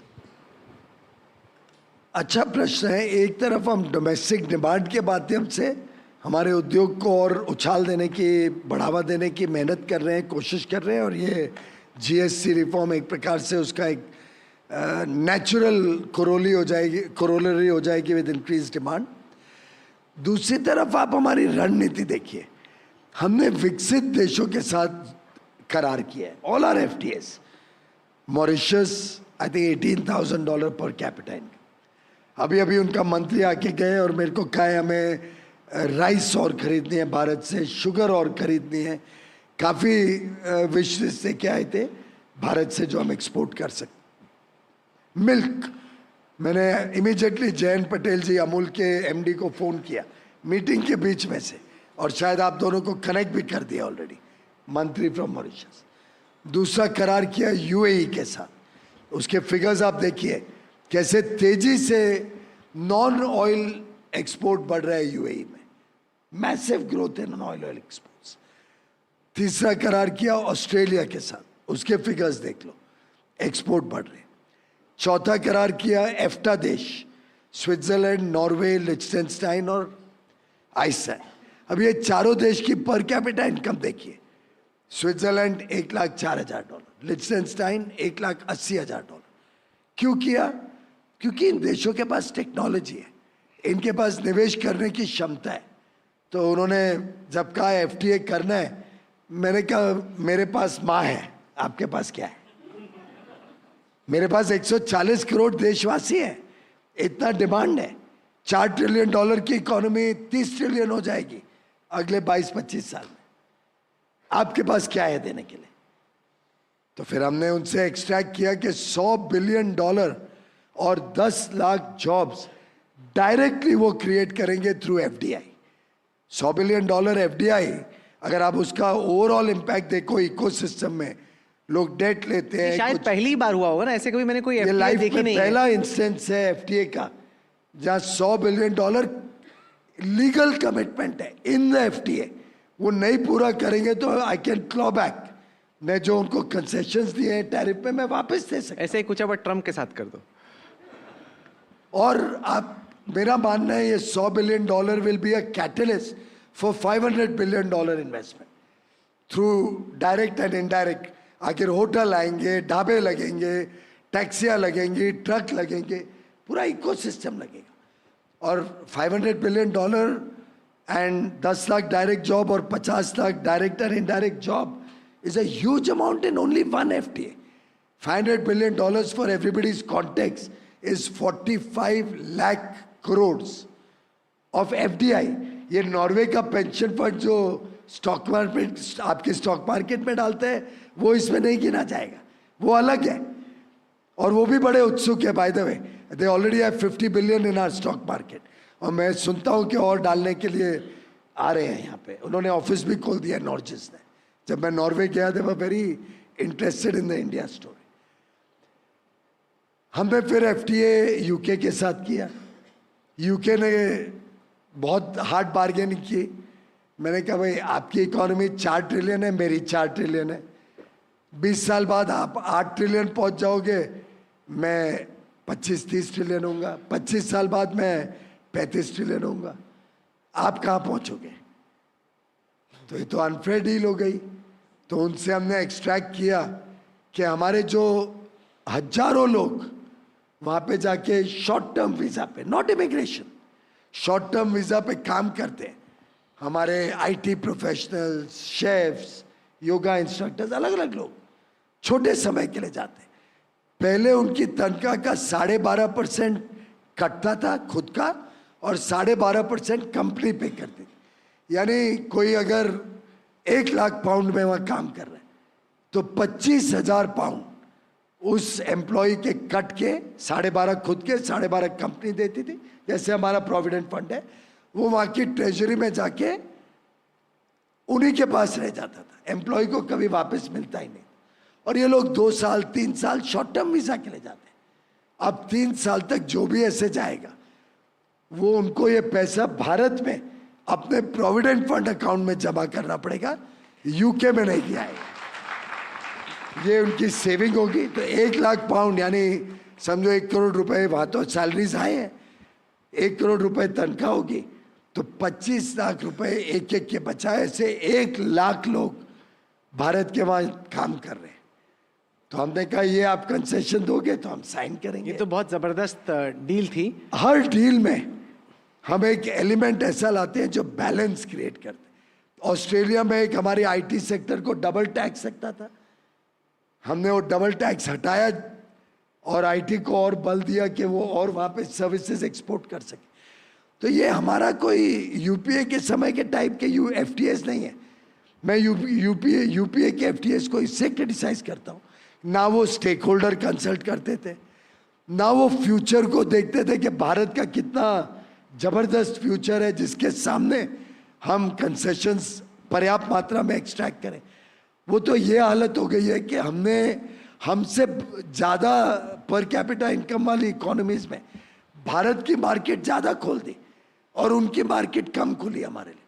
तो इतने अनफेयर ट्रेड डील्स किए हैं उन्होंने, इससे मैं उसकी आलोचना करता हूँ। अदरवाइज हम तो रिस्पेक्ट करते हैं। लेकिन निगोशिएशन का, खासतौर से ट्रेड निगोशिएशन का एक बहुत बड़ा रोल ये है कि जो निगोशिएट कर रहा हो, जब निगोशिएशन चल रही हो उसको प्रेशर में मत डालो, उसको अपना काम करने दो। उन्होंने जिस तरह से डील्स यूरोप में की हैं, हमें उम्मीद है कि वैसी ही डील अमेरिका में और बाकी देशों में भी होगी। लेकिन एक खास मेरी उम्मीद ये है, जब ये सब हो जाए, मुझे उम्मीद है कि किसी ना किसी दिन आप लोग कर ही दोगे, हो ही जाएगा, तब वॉशिंगटन में NDTV का अगला कॉन्क्लेव होगा जिसमें आप होगे और हार्वर्ड लटनी को बुलाएंगे, जो कि अमेरिका का कॉमर्स मिनिस्टर आजकल बहुत अजीबोगरीब बातें कर रहे हैं, लेकिन हार्वर्ड लटनी को पीयूष गोयल का एक साथ हम लोग सेशन करेंगे। अवश्य आप करिएगा, लेकिन NDTV पे एक स्वदेशी कैंपेन चलाइए। आपको लगता है विदेशों के ऊपर ज्यादा आकर्षण है? नहीं, मेरे को, हम तो सब स्वदेशी चलते हैं। आप चाह रहे हैं कि आपकी डील सॉल्व हो। इंटरव्यू कर रहे हो, यहाँ पे एक कैंपेन चलाइए आप NDTV में। आज देश का मूड है, मैं जिधर जाता हूँ मैं देख रहा हूँ कि लोग बात कर रहे हैं आत्मनिर्भर भारत की। इंडस्ट्री के लोग भी चिंतित हैं। जब से परमानेंट मैग्नेट को रोककर हमारी ऑटो इंडस्ट्री और इलेक्ट्रॉनिक इंडस्ट्री को नुकसान पहुंचा, अब सब लोग समझ गए उद्योग जगत के कि सेल्फ रिलायंट होना कितना जरूरी है। हमारी पूरी वैल्यू चेन, सप्लाई चेन हमारे कब्जे में होना कितना जरूरी है। तो लोग अब ध्यान से देखते हैं अपने सप्लाई चेन को। ऐसे ही एक स्वदेशी की भावना लहर के रूप में देश में बढ़ रही है। आज हर एक व्यक्ति कहता है कि मैं स्वदेशी खरीदूंगा, मेरे कपड़े जो होंगे वो स्वदेशी होंगे, मैं जो भी चीज आगे खरीदूंगा, पुराना कुछ खरीदा है हमें कोई आपत्ति नहीं। जिस प्रकार से लोकमान्य तिलक ने गणेश उत्सव को सार्वजनिक करके एक भारत की स्वतंत्रता का आंदोलन को बल दिया था, जिस प्रकार से महात्मा गांधी ने स्वदेशी के नारे से देश की स्वतंत्रता को और आगे बढ़ने में गति दी थी, ऐसे ही प्रधानमंत्री मोदी जी ने स्वदेशी को पुनः एक बार देश का एक सामूहिक संकल्प बनाया। 140 करोड़ देशवासी आज स्वदेशी की बात कर रहे हैं। और मैं समझता हूं आप अगर इतिहास पढ़ेंगे तो महात्मा गांधी ने जो जो चीज पे बल दिया था, चाहे वो खादी हो, चाहे वो स्वदेशी हो, चाहे वो स्वच्छता हो, आप उनकी एक एक चीज याद करो, चाहे वो समावेशी विकास हो, हर एक महात्मा गांधी जी के दिखाए हुए रास्ते पे अगर कोई नेता इस देश में चला है, अगर किसी नेता ने 11 वर्ष के अपने कार्यकाल में केंद्र में और उसके पहले 13 वर्ष गुजरात में ईमानदारी से महात्मा गांधी के दिखाए हुए रास्ते को अपना रास्ता बना के देश को आगे बढ़ाए तो नरेंद्र मोदी है। पीयूष गोयल जी, आप एनडीटीवी के जीएसटी कॉन्क्लेव में आए, बहुत बहुत शुक्रिया। मुझे लगता है जो स्वदेशी को फैलाने की आप बात करें, जितने भी लोग यहाँ पे बैठे हैं और जो देख रहे हैं, सुन रहे हैं आपको, उनके जहन में भी यही होगा कि जितना भी स्वदेशी माल वो खरीद पाएँ उसमें सभी का हित है, क्योंकि कभी भी हिमालय के उस पार बैठा हो या समुद्र के उस पार बैठा किसी इंसान को अपनी तकदीर तय करने का हक नहीं देना चाहिए। बहुत बहुत शुक्रिया आपका। धन्यवाद Rahul ji.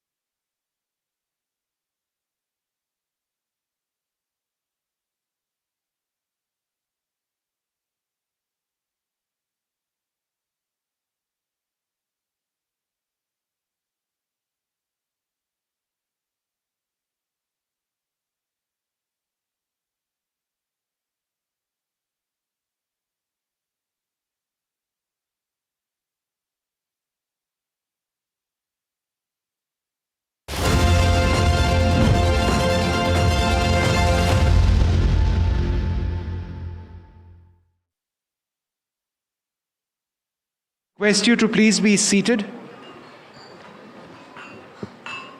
so that we can start the session with the Chief Economic Advisor. It's a critical session which really, in a sense, wraps up all that we've been trying to understand today about GST, but also look at perhaps where we are headed beyond GST and the overall India growth story. Neeraj? Yep, most certainly, Vishnu. Well said. And Mr. Nageshwaran, thank you so much for gracing the occasion. You're most welcome. Let's start with GST because that's a big thing. The last 4 years post-COVID, we had seen this almost undiluted focus of the government towards capex. This year, starting with the tax cuts and now the GST changes, there seems to be a remarkable pivot towards consumption. Was that the need of the hour to boost growth? And is this a temporary phenomenon? Or would you believe this is the first of the many steps that the government might take and that you might believe should be taken for economic growth boost? I wouldn't characterize this as a pivot away from public investment. I would characterize this as a complement to public investment. At the end of the day, if you want the private sector to invest or take over the baton from the government, you need to create demand conditions which are sustainable. And you should see it as sort of the complement to the public investment that has taken place. So government will continue to invest. I mean, we were in 2018 about 3.8 lakh crores, Union government's investment. And last year's provisional actuals were 10.5 lakh crores. So we have gone up by more than 3x there. And I think it is natural that at this stage, you try to therefore bring up the enabling conditions for private sector also to start investing, and you should see it in that light rather than seeing it as a pivot away from investment. Got it. Vishnu, maybe I should have started off by asking him what Minister Goyal mentioned, that he must have had very sleepless nights. So are you sleeping well now, by the way? Oh, I do. Okay, very good. In fact, I wanted to ask you about those sleepless nights, which you've denied just now. I do understand that GST was being discussed for more than a year and a half before GST 2.0 was rolled out. And therefore, it's not related to these US tariffs or sanctions against India. But the fact of the matter is that the timing of the announcement came at a time when we faced, these sanctions. Is there relief for certain sectors of our economy, for example, textile exports to the United States, through the announcement of GST 2.0 at this stage? No, I think you had before me two important policy makers, and it will be difficult for me to add anything more than what they had told you. I mean, as the Honorable Minister for Commerce and Industry pointed out, that from the time you get up in the morning to by the time you go to sleep, all the items are covered, and therefore it will naturally provide a huge compensatory demand pull on the domestic side to whatever we may temporarily lose out on the US tariff side. But that apart, I think, yes, there will be, as he pointed out, some sectors which will require some sort of hand-holding before they can find alternative sources of demand. But I think you did the right thing by pointing out that this GST 2.0 was in the making for quite some time. And it happens to be very well timed given the current circumstances with respect to the US demand. But this was a natural spring cleaning after 7 years or 8 years of GST 1.0, and it couldn't have come at a better time.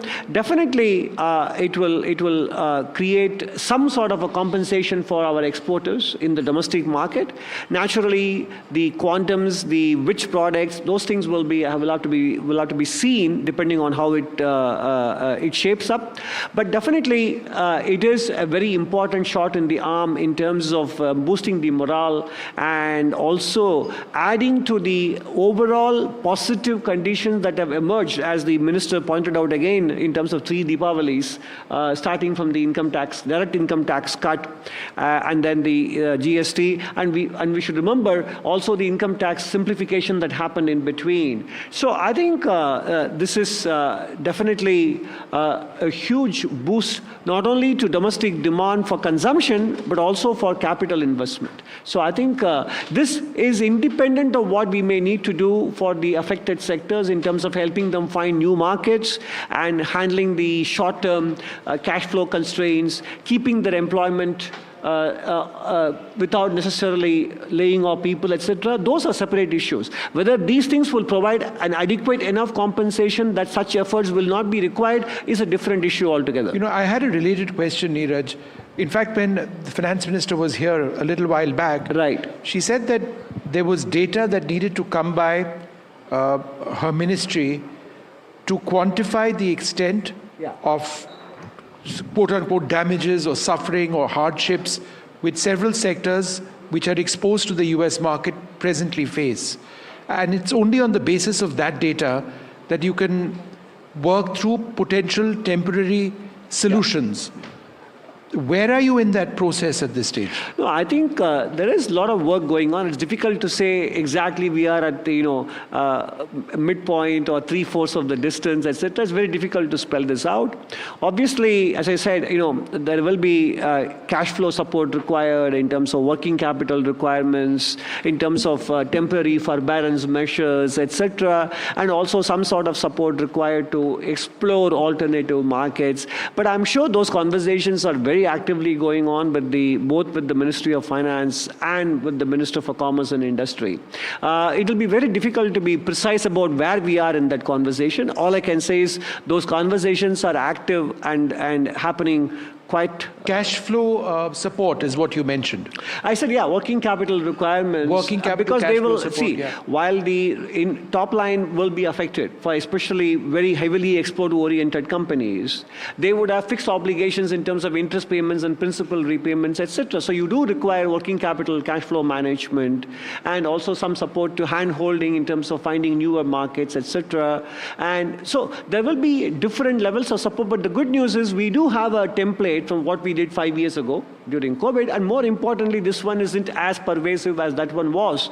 And you can target your relief at the right enterprises, and you can target it both in terms of the beneficiaries, in terms of the duration, and because this is hopefully, as he said, this will be something that we will sort out reasonably soon and need not be, in perpetuity.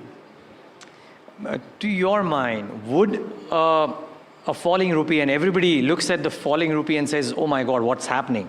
But currently, because exporters will get a benefit out of a rupee which is weaker rather than stronger, is that actually not an undesirable outcome if the rupee stays weak? Well, I think in the current context, you are right. It is not an undesirable outcome, because normally you would say, well, a weaker rupee also brings in a higher cost of imports. But then you have an extremely benign situation for oil prices and many other industrial commodities reflected in your wholesale price index being in actual deflation. It is negative number. So this is the situation where I think temporarily a weaker rupee can help. But obviously, over the very long term, you know very well that countries like Switzerland, Germany, Japan, between 1960s and 1990s or 2000, grew their exports not on the back of their weaker currencies. Their currencies strengthened actually throughout that period. They grew their exports on the back of competition, innovation, and quality. So I think, yes, temporarily you can rely on it as a crutch, but it can't do the walking for you. But is that a distinct possibility? I mean, I know the numbers out there are that it's 1% of exports, total exports, etc. But if the exports are getting hit, if indeed FDI or FPI flows are getting hit right now, could there be an impact on the current account deficit numbers versus whatever, and thereby the rupee as well? No, I don't think we are looking at such an impact on the current account number as to weaken the rupee. No, I don't think so. I think we are looking at a current account that is still largely benign, not only for this financial year. There will be some 10-20 basis points increase in the current account deficit from maybe from 1 to 1.2 or 1.3%. And next year, if the situation persists, and that's a big if, and if there are no alternative markets which compensate, so you have to have so many assumptions made for you to say, then the current account deficit may widen an inch towards 2%. But even then, it's an extremely manageable number. So I don't see the kind of situation where the current account developments would have a very, very strong impact on the Indian rupee. So this is not a political question. I'm just asking you as an economist, if India were hypothetically to stop Russian oil imports, wouldn't there be what is called an oil shock, which would impact economies around the world? Well, I suppose, yeah, I mean, this is like a natural fallout, right? I mean, if you are basically creating, stopping the purchase and nobody else is buying that, you're suddenly basically pulling out a huge source of supply from the market. And as a typical economist would answer, everything else being equal, if you are pulling out a huge daily supply, then naturally it would have an impact on oil price. So that is sort of a fairly obvious and natural reaction that would happen in the marketplace. Yes. So that's precisely why it doesn't make sense for us to do that. I'm sorry? That's precisely why it would be unrealistic for India to ever consider such a step. It would impact, not just for political it would reasons. impact us as well. If that supply were not to be available to anyone, to that extent India will be back in the market along with others looking for, which is exactly what happened to the natural gas prices in 2022. Right? I mean, because Europe stopped buying, and then they started buying natural gas instead of crude oil, and therefore the natural gas prices for Asian buyers shot up in 2022. A similar situation can happen. So you have a precedence in terms of what happened in the natural gas market in 2022. I want to come back, sir, and talk about what happens. I mean, I think of it like a troika, that there is a fiscal deficit number, which the government has really adhered to. Let's assume that it is staying at 4.4. So therefore, the loss, revenue loss that happens because of GST has to be compensated by something. What is that something? Is it? I mean, first of all, you're assuming that there is a GST-related loss, which on static assumptions, yes, there is. But obviously, if you have the so-called Laffer curve effect, where a lower rate creates more consumption, volume growth, that can compensate for it. Sorry, and can I just ask, do you believe so? You study economic and cycles so well. Do you believe that could happen?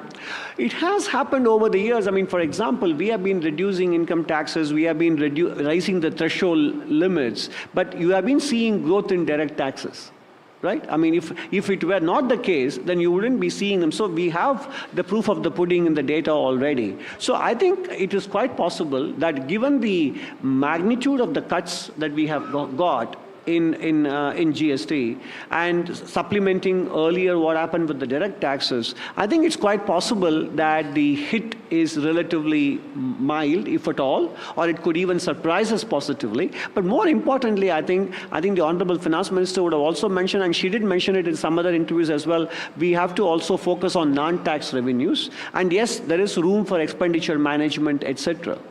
Okay. Assuming that this huge spurt in consumption, which we all expect, really boosts our economy, what is the time period within which we might see a positive impact on our GDP growth? Well, I mean, the new rates kick in from September 22, so therefore, obviously, you will begin to see the impact from the third quarter GDP numbers. But, you know, it is difficult for you to exactly attribute the incremental GDP to this effect, because then for that you need to have a certain benchmark estimate. So obviously we look at what RBI predicts, because they are the ones who give you the quarter by quarter breakdown, and then anything more than what they have predicted, you can probably then attribute it to the GST effect. But in general, I think we should appreciate the fact that our GDP growth numbers have proven to be resilient. Yeah. And people like us may have to actually rethink our assumptions. To be frank with you, I have been of the impression that 6.5% is our trend growth rate, because even before the tariffs impact happened for India, the expectation was that exports would be a challenge because global growth was slowing down.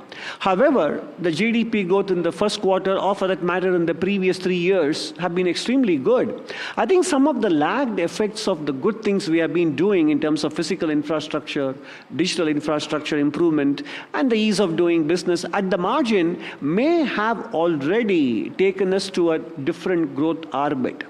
So in that sense, we need to therefore know what your benchmark is. The benchmark itself may have already gone up. So it's really difficult to estimate, but I do believe that this will definitely at the margin compensate for whatever negative growth impact we may be expecting from the US tariff effect. But to be precisely able to quantify a magnitude there will be a difficult exercise, because I think the GDP, what is the equilibrium GDP growth itself is already moving higher.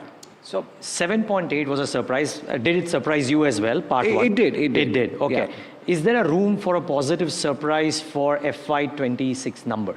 Well, to your mind? Look, at this stage, you know, my nature is to be somewhat conservative, rather sort of under-promise, over-deliver kind of mindset.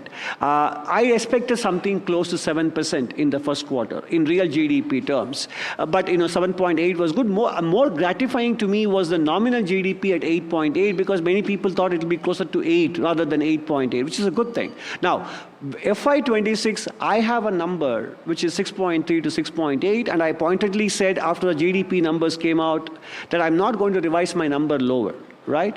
The range is wide enough. Now, whether I will be confident enough to state that actually 6.8, the upper end of my range, will be exceeded, I think that I will wait until the end of the third quarter or somewhere into the midpoint of the third quarter, post-Deepavali, post-Navratri sales, etc., to be able to say that we have overcome the US tariff shock, and if anything, the growth risk is on the upside. So at this stage, I would wait for that kind of data clarity to say that. But I wouldn't push you to this if you don't want to. But would you believe it could be at the upper end of the range? As of now, do you believe it could hit the upper end of the range? In my range? In your range. Are we going to be at the upper end? Well, I don't think I would be, I would feel confident enough to say that yet. I normally wait for some signs of evidence before I revise my numbers. Again, that's my cautious nature. Yeah. No, but these are trying times. No, but just so that I understand this somewhat more, what I picked up from what you mentioned is that there is a good possibility that GDP growth might be spurred as a result of GST 2.0 to compensate for the impact that we might have as a result of these sanctions. Now that ranges potentially from 0.5% of GDP all the way up to 1%, according to which estimate you look at.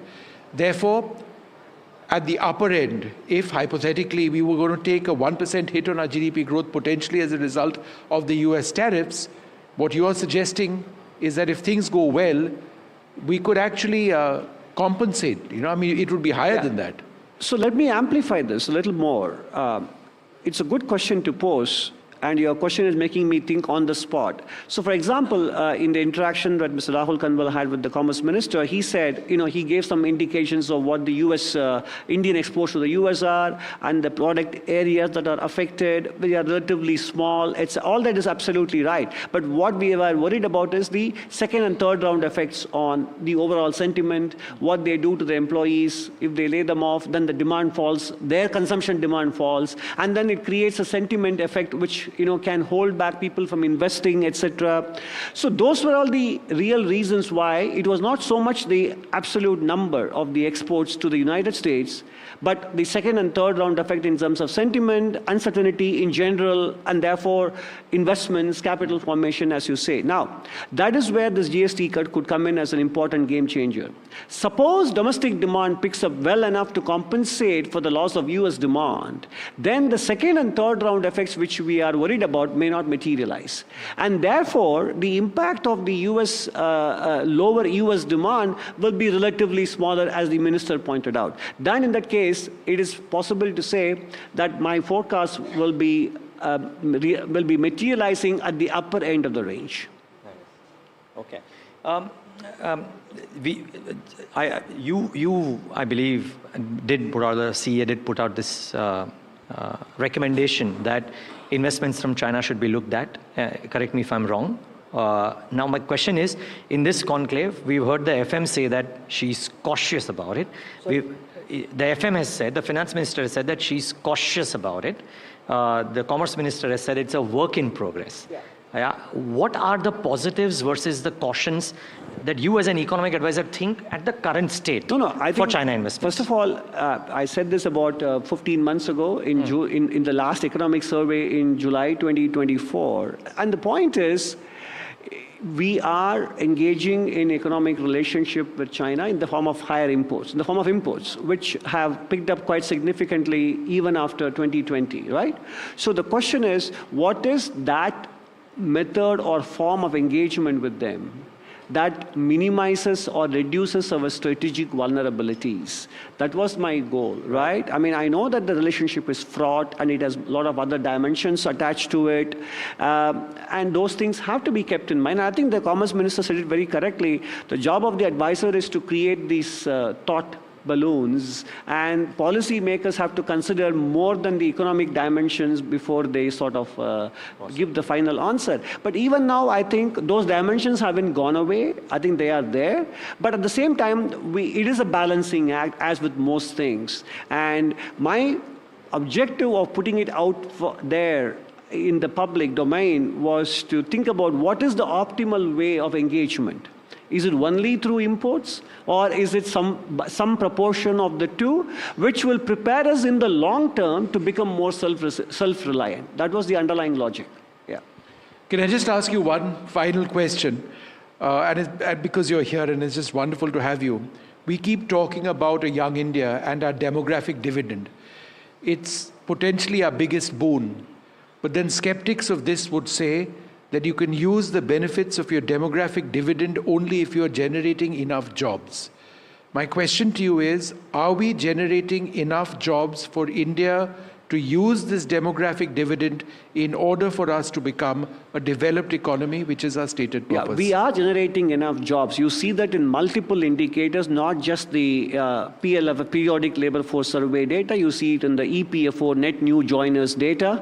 Provident Fund Organization, you see it in the monthly purchasing managers indices, you see in the Naukri job index. So you see in multiple indicators, we are generating jobs. The question is, are we generating enough jobs that also pay well? But that is not just an employer's problem. I think employees also seem to prefer flexibility these days, rather than the comfort of a fully paid, fully secure, full-time job. They feel that they can sort of do multiple things. So we are creating jobs, but the important thing is this needs to happen for the next 10 to 15 years.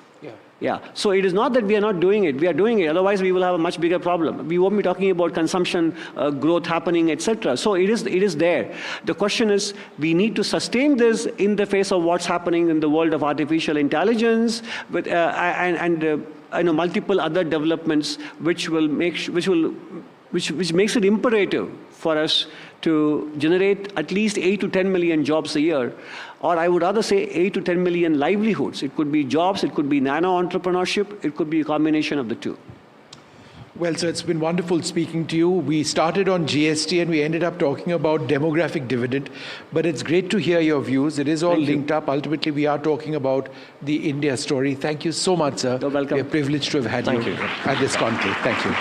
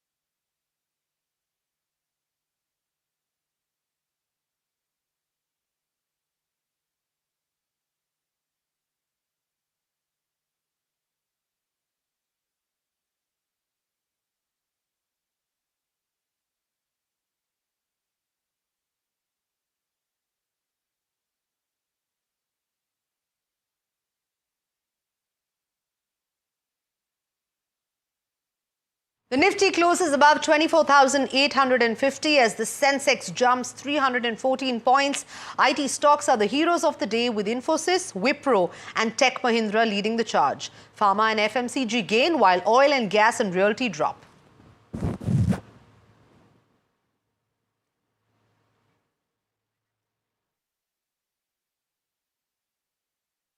I'm not undermining the impact of a 50% tariff, but it hits exporters who are exposed to the US.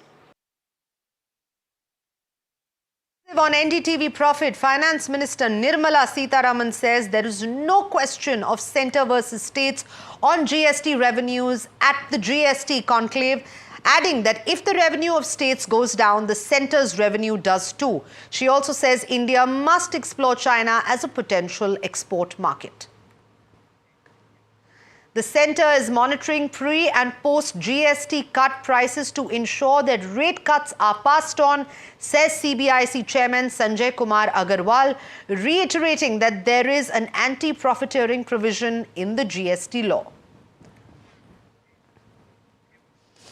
Nepal Prime Minister KP Oli and President Ramchandra Paudel resign after 2 days of violent protests. Chaos on the streets of Kathmandu as 21 people are killed, over 300 injured in the protests against corruption and social media bans. And yet another twist to the Sona BLW succession saga. Actor Karishma Kapoor's 2 children now move the Delhi High Court asking for their share in their father Sanjay Kapoor's 30,000 crore rupee estate. They allege that Sanjay's will is forged and fabricated at the behest of his third wife, Priya Sachdeva. CP Radhakrishnan is the new Vice President. The veteran BJP MP and Governor wins the VP polls with 452 votes against the Congress's candidates' 300 votes.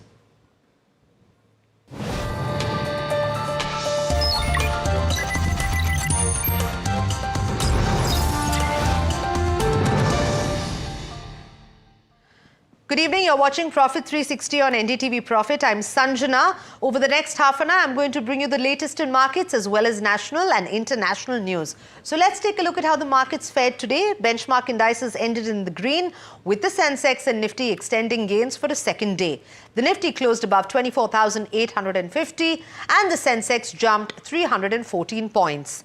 Infosys' announcement of a potential share buyback sparked a rally in IT stocks. However, sectors like auto, PSU banks and realty closed in the red. My colleague Harsh now joining us with a detailed market roundup for the day.